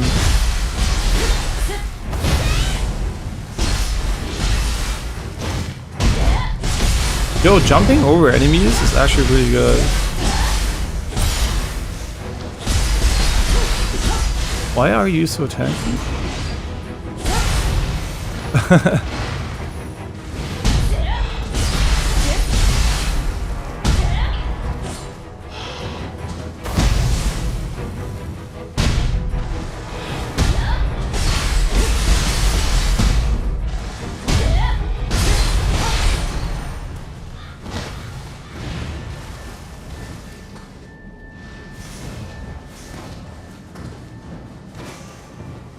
You can tell they wanted to make it a dodge and not a traversal tool. Because that would limit you, right? Just imagine it was a good traversal tool. That would literally mean that if you were not a ninja stance using this air dash, you would be... I mean, yeah, you could swap between the two stances, I guess, but it would require you to swap stances, and then you get like this...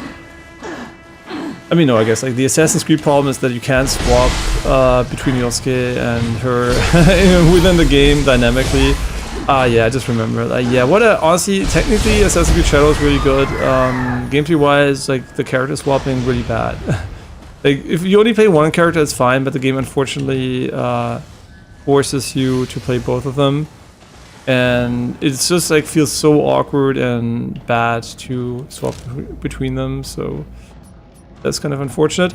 The ball. How do you get over there?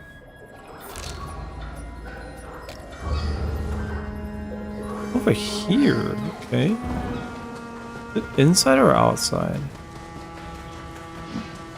Outside. Oh, it's over here.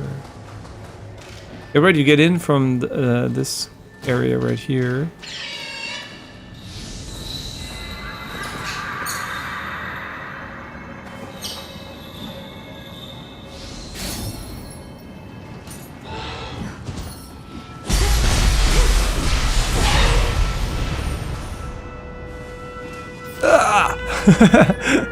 Flashbang.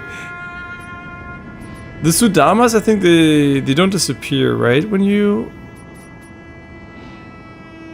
They're all next to shrines, which makes me believe they're merchants which stick around.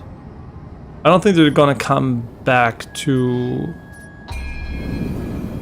I don't think they're gonna come back to the hub world, which we maybe should visit every now and then, admittedly. Ooh, but you don't see those on the map.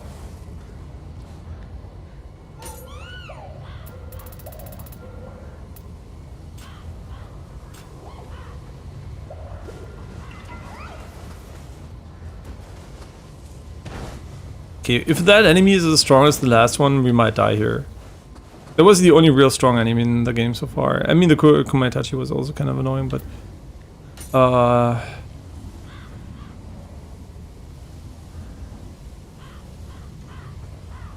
Okay.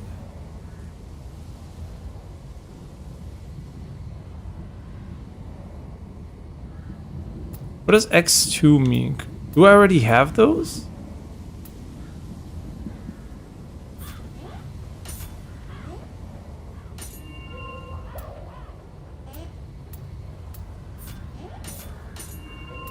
Why does it say ×2?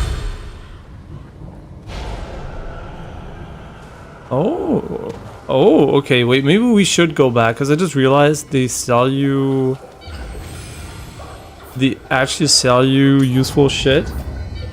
Okay, wait, wait, we need to...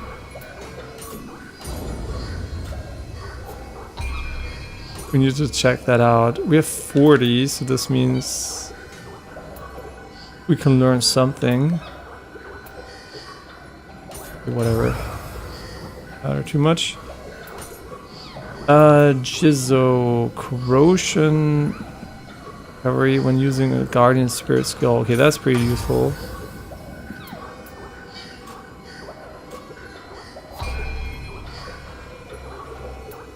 Hollow 4. Performing mist key leaves an afterimage. Your keyboard partially restored if an enemy comes in contact with the afterimage.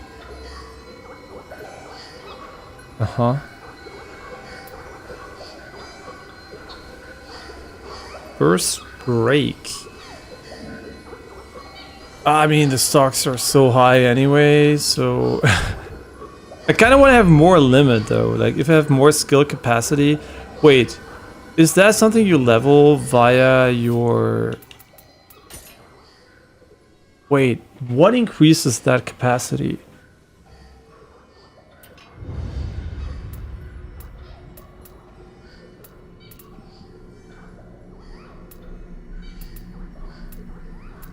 And none of these have an effect, I think.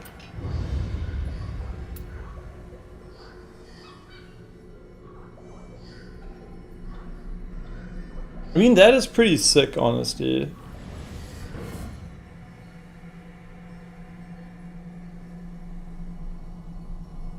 Ah, okay, okay. I'm standing right now, sorry if I sound a bit far away.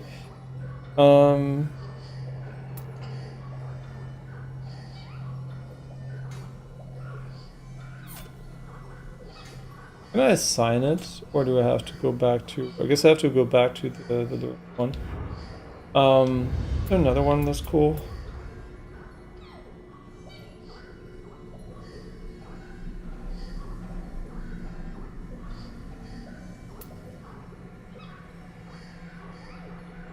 And then you're midair, and this one's basically... forward dash. Okay, cool. I like that. Very nice. We just go here and go water version. Oh yeah, titles. I forgot about those. Would be funny if I came back and beat the game and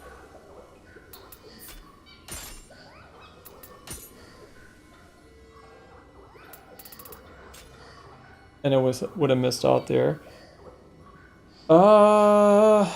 Yeah, check the fan. Do we have a better one? We don't.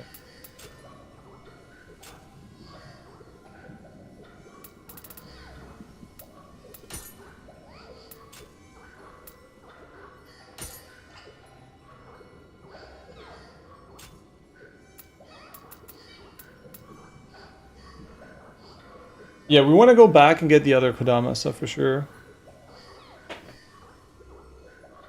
And now we wanted to figure out how to get more of these points. Do any of these give you more points?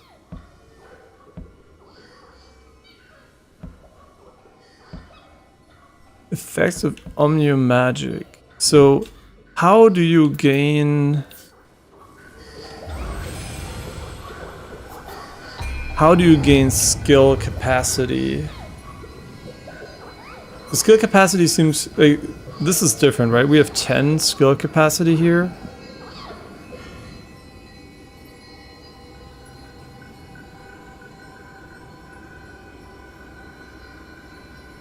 Each type of skills capacity can be increased by finding the relevant text or memorandum. Can be acquired by trading with merchants.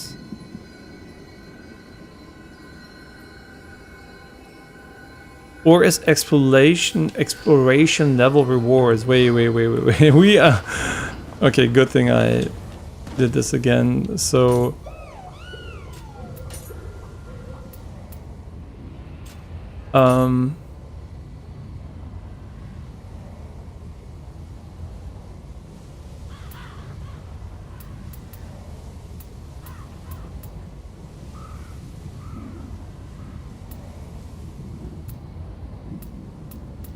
I don't think it's here, right? It's probably the one we already did with this one. Okay, we have to go back to all these merchants after this one.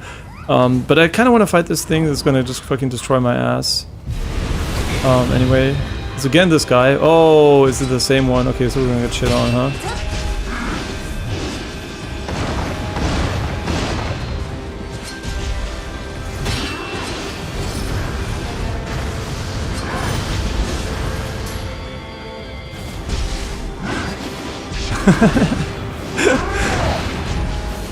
I have no dignity. Wow, he one-tapped me?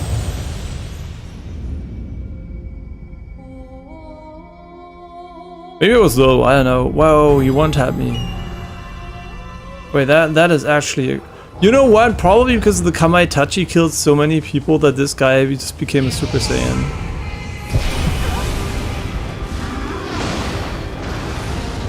And now we don't have any juice.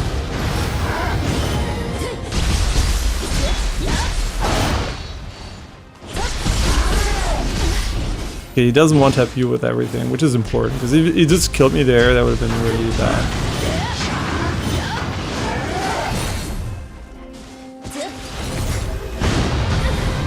Wow, what an attack. This guy is going crazy.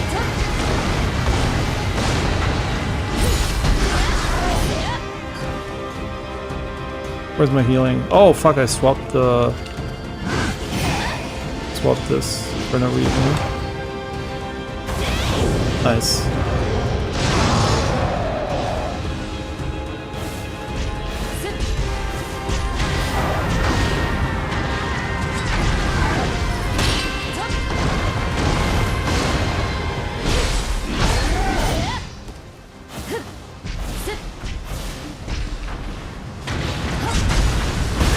No! I was greedy.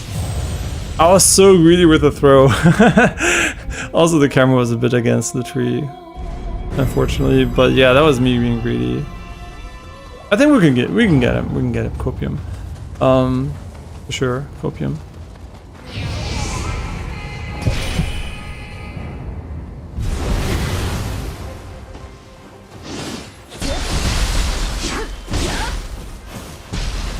Honestly, the damage of these things is pretty decent.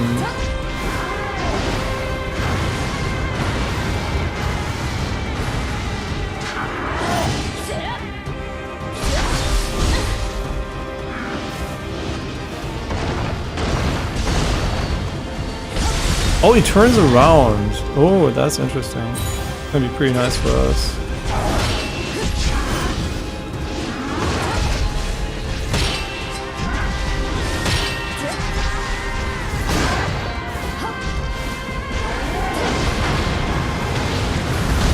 Oh, this doesn't interrupt him. Whoops.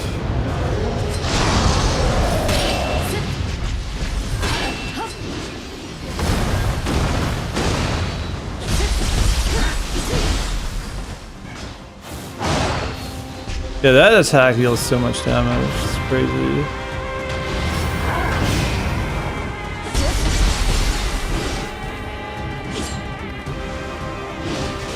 Oh, shit.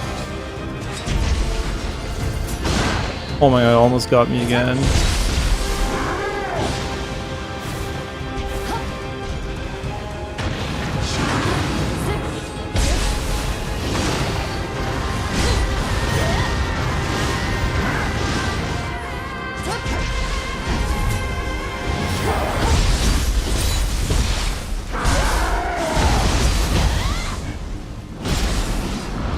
Okay, now he's like in super whatever Saiyan mode. Oh, he's bugged? No, don't be bugged. Come on, move. I don't want to cheese you. Come on. I'm gonna die now because I went close to reset him. I hate cheese. Oh, come on. Really? Okay, how do I get him unstuck? Okay, I think now he's unstuck. And I don't want to cheese him too hard. We're already cheesing him enough, to be honest. I got stuck. No, I got stuck. What do I do here?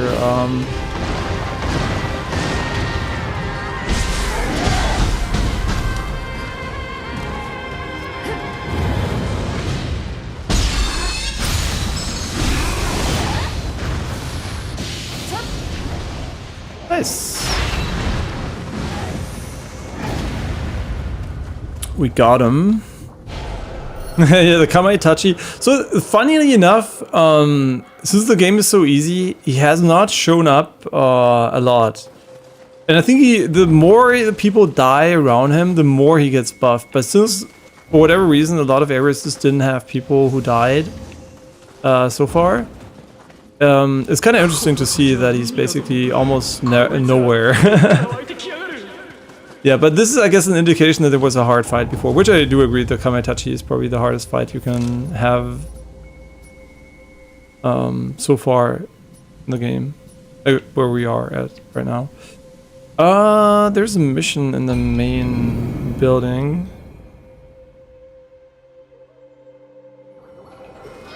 Hello.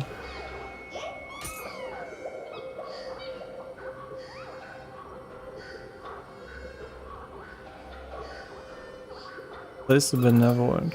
Great. So exchange is what we care.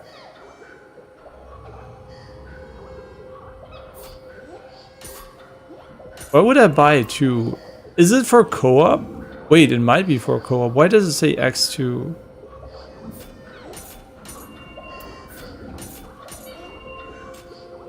And what are we? Yokai teardrop.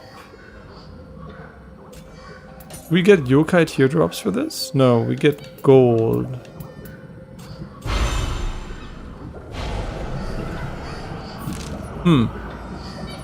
But there are not that many of these merchants yet, so I don't think we're gonna run out of resources.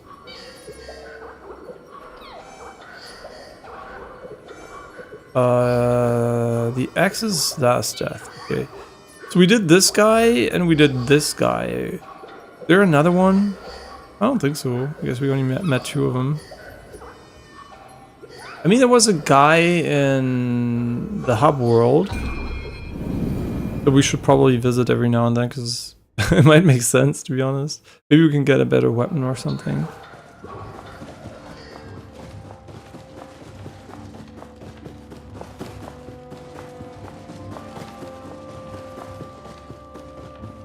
Takeshio殿、戻ったか。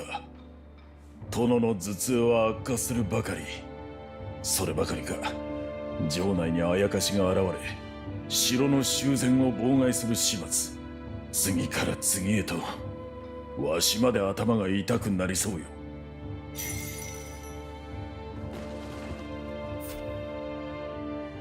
Okay. This is an open world thing? I think so, yeah. But before we do this, let's go to the Eternal Rift. There's an exclamation mark too, which would be probably ignored for fucking 10 years, so.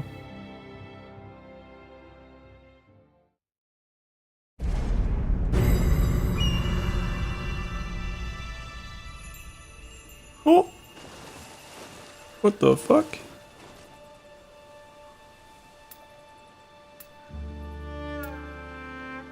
Is it like a recap of the story of the prior games? What the? Are you the... Oh! All of them.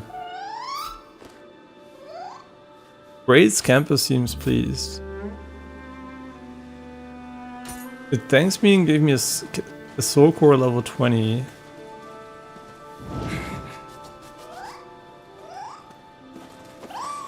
Uh-huh.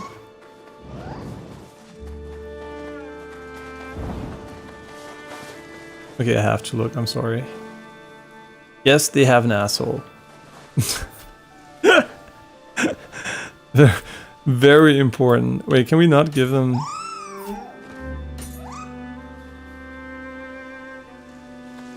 Okay.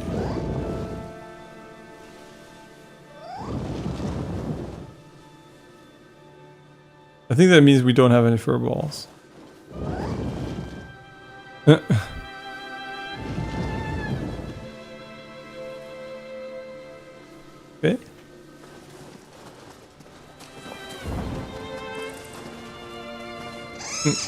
良き災いにござった。忍びの技の深まり、感じておられましょう。だが、忍びとしての勘は実戦でこそ磨かれるもの。さあ、戦場へ向かわれよ。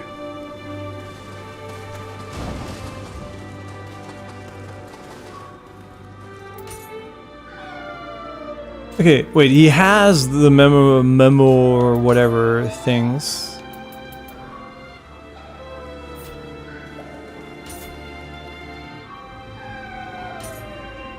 Wait, I can buy as many as I want? Oh, it costs 2. I'm stupid. I'm brain dead. Like, it's the cost. It's not the amount he has in his inventory.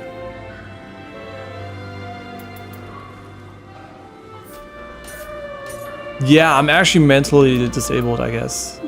Yeah, I can't even read numbers. I guess they were so far away from each other, though. Okay, to my defense, I would have put the icon next to the fucking number. And then it would have been clear. The icon was so far away that I didn't realize, but of course it's my bad, right? Oh, even dispelling evade. Oh my god, that's actually crazy. Sparta Lily. But is it like a... Is it a one-time item? I mean, I guess Spirit Force is your ability to choose. And this is a what? A Daedra Soul Core. It has question mark things. Is that worth getting? Sudama, Scampus. I guess you can just buy a bunch of them, which I don't care about right now. But the ninja one and the warrior one, of course, I care about those. Does this get like... Oh, they have a limit. Okay, I mean, let's fuck the samurai one though. Summons guardian spirits and emulator from graves. This rare item is made of natural wax. Wait, Summons guardian spirits and Emerita from graves.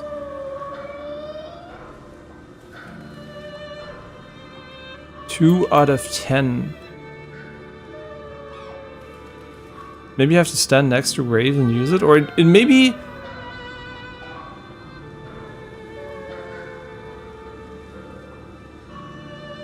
I have no idea. And that's just a full heal. Okay, like, and we just get gold back. We don't get like the. But what is the yokai teardrop? Wait. Yokai teardrop. Before we talk to him, let me quickly check if we get yokai teardrops from disassembling the cores. Yokai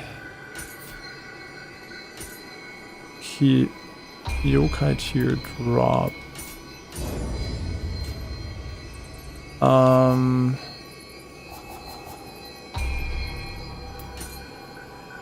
Soul fragment. No, those are. They were both gray. That's why my mind wasn't sure. I don't know how you get the yokai teardrops. I guess I could just play the game because we had some of them, so don't worry too much about that. And now we suddenly have the same amount of resources. Did we just like buy a bunch of them?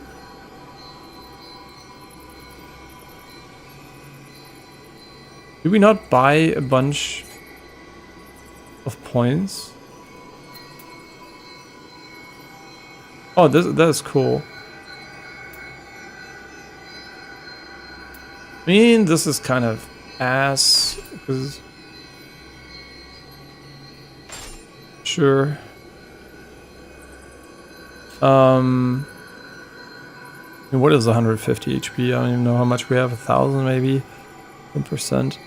I'm just guessing. I have no idea. Ah. Oh, that's pretty good. But why do we have so little extra points? Didn't I just buy at least 3 of them? Or is that now in my inventory and I actually have to use it? Which would be pretty awkward.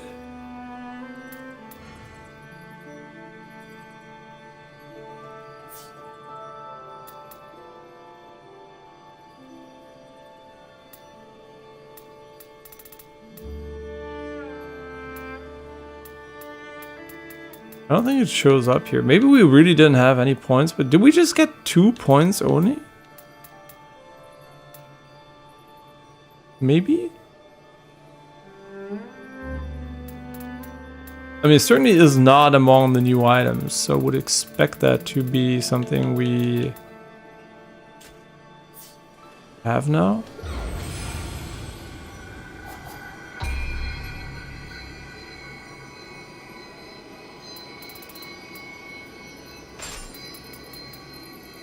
I mean, this one seems very useful, not gonna lie.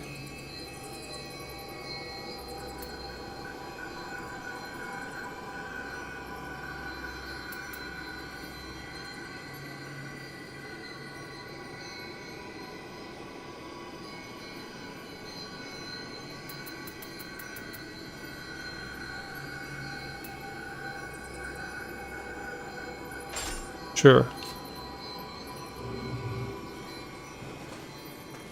Okay, and also titles. Completely forgot about that mechanic.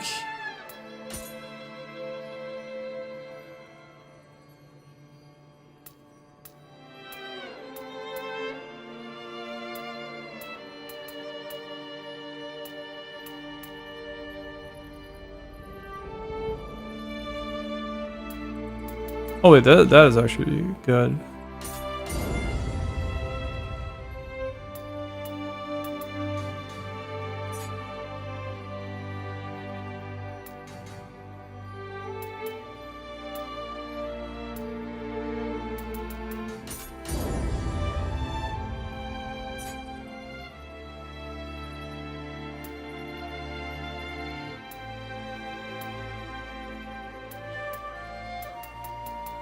I mean, sure, this is just faster leveling, I guess, so why not? Melee key damage. Be good. Winded. I'm reader gone. What is the Amrita gauge? That's Spirit Force.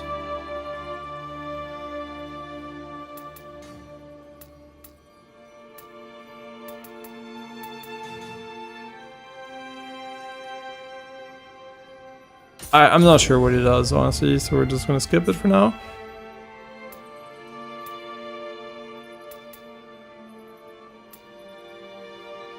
Sure, I guess like getting more of those would be kind of nice because we never got a single one.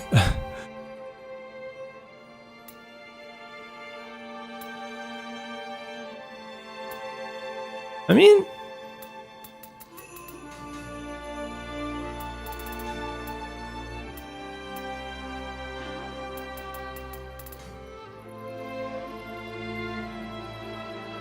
it's plus 1.5, which is basically meaningless. Sure, let's make it...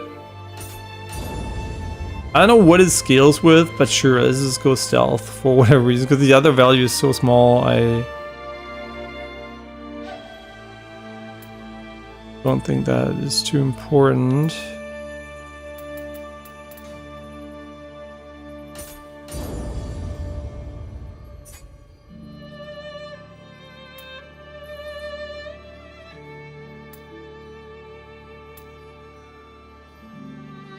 Yeah, this one is ass, but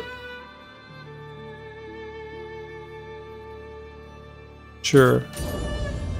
I should have gone for luck, because can we go higher? No, 9 is the max, or what? 9 out of 9, okay. I like when just like, you don't even know the percentages, just like basically guessing at this point.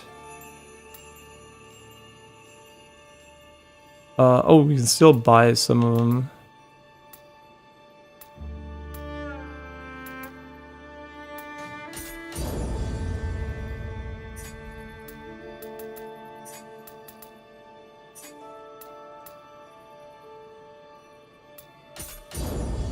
Sure. Some of them are obviously cheaper than others.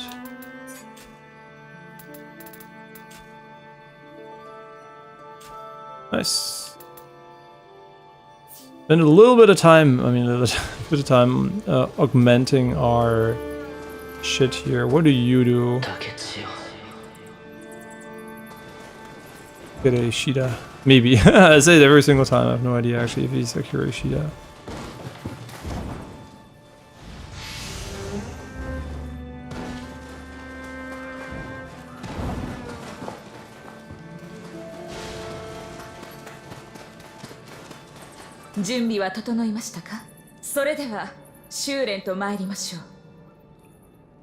Huh?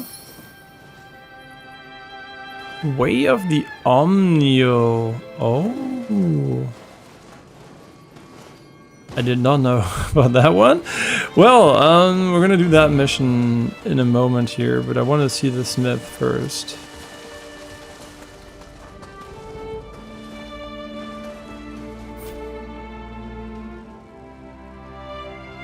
Myth is in progress. Continue the tale. あなたに頼みがあるんだ。思いついた技を試しているんだけど、うまくいかなくてね。炉の火力をもっと上げられたらいいんだけど、舞坂のサナル湖ってとこに火の神が祀られてるの知ってる？そこに火力を高める手がかりがありそうな気がしてさ。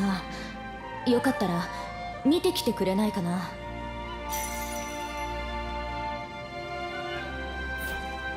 ありがとう。これが火の神のあれ、前にも見た気が。まあいいや。早速炉に捧げて火力を上げてみるね。新しい技でもっといい獲物を撃ってみせるよ。火事の技を思い出そうとするたびになんだかこう、私は誰かに家事を教わっていた。そんな気がする。きっといつか全て思い出せるはず。それまで鍛錬あるのみだよね。これからはもっとあなたの役に立てそう。 Okay. Ah, level. 今日はどうする？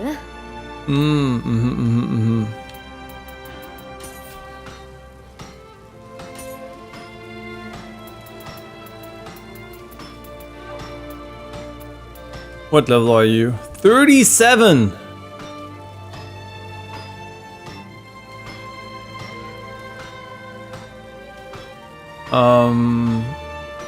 Sure? ね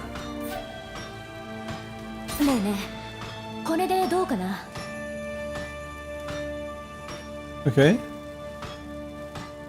Quick attack, key consumption, key recovery speed, and elemental damage and living artifacts. Okay. And now we can remodel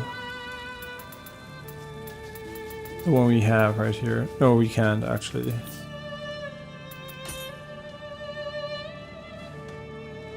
Ne, 溶けた鉄って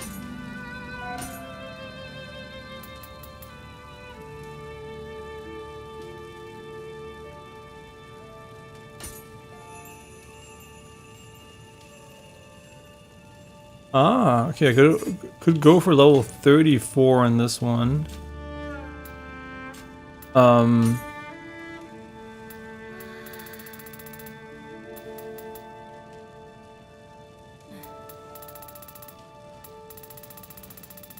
They all give different values. We can select only common. Why do I have to...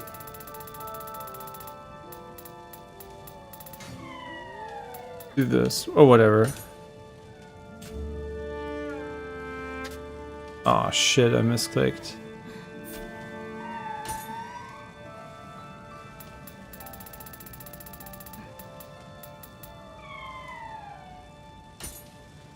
Did I? Yeah. And now we can just like...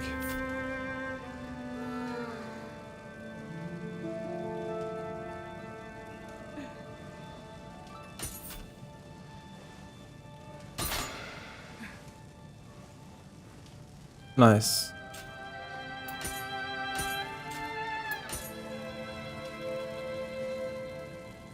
What is value?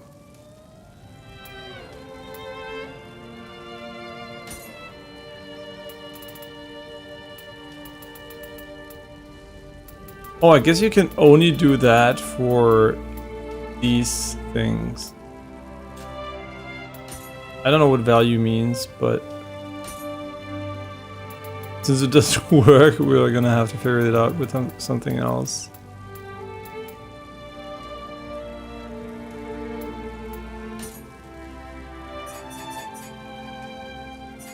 Wow, that's super expensive. I was doing it for fun, honestly. That might not be worth it. じゃあ、またね。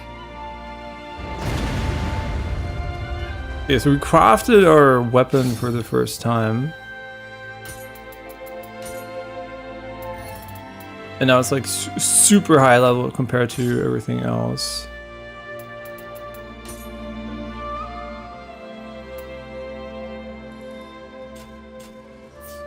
Okay, now we can do the mission. Yeah, sorry for hanging out so long in this area here. もはや我が門弟では竹千代様の相手になりませるな。新たな剣の道を開くため修練を続けてくださいませ。 I mean, now we really look ninja. Do I mind that, or do I want to have like want to see my hair? It looks pretty cool, but I just want to compare the two.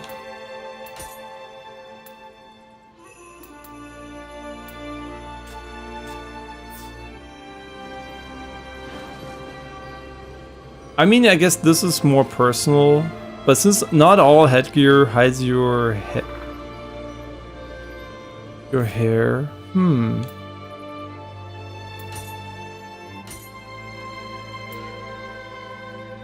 I mean, hide for cutscenes only. I mean, do I even care if I see it like this in cutscenes? Oh, that's pretty cool. I don't mind it.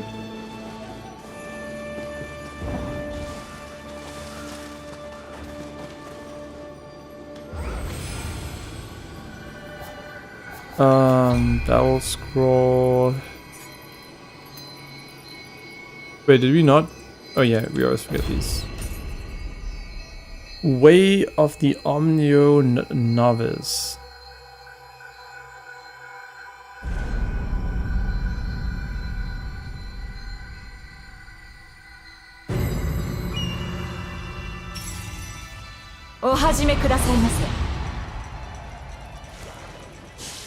Oh, whoa, I didn't pay attention. What was going on?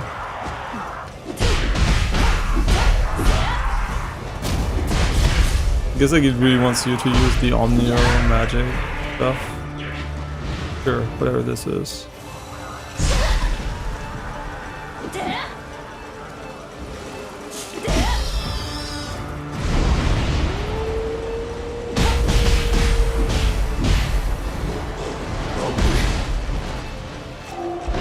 What else do we have? We have this one, which does nothing. It's nice. No, I guess it does. Oh, it reduces the attack or some shit.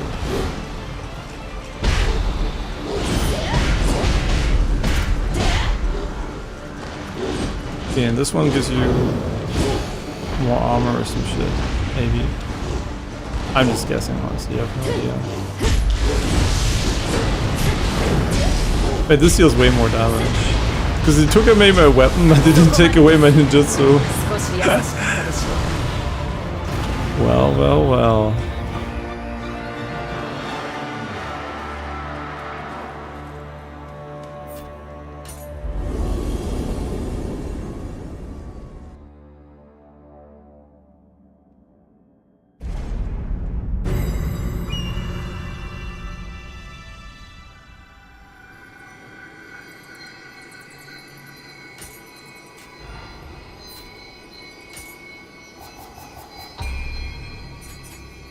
Awakening allows you to use Omnio magic faster. I mean, it doesn't cost shit, and I think Omnio magic is also. Just let me check that I'm not wrong. It's called Omnio box, right? So this is Omnio magic, I think. Summoning, no idea. It's also Omnio magic. Okay, never mind. Yeah, they're all Omnio magic. Nice. So we can summon them faster now. This seems pretty good because honestly the summoning animation was a bit slow. Return, blah blah blah. Eternal Rift. And we were about to go and clear this area right there.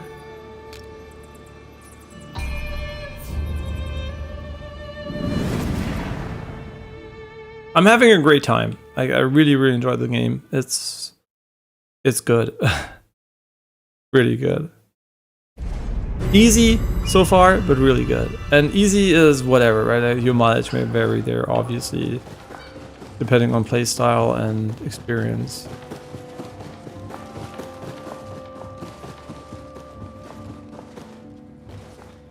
I don't know where their mart is yellow there, but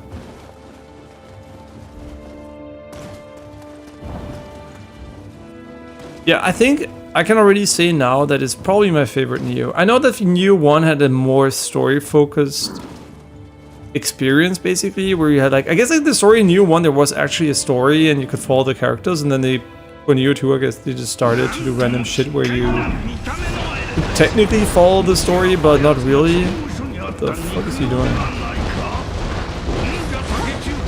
That's funny, but also... Oh, is he going in a straight line?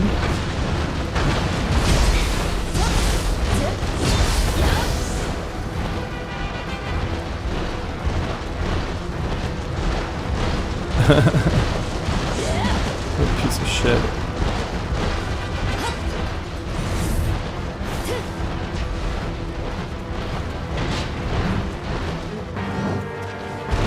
he fighting me now?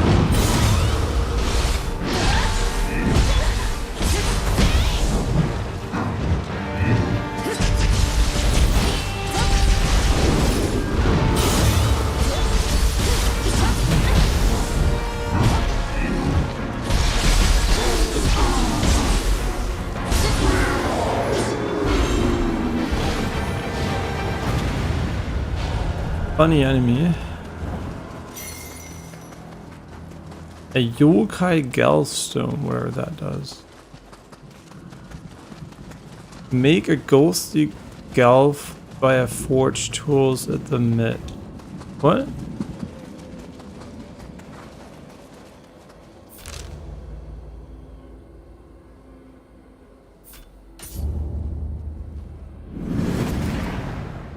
Ghostly something.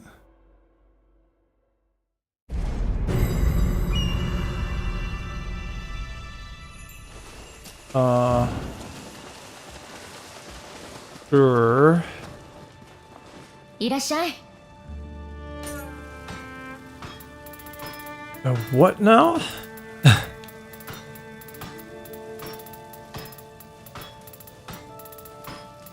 Jesus. Are we sure we want to do that, or?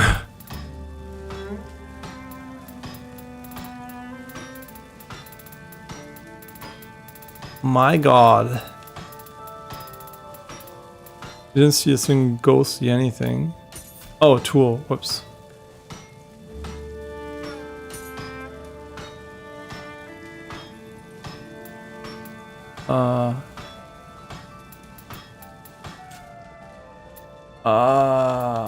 What?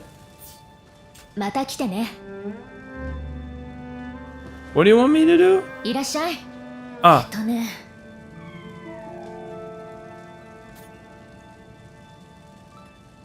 I remember striking iron every single day and I still enjoy it now. I hate that I can't remember, but I'm sure that I had all sorts of skills and techniques once. Well, I've got no shortage of time on my hands, so I'll work hard as a smith once again. I'd be happy if you gave me plenty of work. そうそう。 I'm glad you came back. Hardly anyone comes around, so it can get lonely. I seem to remember there was always someone at my side before. Now who was it? I feel like they weren't just anyone. They must have liked something too, since they were always with me. Surely I'll meet them again if I keep on smithing, surely. I still remember putting the PlayStation 4 version... Was it PlayStation 3? そうそう。好きなの選んで。 I think it was a PlayStation 3 version of Nioh to... Or was it PlayStation 4? I think PlayStation 4. To performance mode, and I was like, oh my god, it runs so much better and still looks okay.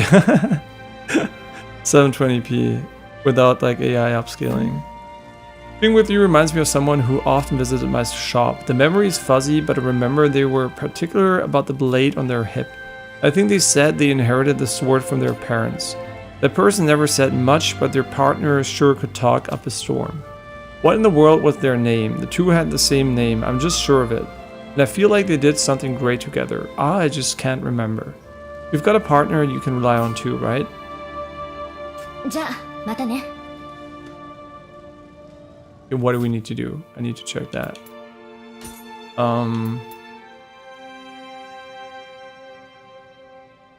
Make a ghostly gal via forge tools. There was no ghostly gal via forge tools. Huh? Wait, what? Oh, this is not all tools? Classic. じゃあ、またね。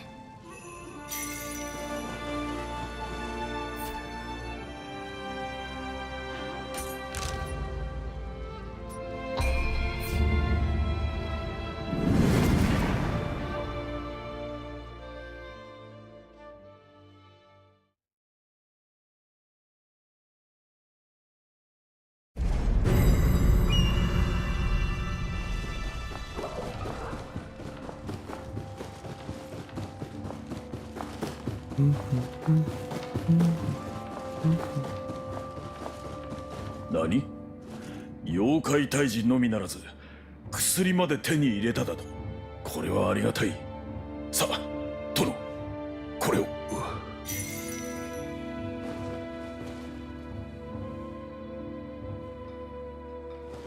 Okay.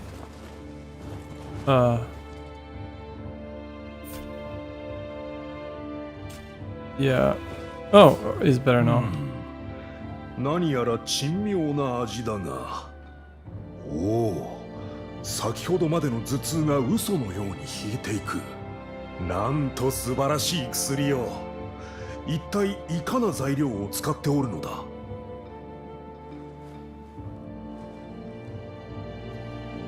そうか。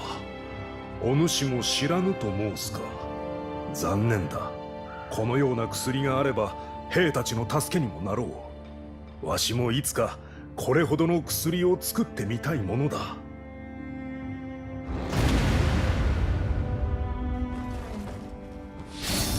What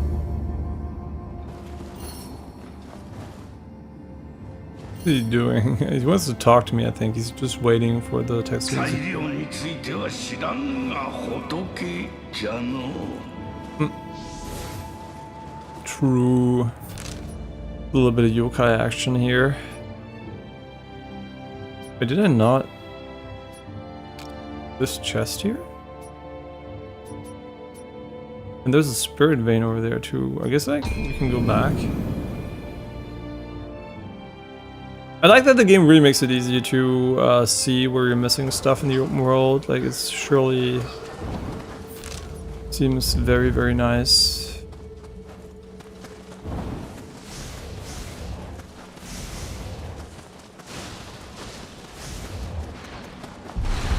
Is it just me, or does stuff respawn in the game? Yeah, now we can purify by dodging, I think.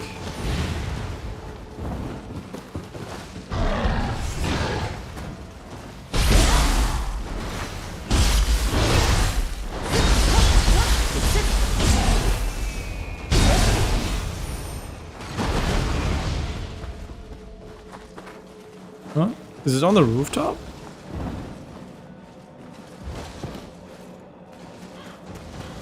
Maybe. Yeah, maybe actually. So I guess the chests just respawn, or is it because we cleared the area and now we can come back?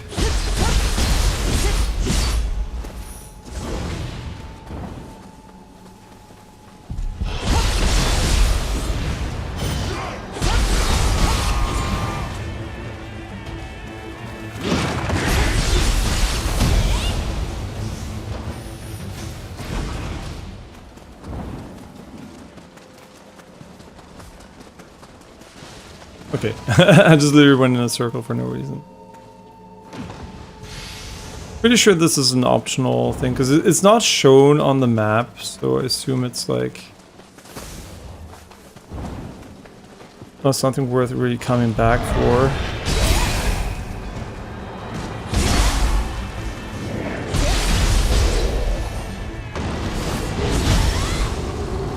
Oh, we almost fully depleted his key in one hit.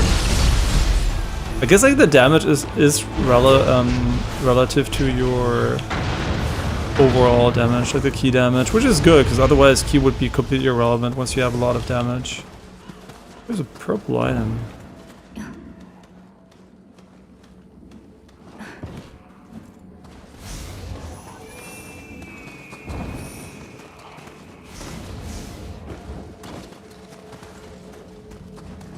I mean, obviously we don't want to revisit the area. We want to just get what we missed, which is what is shown on the map, because I think that is what will have unique rewards.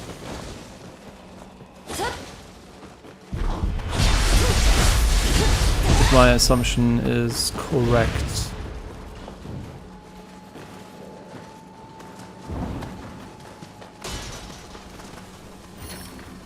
Oh.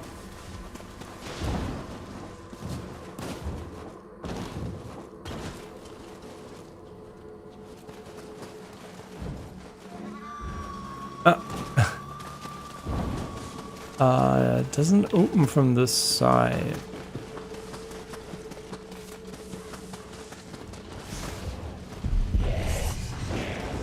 Oh, okay, I see. Get on top of that roof.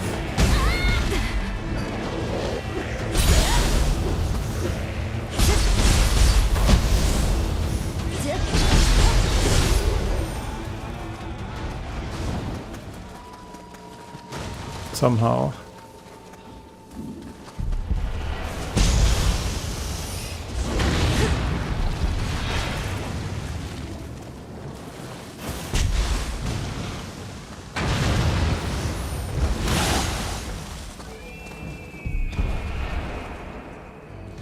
Oh.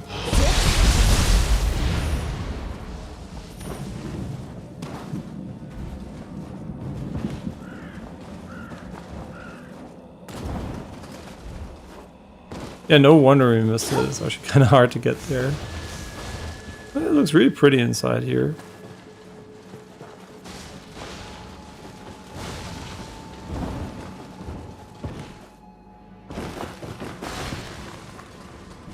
Okay, and this should have a unique reward, as far as I can tell.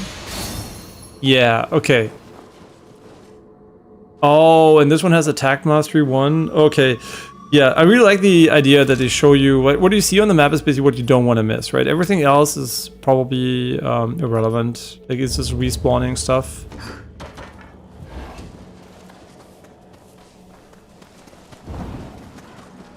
Yeah, you can maybe hear by the frequency of me not complaining that the game is really good. I'm a person, if something's shit, I will call it out right away, usually. As soon as something pisses me off, you know, right? And fuck my ass. Fuck this game. I'm just kidding, it's me. My bad. Oh my god, but now I'm down here. Fuck. Yeah, so don't worry, I'm not glazing the game or anything. I'm just like, if I'm enjoying it, I'm enjoying it. No matter if that's, you know, like, what other people think or not.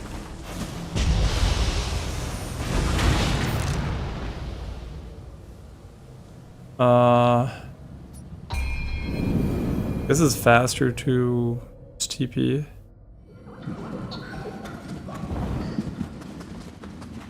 But did we talk to this guy? Yeah, it's one of the two we talked to.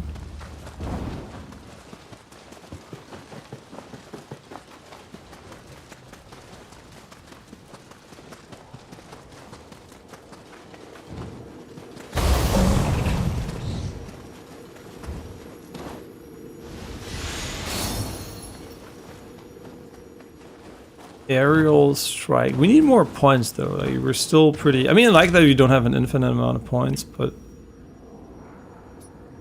we need more points. Hey, what are you?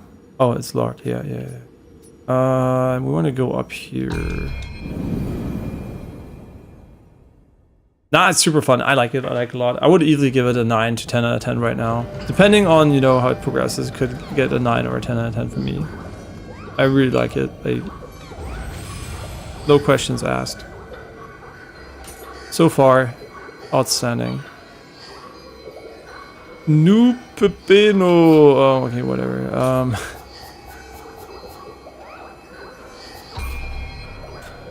I don't know why they're still level 1.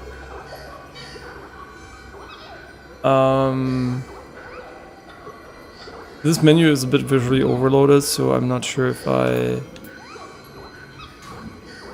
how I would make them better. Maybe it doesn't exist yet. I'm pretty sure there's still stuff we don't have, right? Well, I clicked on it. Attack by 5. Okay, whatever that means.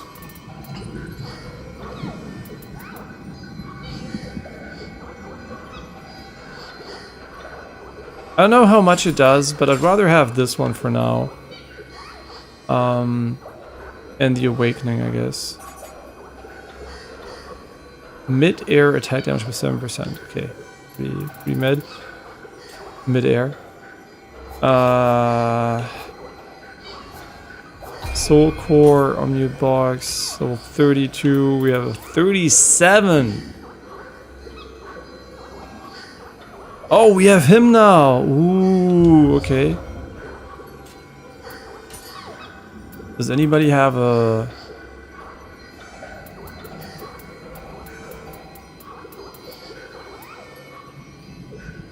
Thunder...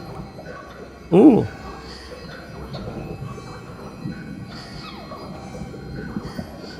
Pretty cool.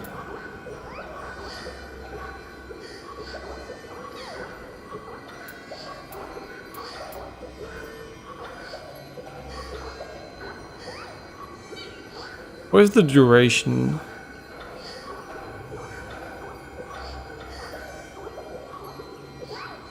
I mean, I kind of would like to buff more. Oh, that's pretty sick. But how long does it last?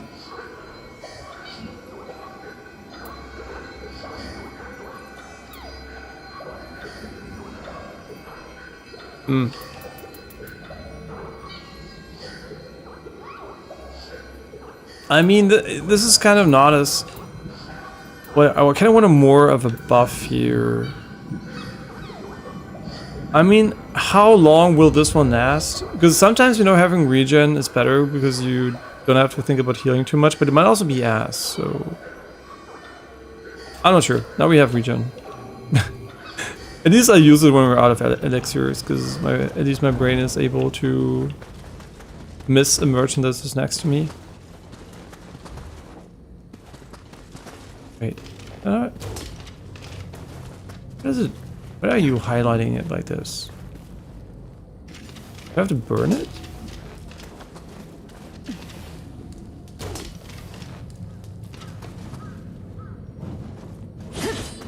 Wait. Oh, you have to run from over there.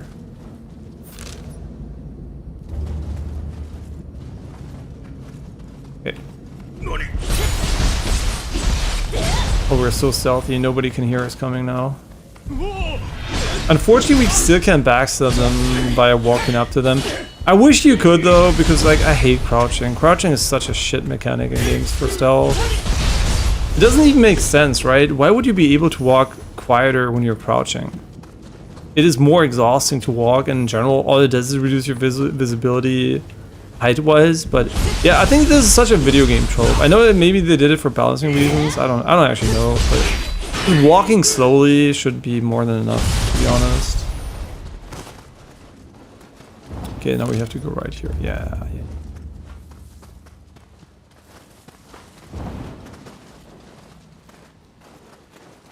What was this again? Oh, nothing.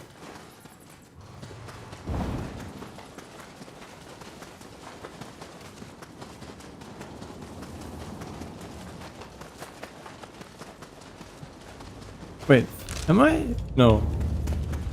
But did I not go there because we can't go there? You know what? That would make a lot of sense, actually.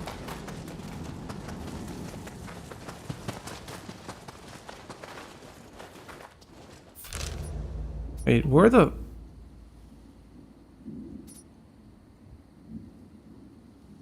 Wait a second. The access point is via the merchant. But what are we missing to make that happen?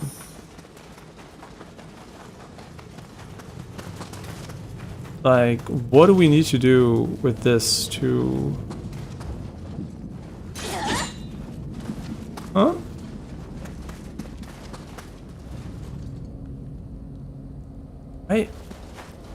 I don't know. The fact that it's highlighted is what worries me, right? Like, it obviously isn't interactable. You can't really burn it.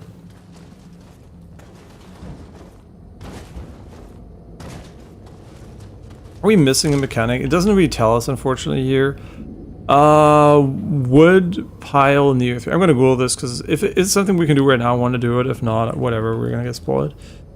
Wood pile. Wood pile next to merchant.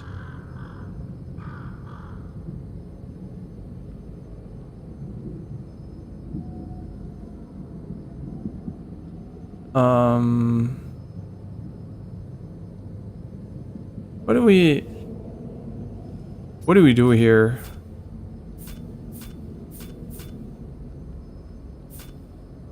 What am I toggling here?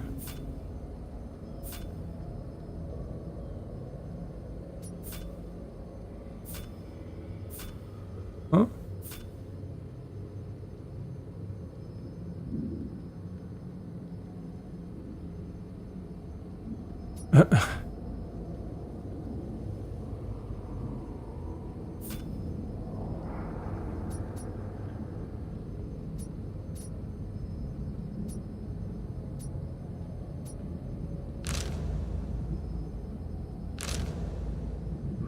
Do we ever end up going over here? No, this is where we came from initially, I think. Where the tutorial was, but... probably being an idiot here.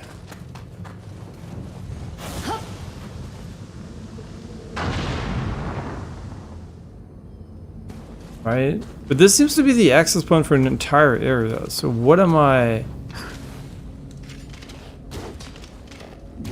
What am I doing wrong? It feels like it's something you can go up against from above and then throw it down. But considering this is how you get to the other area, it might just be a mission here. Like, it might be tied to a main mission or something. I just don't want to miss it now because it's a very low level area, right? It's level 20. I guess it's already under leveled anyway, but... I mean, I assume the devs would make sure this is not awkward and you actually can't do anything right now from this position. It's just really weird that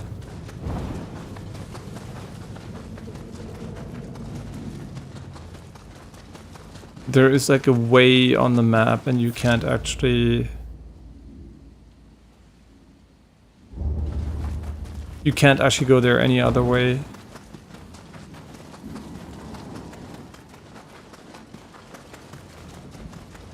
Yeah, so I guess like I'm just gonna come back later for this. I hope I remember that there's something up here.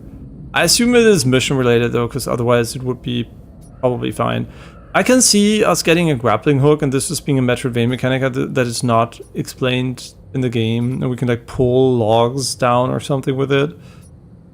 I could see that, right? Sekiro exists, and a grappling hook is, I guess, a missing link in this game so far. So yeah, there might be more to it, and we can also continue exploring right here. Oh yeah, I also want to check Discord quickly. My girlfriend wrote me.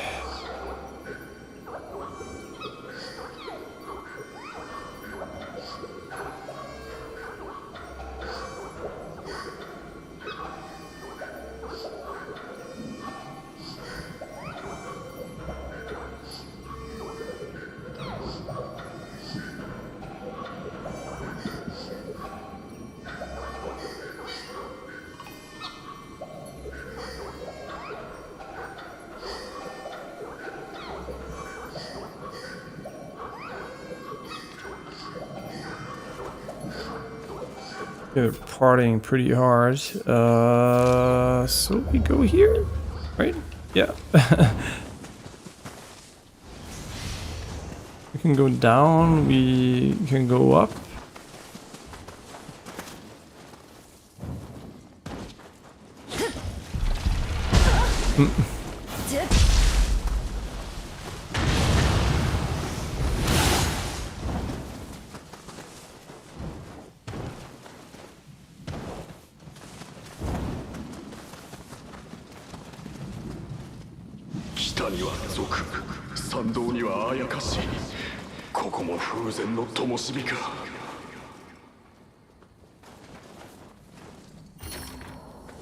Seems to be locked.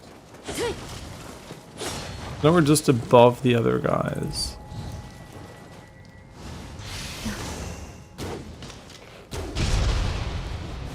And that's why you level stealth. So enemies are blind. That's how it works.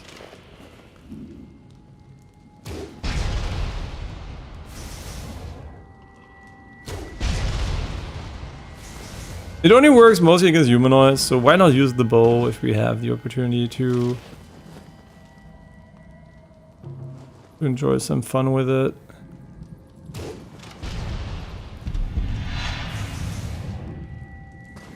Is say high ground. I'm pretty sure the game will want us to drop anyway. Or the two paths will converge. I guess you can actually stay high ground for a really long time. So we're gonna go up and then we're gonna go back down.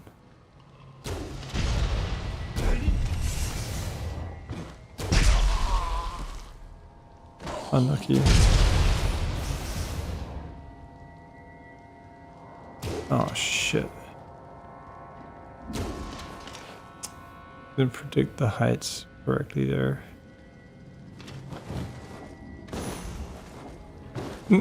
What is wrong? Or we can go back down here if we want to.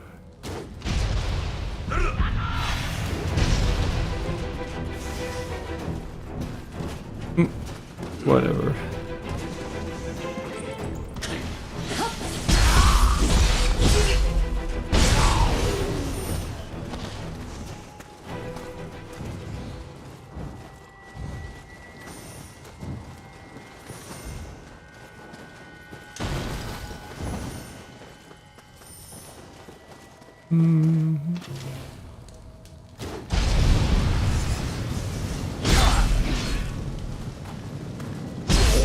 Kind of cool that you can do that stuff. I mean, not you don't really need it, but it's just fun to do every now and then.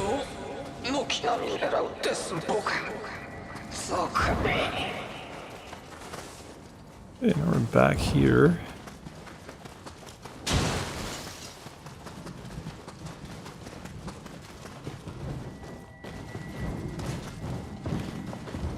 Yeah, I guess I really don't need to jump there.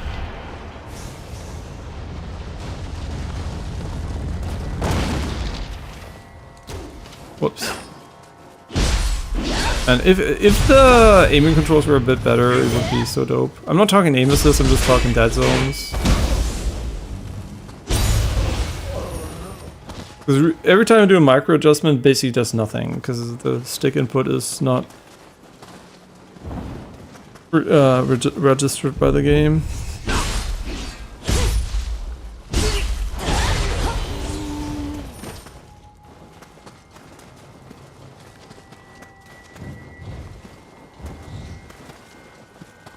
Oh yeah, right, we never used our magic or our water attack. Maybe we should try it out for fun. It's gonna be a great test kind of that. Wow, wait, did that really deal? It has no HP, so never mind that, but seems like it could be pretty efficient.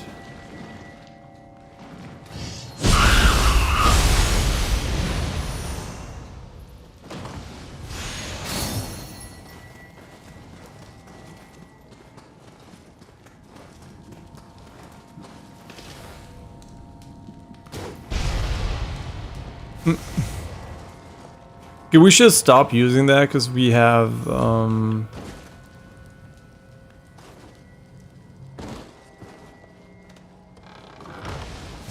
limited amount of them. We might need it for something else. Wait, I was in prison. What do you mean?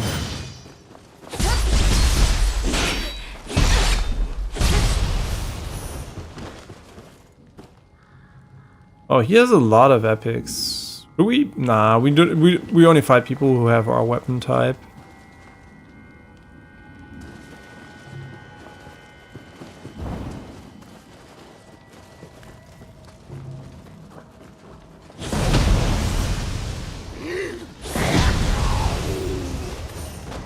It's okay. I mean, mostly the effect, I guess, is that you have water, which might be useful against certain enemy types. If they have like a very strong resistance to everything else. I mean, it's a humanoid enemy, so get ready for 1 minute of just waiting for it to die.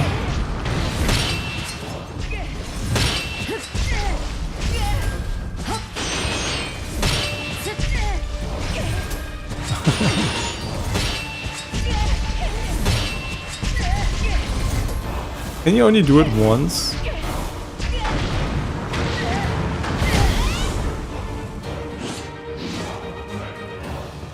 Whoop! Wait, I didn't do my... Whoa, I didn't do my TP. Wait, how do I do it? Like this? I don't know how the TP works. Whatever, it's this color.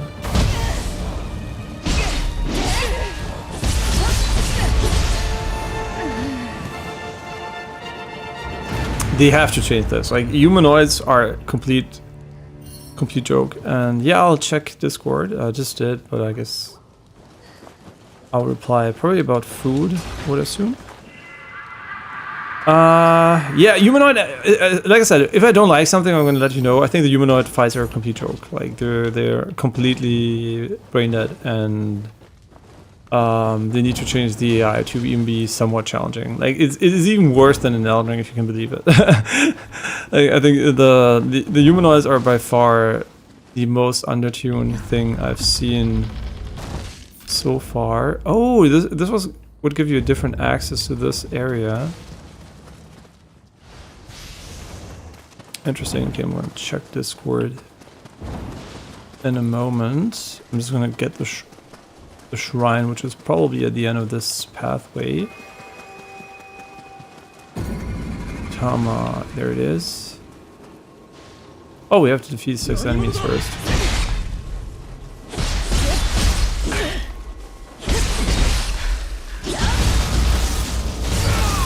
Okay, then let me quickly check Discord right away. I should have tried the regen one just for fun. But I guess you can't replenish those by getting those. Did I not?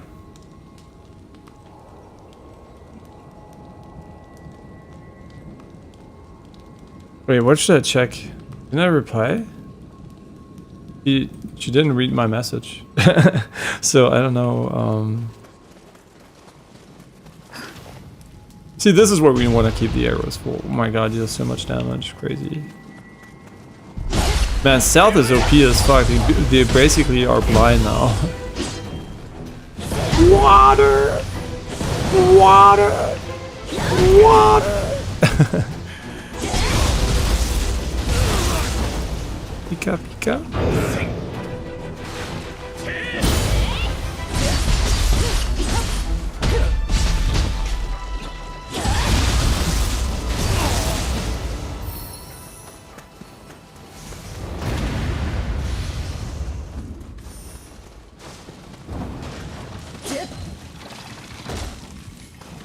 Yeah, how much more are we going to invest into gear stuff? Good question, right? Because like equipment weight, how much? Because since we can, I guess like we can put on almost a full set of epics. You know, what would that be, for example, right? This one, it has 1.6 weight. 0.7. So yeah, 0.7. Yeah, it would be nice to have a full set of epics. We're just gonna invest as many points as we need to make that happen. With the auto system, I guess it would be quite sensible. Okay, nice. We got him. And now we can go back down. Yeah, don't want to rest because we don't want to reset the entire area.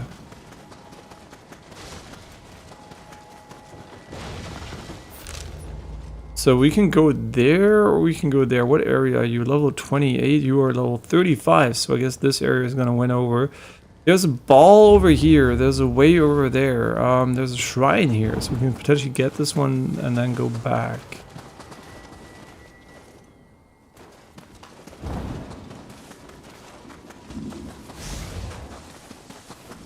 Yeah, I mean, we take a lot of damage because we don't have a lot of defense, but still the game is not that hard. So I don't even know, how would you make it harder? Just like more, I don't even know, crazy attack patterns, but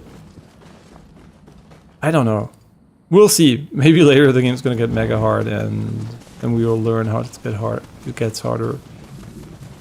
Yeah, for sure better attack, crazier attack patterns could be a thing. So now we're here, but we can also take the other path. Huh. I mean, it doesn't really matter, does it? So let's just go this way.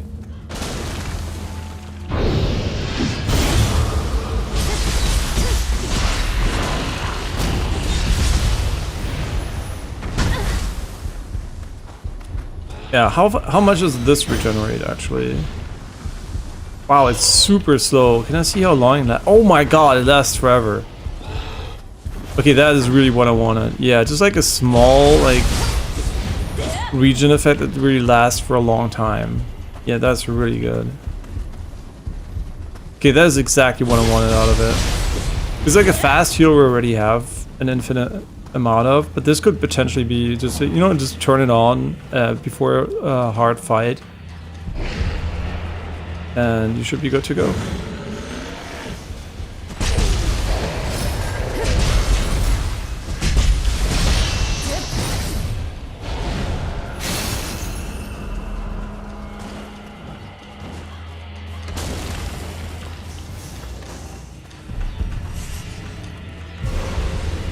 What?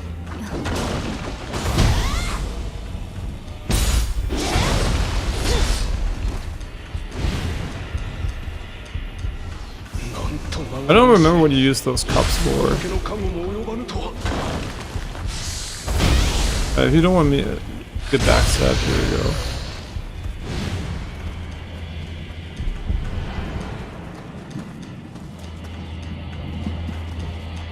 Yeah, right. This was an enemy I think that buffed or summoned other enemies.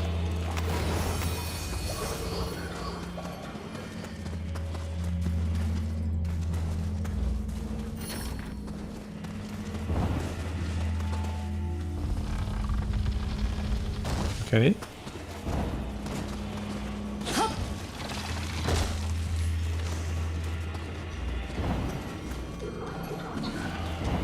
I guess we can't get in from here.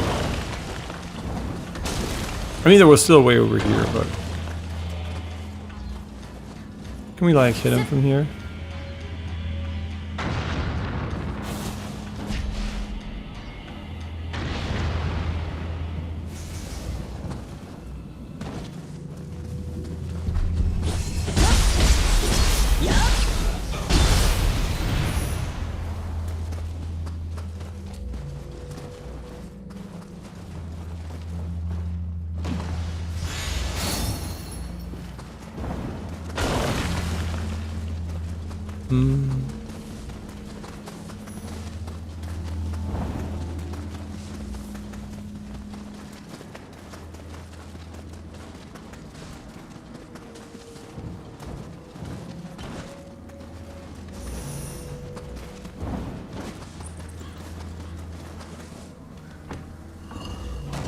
Yeah, I'm gonna check Discord again. Maybe the message didn't come through in time, so...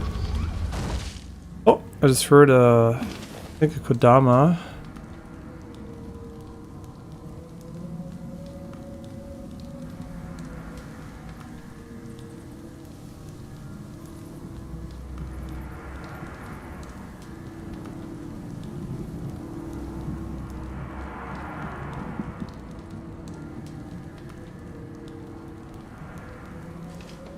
Yeah, I wonder if I should have tried out Withering Ways.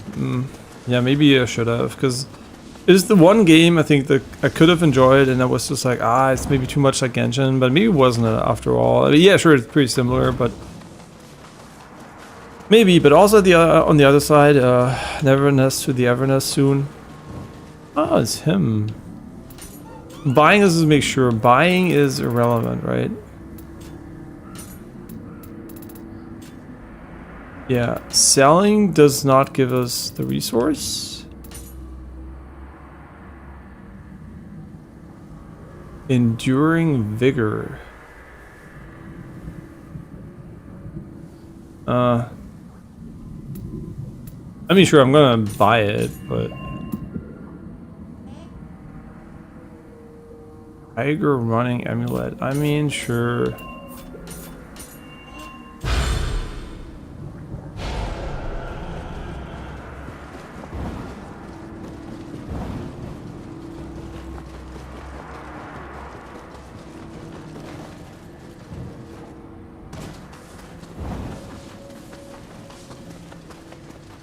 Oh, okay, that was a bit disappointing. Going all that way just to...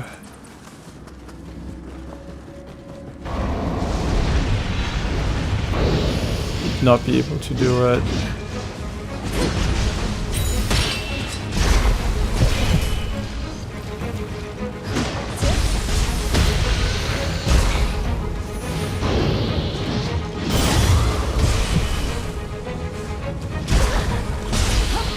Oh, whoa, we're almost dead. I didn't even notice.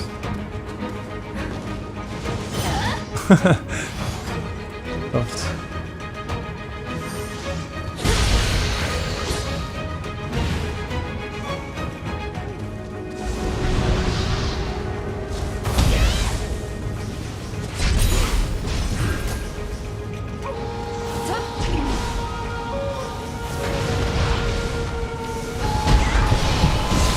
Wow, they have no HP. Wait, do we just deal a fuck ton of damage? Sure, they scale with a weapon, right? They deal a lot of damage.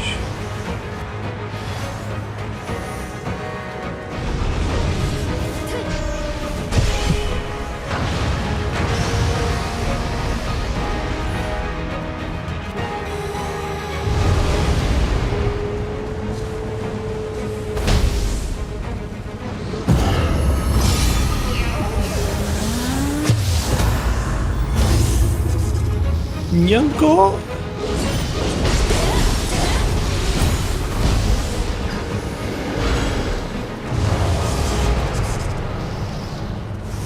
I wish you could cancel it though. Super preserve your gosh.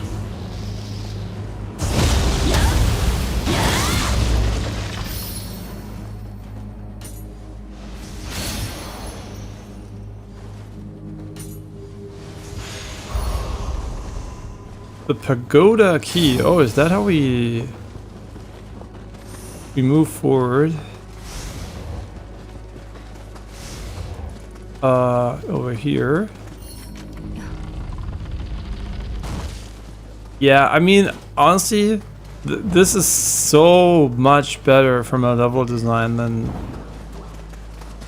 any open world Souls games I've played so far. It is so good.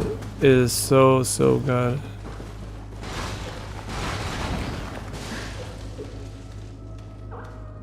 I mean, just for reference, right? I enjoyed Tears of the Kingdom and Breath of the Wild. Those were easy games, right? I don't care about the difficulty. It's still enjoyable. Yeah, a bit more harder would be, you know, like, nice. Maybe as an option or something.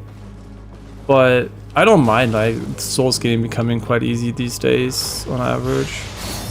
I haven't played Berserker Kazan, that's supposedly just really hard. But, you know, just like the Souls games I've played recently were never that hard, so it's, yeah, it's very enjoyable just to chill. I don't think they need to be that much harder.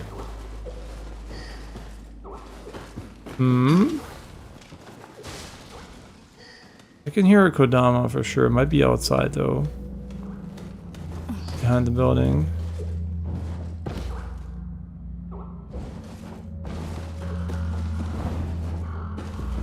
Wait, did I go all the way up?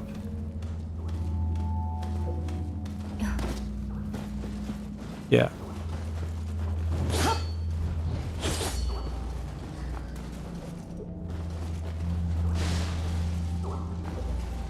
And there's always, right, in New Game there was always New Game Plus and optional stuff that gets crazy hard. So I think even if you like hard stuff, maybe you're not gonna get it on the first playthrough, but you're definitely gonna get it.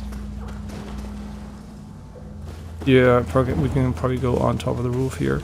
You can definitely get it in New Game Plus probably, and with like extra challenge stuff.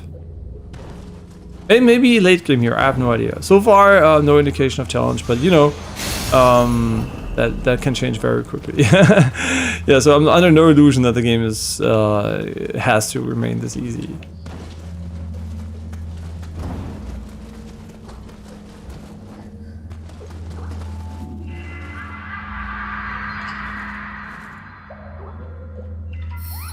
Naisu. Naisu also means where the fuck do I go from here? Because this is the other area we haven't gone to yet, but we can still go the other way, so let me go there first. And the way it's structured, it never feels like I have this, oh, I'm gonna miss out on it anxiety, because every single branch has a shrine attached to it, right? Every single branch you can go back to. It's brilliant. It is absolutely brilliant. They have far surpassed From Software's open world design here. Like, it's not even a debate. Like, it's, yeah, I mean, obviously you could enjoy the plain style too. It's a different style. But if you talk effort, I can tell you effort in this game for the level design, like the work you have to put in, at least 10x of Elden Ring. Elden Ring is just literally just an open plane. That is copy pasta shit, right? There's no effort at all, not at all, but way less effort, right? So in terms of work, even if you, whatever style you appreciate more, it depends maybe on you, but I can tell you this is a lot of work, right? Making this level here is basically like making a huge Sekiro map, right? And making it super dense. And yeah, just honestly, S tier, right? Honestly, S tier. This is what I want to see from, this is what I want to see from video games.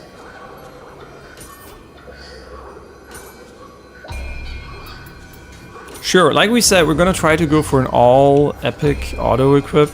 Maybe we could do it manually, I have no idea. Sure. I mean, it says medicinal items, which I think is a generalization, which means we're probably better off waiting on that. I'm just checking Discord every now and then, because I'm not sure if I can't see the messages or if there are no messages. Yeah, I mean, cool. You can go for an aerial style if you want to.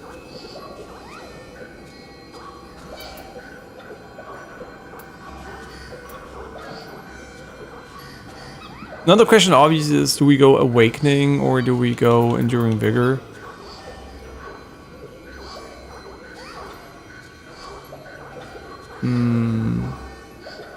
Now Awakening, of course, is better.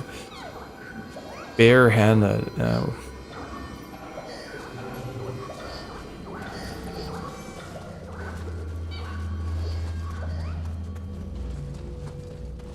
Okay, we did the merchant and now we can just go here. Oh, another Kodama.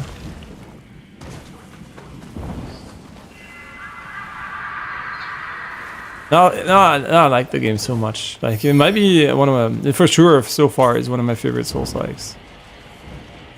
It is just super enjoyable to play. And the fact that it's not because of difficulty, that you know, like, oh, I love the challenge, I don't care about the challenge so far, it's just fun to play, irrespective of the challenge. I think that is honestly also a compliment in its own right. Making a fun game that doesn't have to be challenging is always good. Because it makes it also more accessible to more people. I guess, in terms of difficulty accessibility, I have no idea how it is, because I am not the average person when it comes to playing these games, because most people will probably not spend that much time gaming in general. But if you're like new to the genre, I have no idea how it would feel. But if you're like a bit more experienced in the genre, I think like this might be very chill. But I can't tell, like, I think it's dishonest for anybody who has played a lot of these games to be like, oh, it's so accessible for newcomers, right? Like, I'm not a newcomer to the genre. I would be lying if I would be, oh yeah, everybody can just pick it up, and it's gonna be easy.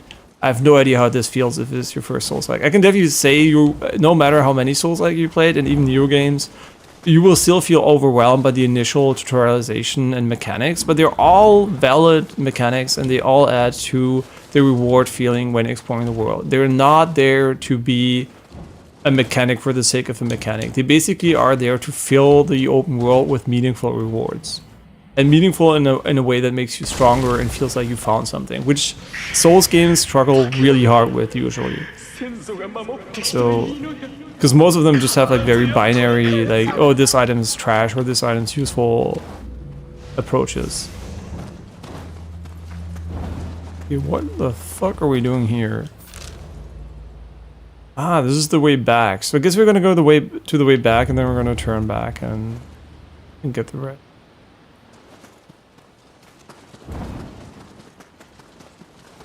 There is a mod from Nioh that increases LOD, but since the game runs pretty well like this, like very smooth, and the LOD usually is not that big of a deal. Yeah, you can see it pop in every now and then, but it's not like it's super distracting or something, so... Yeah, I don't really mind. I guess we can finish this part quickly and then come back for the part up there. It's kind of sensible. No, he's hiding.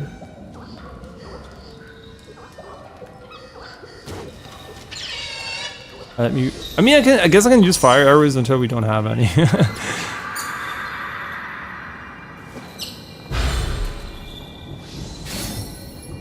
Very reasonable.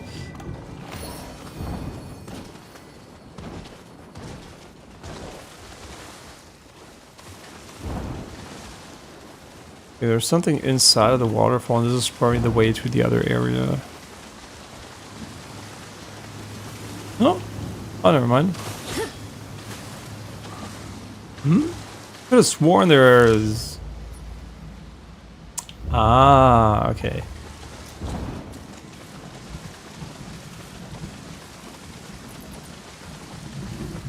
Yeah, I don't mind the Metroidvania in this game because it really tells you where it is. It's not like weird about it. It's like literally, okay, you can't do this now. Good luck.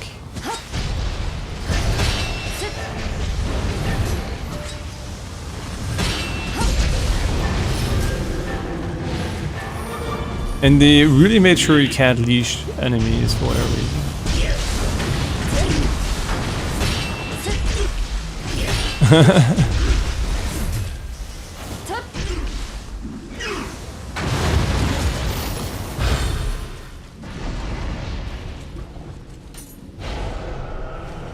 So why does it say you got a core if you have to pick up the core? Maybe it's just so you don't miss it on the ground, or you actually get two things. I'm not sure.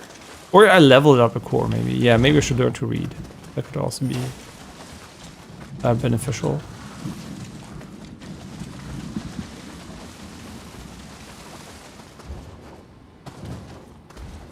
Yeah, and also the stuff like, right, the texture resolution not being incredible and all those things. Maybe you don't even notice that as much if you're... I mean, you definitely don't notice it as much if you're like on the Steam Deck or something, right? I have no idea how the game runs on the Steam Deck, but just in general, right? I'm playing on a huge OLED, the huge, right, relative to my distance to it, OLED screen, so it's, you know, like, I can see the details very easily, but depending on your setup, you might not even notice, right? So that's obviously me being in the, I guess, like, worst case scenario from a fidelity perspective, because I can see when the game, you know, has low-res stuff in it. Yeah. And I don't give a shit about that, honestly. I just mention it, you know, like, because if you give a shit about it, just remember you might also... There also, I mean, yeah, if I should mention it, there is a setup that basically might make it irrelevant because you're just too far away. And here I really like that they're using lighting changes to give every single area its own, like, flair. So they're going for, I guess, an unrealistic lighting approach, which works well in favor of artistic direction.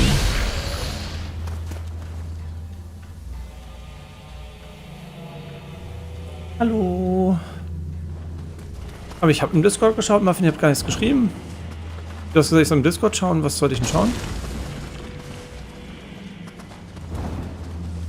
Ach so, hätte ich ruhig sagen können. Okay, so.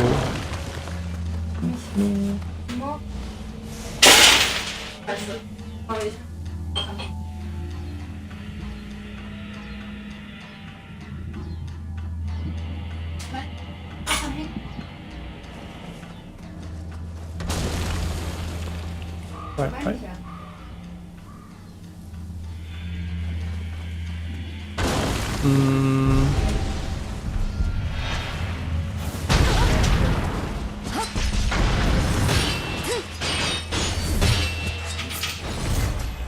Aber hat alles mit den gut geklappt. Bin hart. Ja.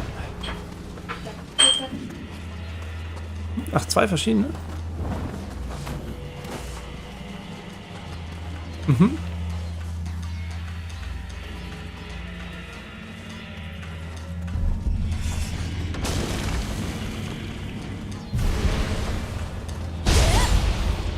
Oh, he's the guy who summons the ghosts here.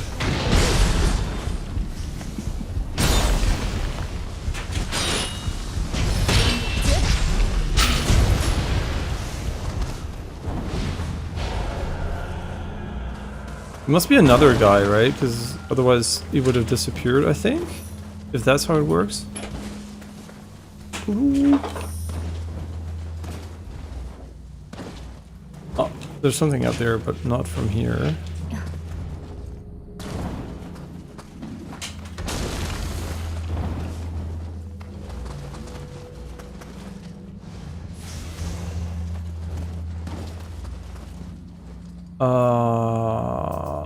I don't really know.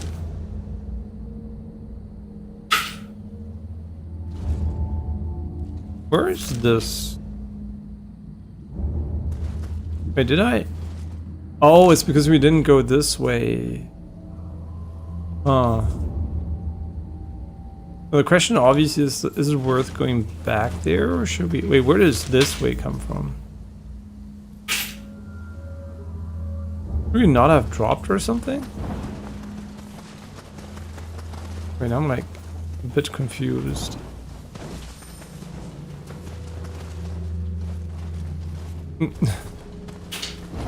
We have gone up here and jumped.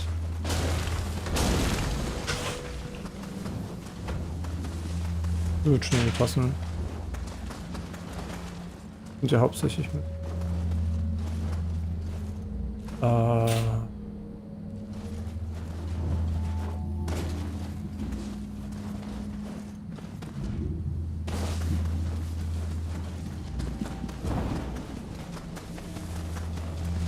I'm so confused. How do you get over there? So it's from over here. So I guess we have to TP back to the shrine. I don't know if that resets all enemies or not.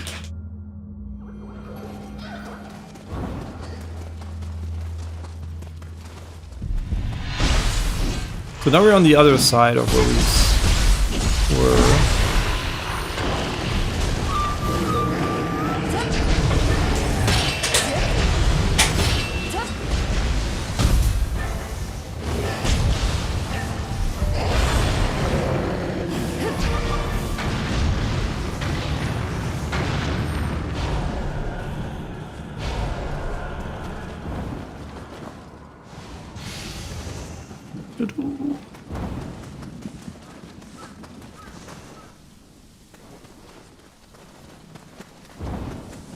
It doesn't really solve the question where...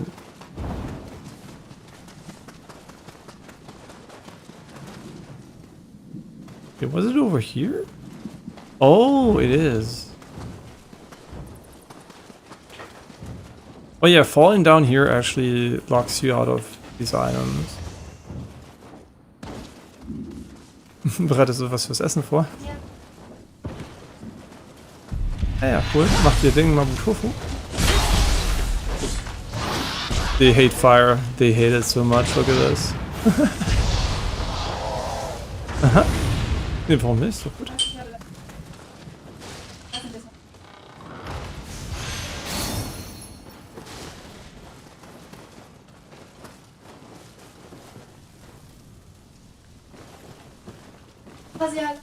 Mhm. Ich frage mich, ob mir das Spiel auch gefallen wird, weil bisher ist es ziemlich chill vom Schwierigkeitsgrad her. Das macht auf jeden Fall super viel Spaß zu spielen. Das Leveldesign ist super nice. Das ist basically, als ob du ein nicht-Open-World-Spiel spielst, obwohl es halt eben so Open-World ist. Also du hast zwar, also kannst mal gucken, die Welt ist schon sehr, sehr dicht besiedelt, aber trotzdem fühlt sich das alles an, als ob du Level spielen würdest. Also du hast das Gefühl, dass du alles designt ist und du nicht einfach random durch eine große offene Fläche läufst. Genau, aber eben auch, oder auch Elden Ring oder so. Die meisten... Ja, haben sie es auch mehr designt?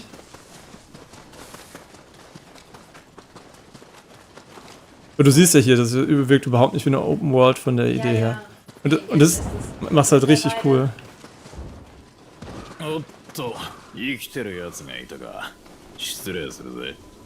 Ja, aber es ist sehr ungewöhnlich für eine Open World, dass sie wirklich so einen Design-Approach gehen und weil es auch viel mehr Arbeit ist. Wie ein basic riesiges Level machen.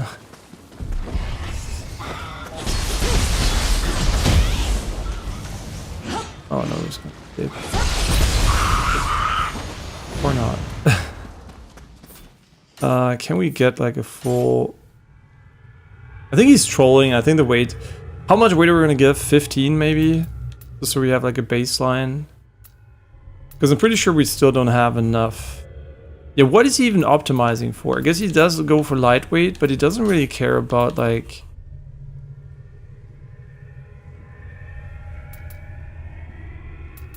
maybe he doesn't even care about rarities?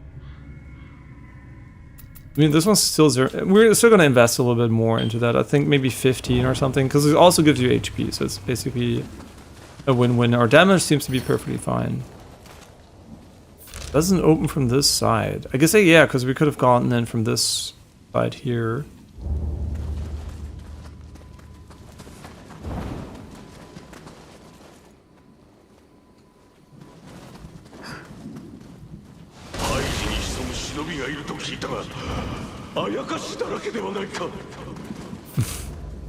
Wait, this must be a dead end.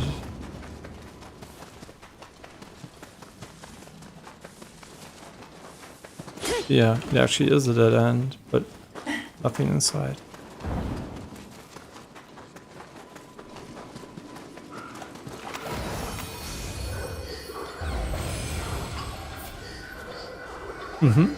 Does exploration level only go up with shrines? I'm not actually sure.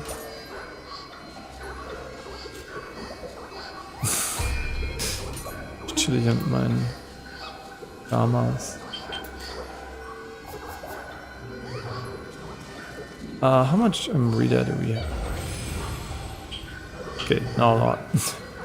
Yeah, this area, I mean, we're like a little bit over leveled, but it's fine. I mean, I guess like a dynamic level scaling could have helped with the difficulty, but I don't think it really would have changed much, because it would just change the HP pools. They basically 2-shot or 3-shot us anyway, so I don't think that would have mattered much. Warum?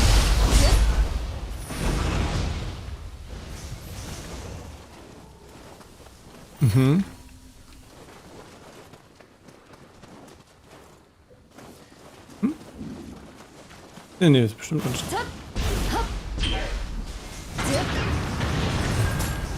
Ups.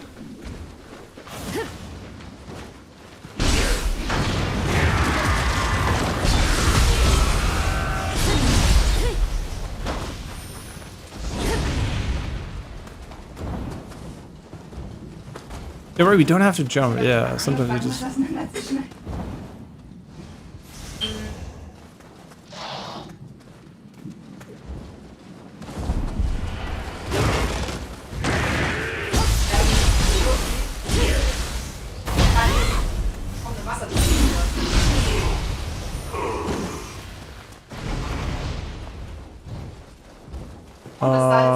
Wait, there was like a... Salzwasser. The red thing over there.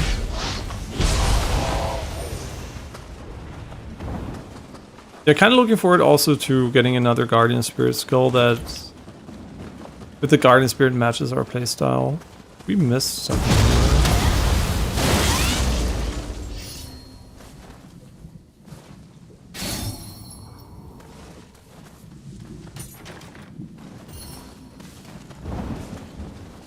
Oh, there's a Kodama up there.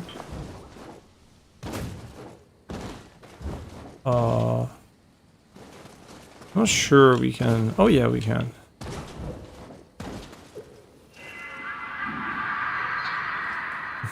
So retten die... Gehen dann zu diesen Schreinen und da gibt es dann immer mehr, die machen dann Party auf denen. Und es hat eine der Upgrade-Mechaniken. Du hast super viel Upgrade-Mechaniken im Spiel, was halt wirklich die Open World sinnvoll macht, weil du wirklich überall was Nützliches findest, was wirklich was bringt und nicht einfach nur... Also klar, ist meistens nur irgendwelche Prozent oder sowas, aber trotzdem ist es irgendwas. Bei Elden Ring findest du meistens einfach gar nichts.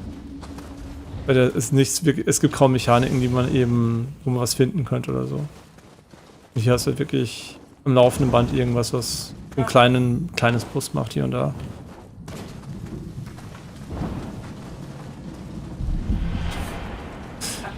Aha.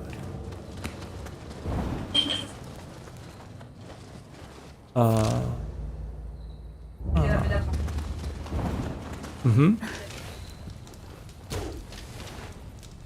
Shit.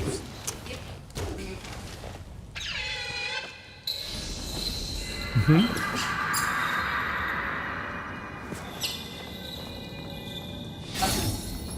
Mhm.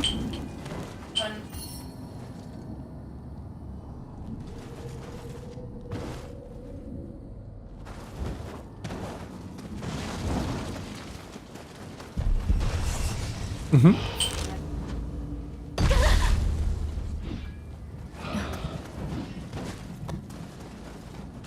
Mhm. Mhm. Ja klar, der PC, der andere PC halt, wenn man den nicht mehr gibt, dann wäre der auf jeden Fall besser, aber momentan nicht, ja. Ja, momentan nicht. Ne.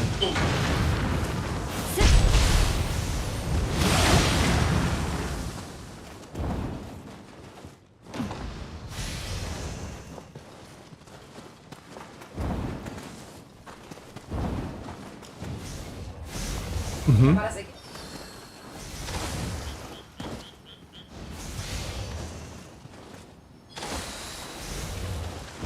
Mhm.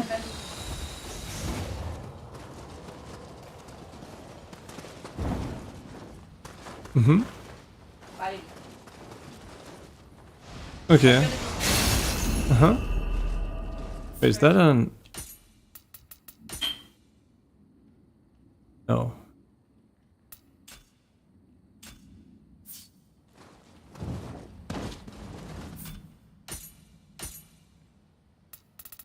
Mhm.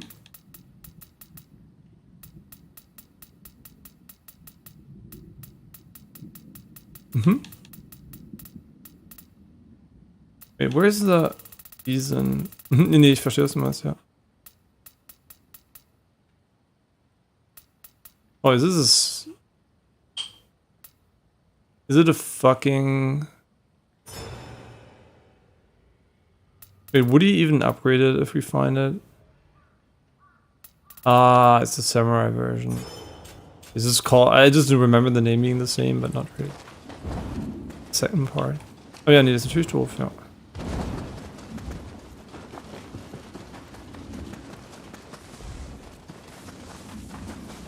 Mhm. Locked.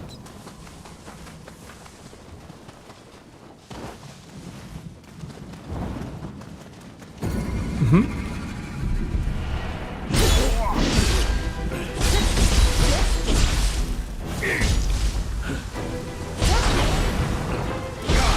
Mhm.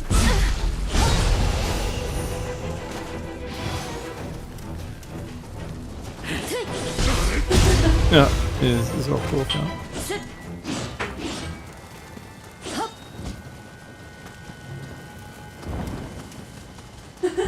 Nee, verstehe ich.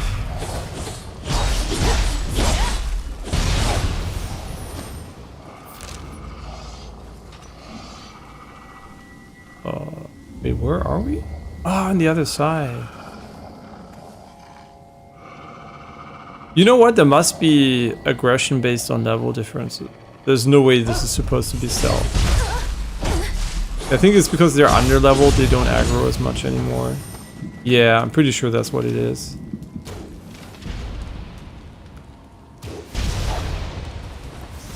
I don't even think we need... Never mind, we do need the fire arrows.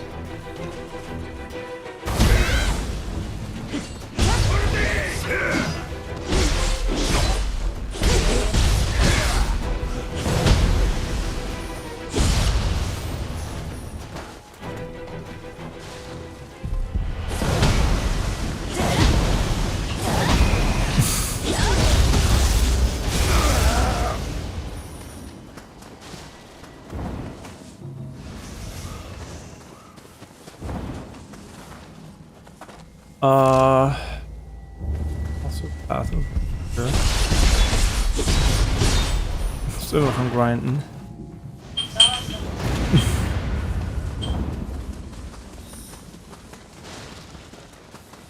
Ja, ne, verstehe ich.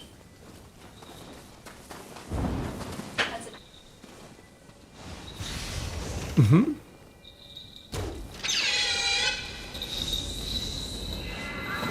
Juckt ihn ein bisschen.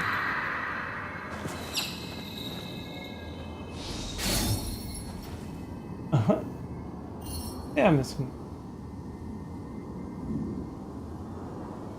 Ja, das sah nur auf den ersten Blick gerade rot aus, weil das Licht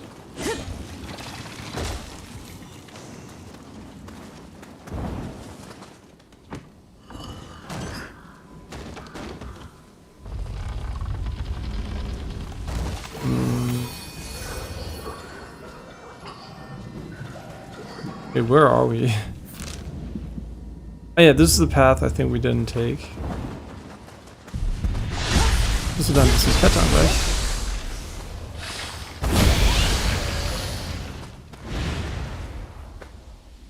Oh, maybe new weapon? We still have not gotten a single purple variant of the sword, which is very interesting.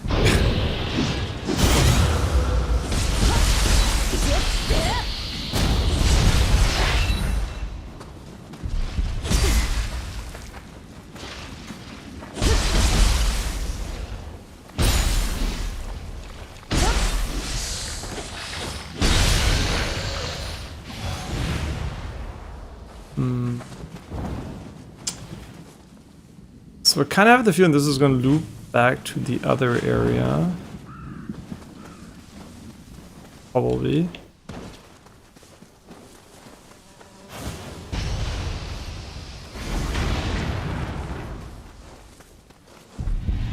Wait, I think if the text is red, that's when it's like, yeah, like this one here.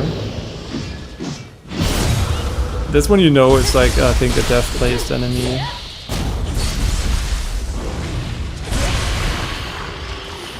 Yeah, so I guess should we summon those just for fun? Because they're like, I guess like they're part of the NPC pool or something. They're also so trash. I guess as if you play offline, that's all you're gonna get from them. And I kind of think like the original Niohs had a little bit of an issue where you got most of your gear via killing remnants. It was way better than what you found in the world. So far, I mean, I haven't fought a lot of them, so I can't really say which part of my gear is from them, but it doesn't seem to be as strong in this one. And you can also craft, and like I guess like the game really doesn't want you to be too annoyed at getting gear, at least initially.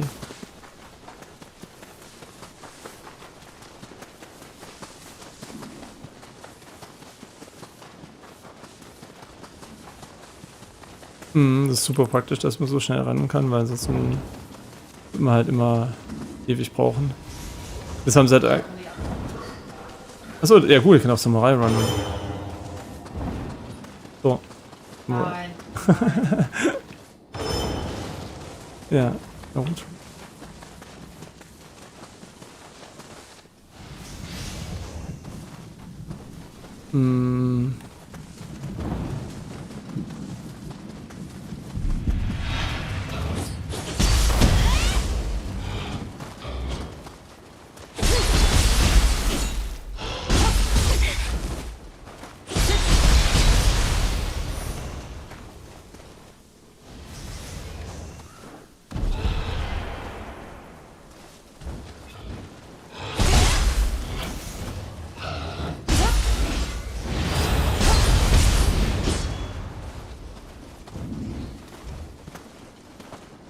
Okay, and this is, I think, where we decided to go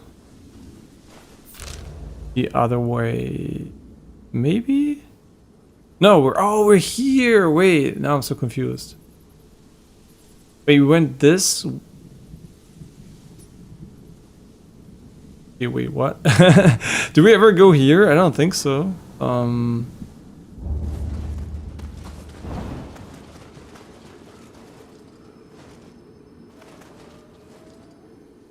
Can you see how they died?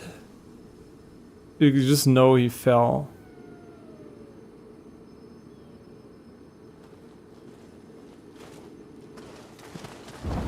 Wait, so did we ever go this way? I don't think so, but I'm also gonna call it pretty soon. It's just like to make sure next time we don't forget where we were and what we missed basically so far. No. I mean, maybe we should say yes, because the gear might be good.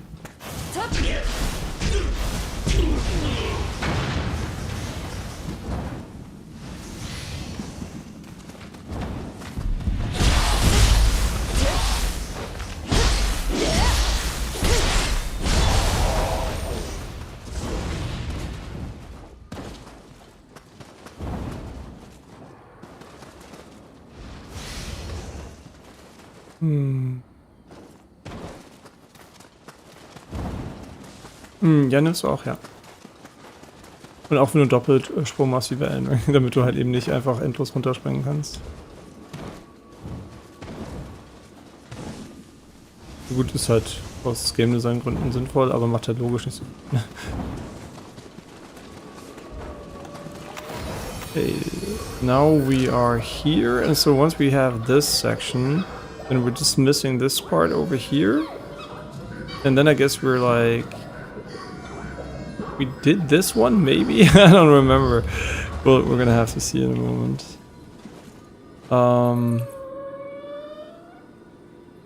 What the fuck? Oh wait, can you not go from this side?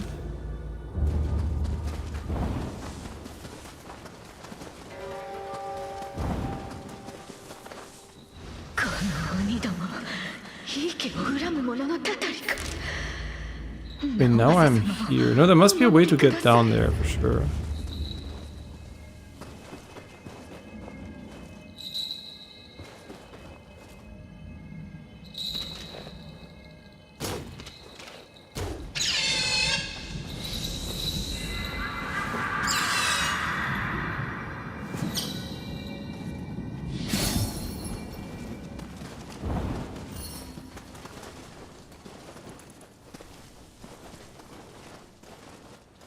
Yeah, and as far as I remember, we've been...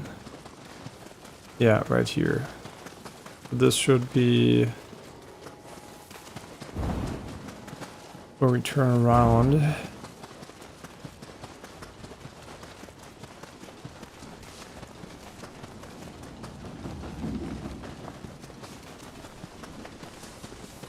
And then we just drop down and we should almost be finished here. But is that really how it goes? We drop down here. There's like a spirit thing over here that leads you to the statue, but there's no way we survived the drop right there. How do you get down there? Certainly not by jumping. That's way too low.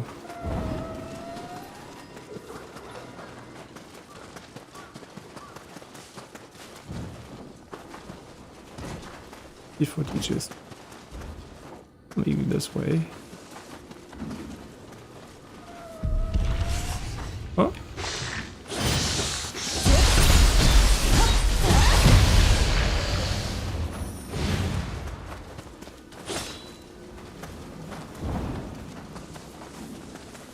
Oh yeah. No, maybe not. Wait. I mean, actually, maybe where the one guy fell and died.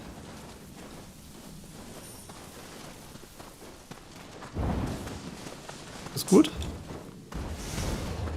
Ah.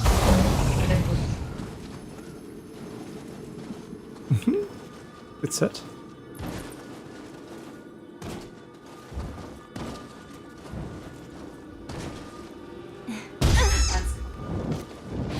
Mhm.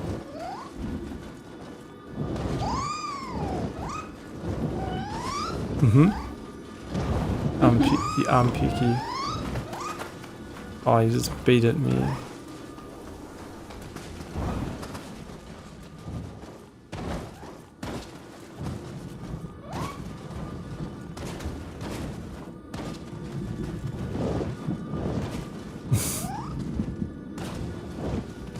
Wie durch die Gegend jumpt.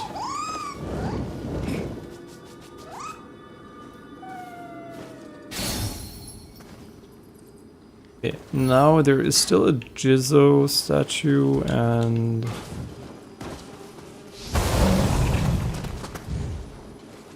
Kappa over here. Hey, you know what? Let's go. Oh wait, we only have 80k. Why do we only have 80k? What did I do that was so expensive? Honestly, I don't even know what costs money in this game. Should we go in 10k? Too much? What? Why is 10... What? 9k? 5k? I guess they don't want you to put in more than 1,200. Okay. Is there a button to just max it out?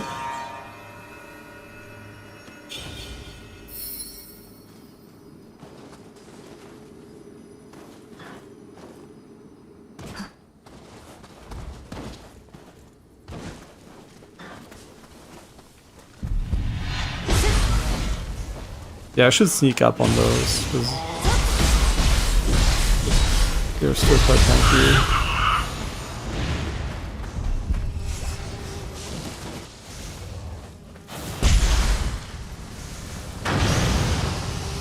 I guess, like, in a way, I think maybe the lower difficulty comes from the fact that we're playing like some super fast character, and the enemies do behave more like traditional Souls enemies, and you're like so much faster than them on average. Maybe that's why it feels easier, because you're... Yeah, we're just like very quick and agile, which is good, right? Like, usually it's the other way around. Like, the Souls enemies become quick and agile and the characters shit, and in this case it's like... I guess like later, hopefully we'll find enemies like the Kumaitachi, which will just like dash around and be super quick. But so far, not a lot of them have been like that.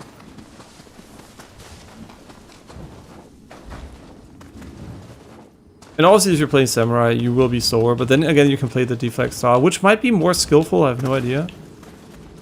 Because you actually have to pay attention to the enemy attacks. So ein bisschen, yeah. Oh, there's also Kodama here. So wait, oh, we must have found the map. Oh, that's how it works. That's why we missed so many things, basically, because we never found the map. And the map basically tells you... Okay, because we found the maps for the other areas, but I didn't realize.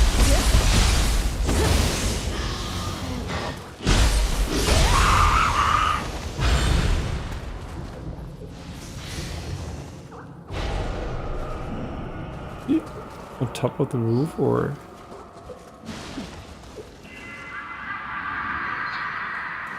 No. But there's still something to loot over here.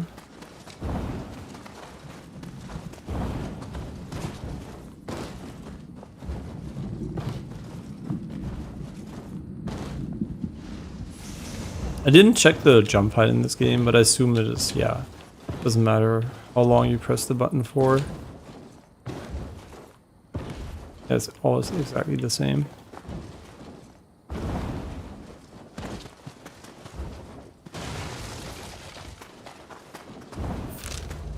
We did miss a chest over here, a chest over there, but actually,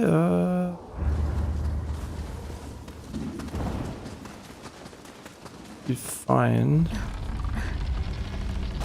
Okay, now we're here. Not back here, but here.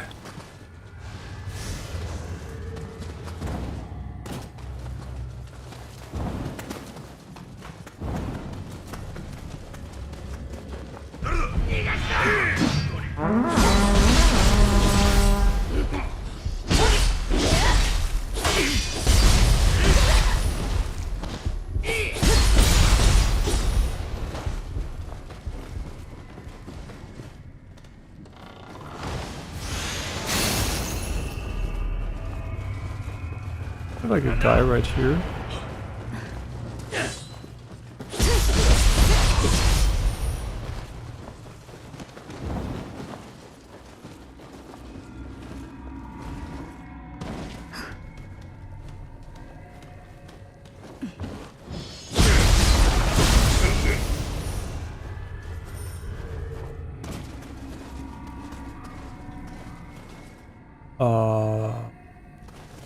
Okay.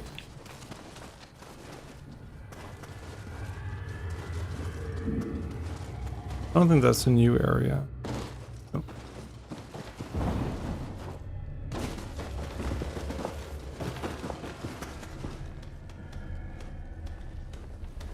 Yeah.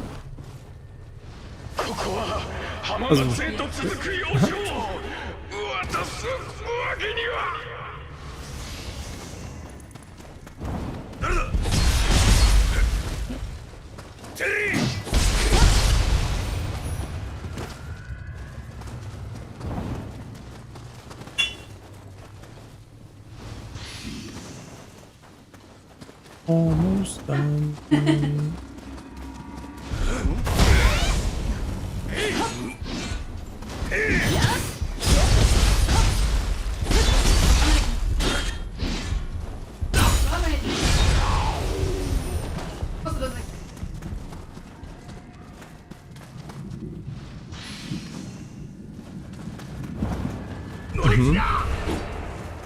I just wondered, like, because this has a lot of AoE, but would it be better to get the fire one that has like this aerial? But I guess like.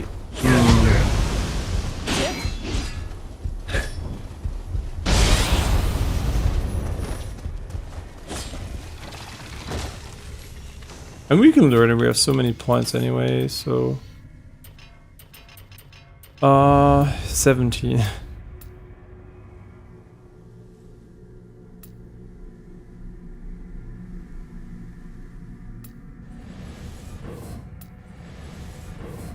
This one I think is the same input.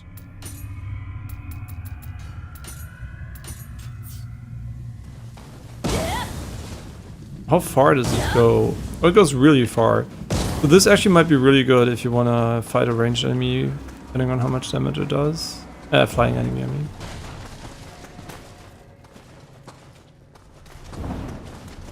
Okay, I think we're done with this part too.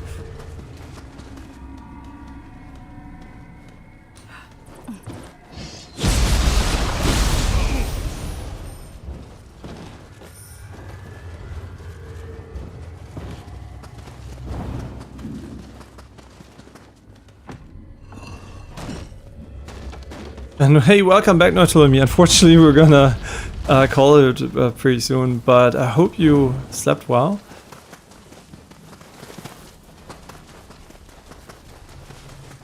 Yeah, but I think we made quite a bit of progress, for sure. Definitely pretty nice. So I guess we have to loop back to this one here in order to get to the Kodama. Wait, no, there was like it was, I don't know, was it over here? I don't think so.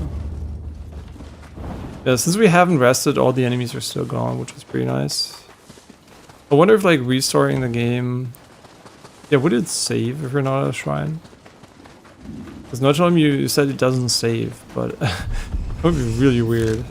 So I hope it doesn't actually not save. There's an item. Yeah, the maps are really like them. Having something that tells you what you missed, basically, at some point. I don't know if they're like discrete items or they are rewarded for exploration progress. I didn't really check. But honestly, that would be pretty... it would be pretty cool if you just got them, if you got like X exploration, and then you just like end up getting the map, so you don't have to worry about finding everything.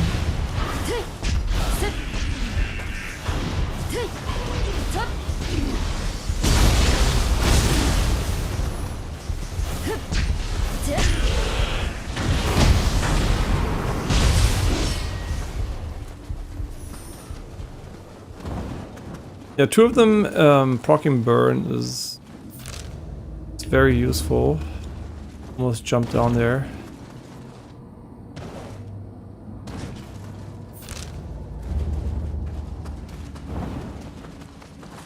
Ah yeah, Stepwell, and later you have night shift. Then I hope it goes well. So basically this was your normal sleeping time, or is it like just because you mentioned it like it was like an additional...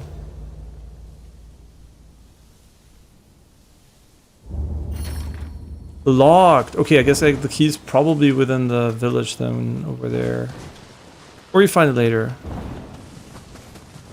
Okay, how did I miss these two? What?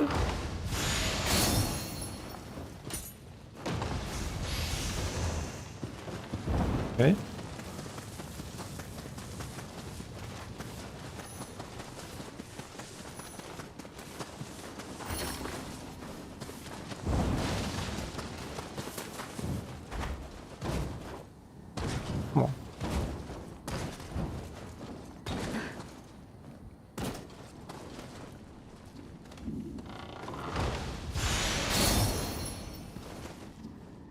Ooh, attack mastery too. So now we can maybe answer the question if it stacks or not, but... Oh, okay, so you wanted to sleep a little bit later. But yeah, sure. I mean, if you didn't feel well and it helps you, why not go to bed right away? Me going 99% yes. Yeah.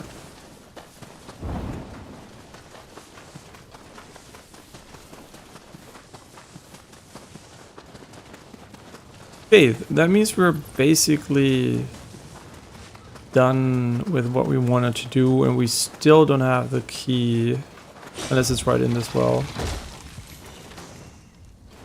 No. Might be over here though.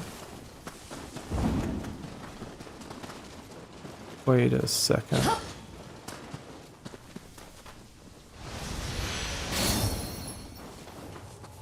Oh, a ninja attacks. Okay, that one, missing that one. Yeah, that's why the map is so good. Like,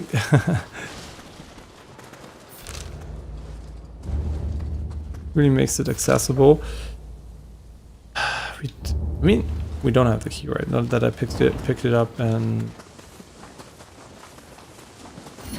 No.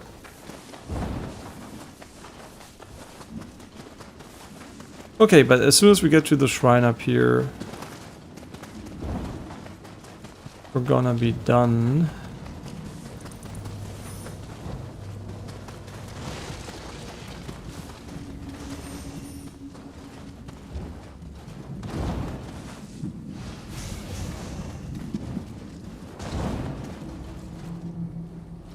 I'm slowly starting to pay attention to the items we do. Slowly.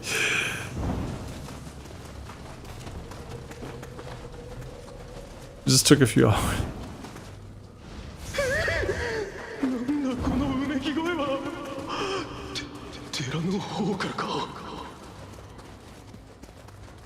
Oh. ナオトラ様は昔からお美しいままちっともお変わりないわ。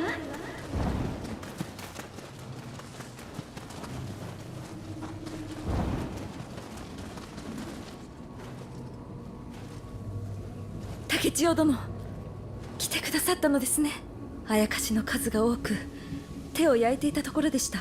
どうかお力添えをいただけないでしょうか。 Ah, she's gonna help me. Oh, this is a big area, but we're still gonna call it at the shrine though. Did I forget to talk to him? Okay, let's quickly unlock the shrine. Very nice. Then we TP back to this one, so don't forget talking to him, and then we call it.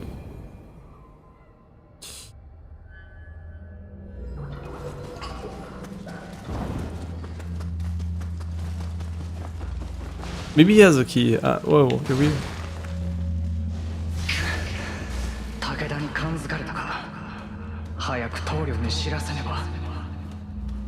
Dude, we missed so many lootable spots here.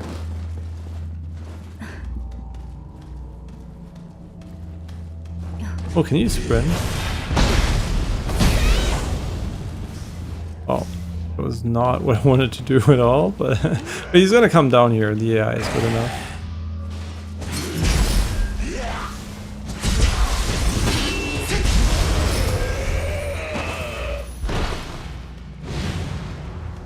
Oh, and we never summoned... Oh, and that's the village key. Okay, okay, cool, cool. Nice. And now we have, like, investigate the hideout. Oh, wait, it's deprioritized now. Whoops. That's so nice. Okay, and that's it for today, though. I'm just gonna TP back over here. So, thank you for watching. I'll see you guys tomorrow for more Nioh 3. And then we're gonna clear this area, go back to the village, which I hopefully won't forget about. I mean, it's big on our map, but yeah. No, it's really well made, right? The game definitely gives you that feeling that, oh, this is a yellow box. Special one, or just, I don't know. But yeah, it's really well made, right? It is so good in terms of not making you feel like you have to FOMO style explore every single nook and cranny. You can just chill and explore, and it's just so good. For sure. Like, really, really good game. Highly recommend it as long as you don't have a you know, configuration where it doesn't run well, which I don't know exactly know what that is because I think it's mostly CPU dependent. But yeah, if you have a good PC for sure, if you have a console, I think it should also run fine on console as far as I know. But yeah, I definitely recommend the game. But tech stuff always, you know, you should check yourself because it's like very system dependent. But yeah, super fun. Obviously not that hard, but I don't think it really matters for fun so far. It's, you know, like it's pretty chill. And you know, maybe it's gonna get hard later, maybe it won't, but I think it's still think it's gonna be fun, regardless. And then obviously New Game Plus challenge stuff is probably gonna be hard either way. Yeah, the only thing I really wish was harder was like humanoid bosses. They're like basically trash mobs. Yeah, which they shouldn't be. But thanks for watching. I'll see you guys tomorrow. Bye bye. Wait, I should use this in case this saves. Get more capacity. We're gonna do that tomorrow. Not today. Yeah, thanks for watching. I'll see you guys tomorrow. Bye bye.